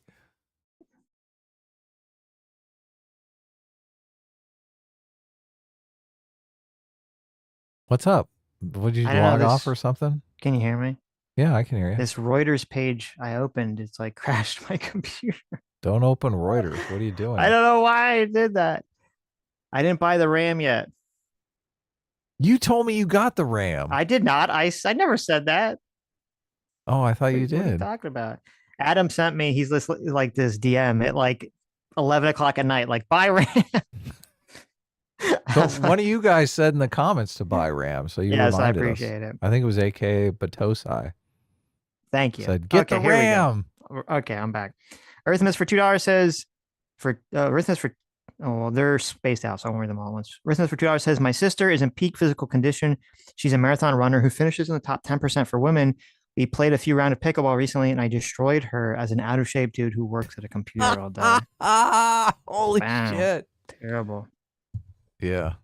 That's what it is. You need to show people. You need to have a boot camp where you got a bunch of like middle-aged, out of shape people and a bunch of like young 20-something women, and they just get annihilated.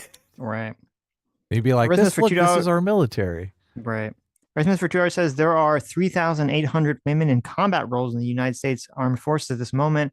That is 3,800 out of 229,000 women serving in the military total. Just over 1% of women serving. This line of questioning is bullshit. Well, does that mean that the whole, not just the line of questioning, but like, is the whole thing just bullshit? Like, there's not even worth. I mean, I still think they should bring back the standards, even if it's this small number of people. But I mean, it could be that so the whole thing is just a non-issue all around. That's hilarious.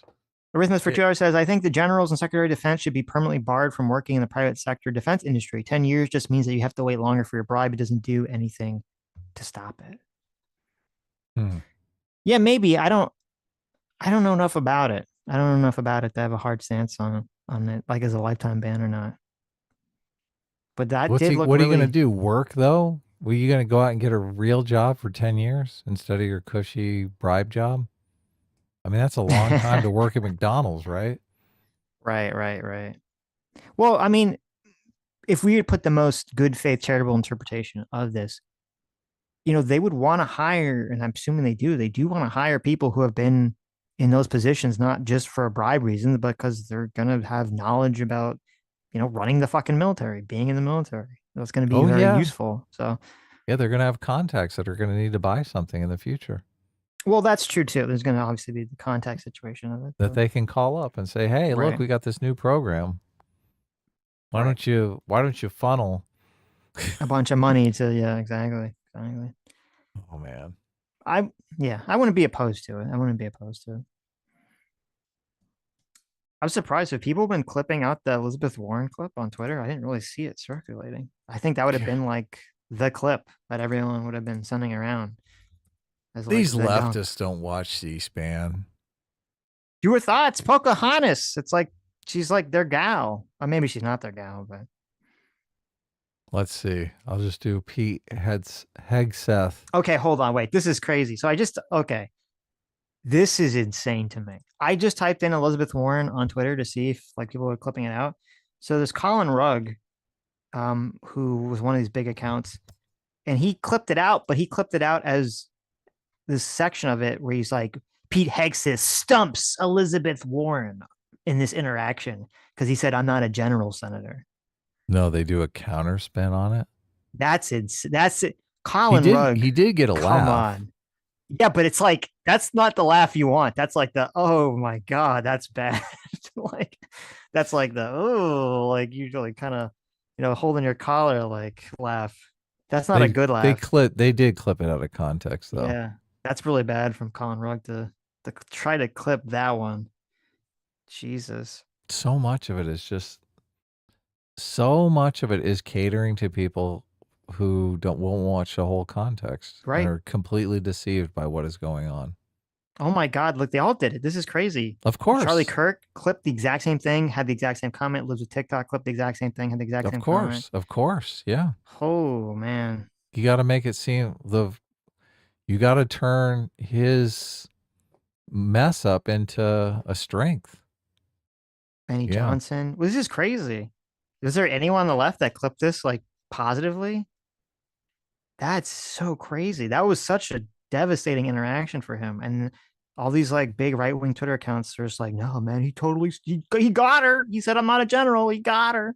It's like, okay, retards. Like, what the fuck? Look, and they're supposed to be the ones that don't want corruption in the military either. I know. Like he's basically saying, oh yeah, I can be corrupt because I'm not a general. Yep. And they're like, yes, excellent. I know. Okay, I finally see one left-wing account that promoted it. I've never heard of this account, but I got a bunch of likes, so interesting. Maybe it's just because Elizabeth Warren is so like not liked. Really, I don't think the left likes her that much anyway. I can't stand her. Her voice trembles. Yeah, Like the it's idea bad. that she could be president is just so ridiculous to me. She does not exude president energy. Right. And I don't like the obsession with climate change. I think Democrats use climate change as an excuse too much. I mean, most people think like it is what it is. Climate change is obviously real, but we're going to have to adapt to it. And we should be focused on that instead of fighting let's not make climate change happen. So I think we should have a completely different strategy. She's not really on board with. Like I don't know if she supports nuclear. I'd be surprised if she did. And I mean, she's just, yeah, I don't know. Oh, that was surprising. Let's see. Solid for GR says when he endorsed Tim Walz, Jesse Ventura said it was fine that Walz cut and run because the National Guard is national, isn't meant to be overseas. I've also been told most veterans don't care about his stolen valor gaffe. I don't care about him cutting and running. I don't care about that. I do care about I do care about the stolen valor thing. That's where I think the problem is, not that he cut and run. Is that Tampon Tim? Yeah. So, lives and Dad's balls for $2 says, I agree with Sitch and Adam that breast reduction surgery violates the Hippocratic Oath. What do you mean? The Hippocratic Oath is do no harm. I guess that's harm. Sotos for $2 says the issue with the phrase women in combat arms is the infantry makes up only about 2% of all DoD personnel. The combat arms includes tanks, pilots, field artillery, and spec ops, which includes psyops. It's too broad a talk. Oh. Well, in combat arms, I guess, yeah. So is it just, in combat roles, combat arms. I guess I mean like very specifically, there's a more specific, infantrymen and things of that nature that people are talking about or should be talking about. Philip Kogans for $2 says survival, escape, resistance, and evasion. Those are great strategies. Kristen Brandon for $2 says, I heard small businesses use TikTok. I would assume they do. I've heard that too. Yeah. It's been a chief talking point about keeping it. Right. Oh my God, the small businesses. I don't care if that's good for them. I'm glad they're using it. They're going to have to find something else. Anyways. There's plenty of stuff they can find. Anyways, this was great. I'm starving. Thank you all for coming. Thank you for your incredibly generous donations. We'll see you all tomorrow. Yeah. Take care, everyone. Bye-bye.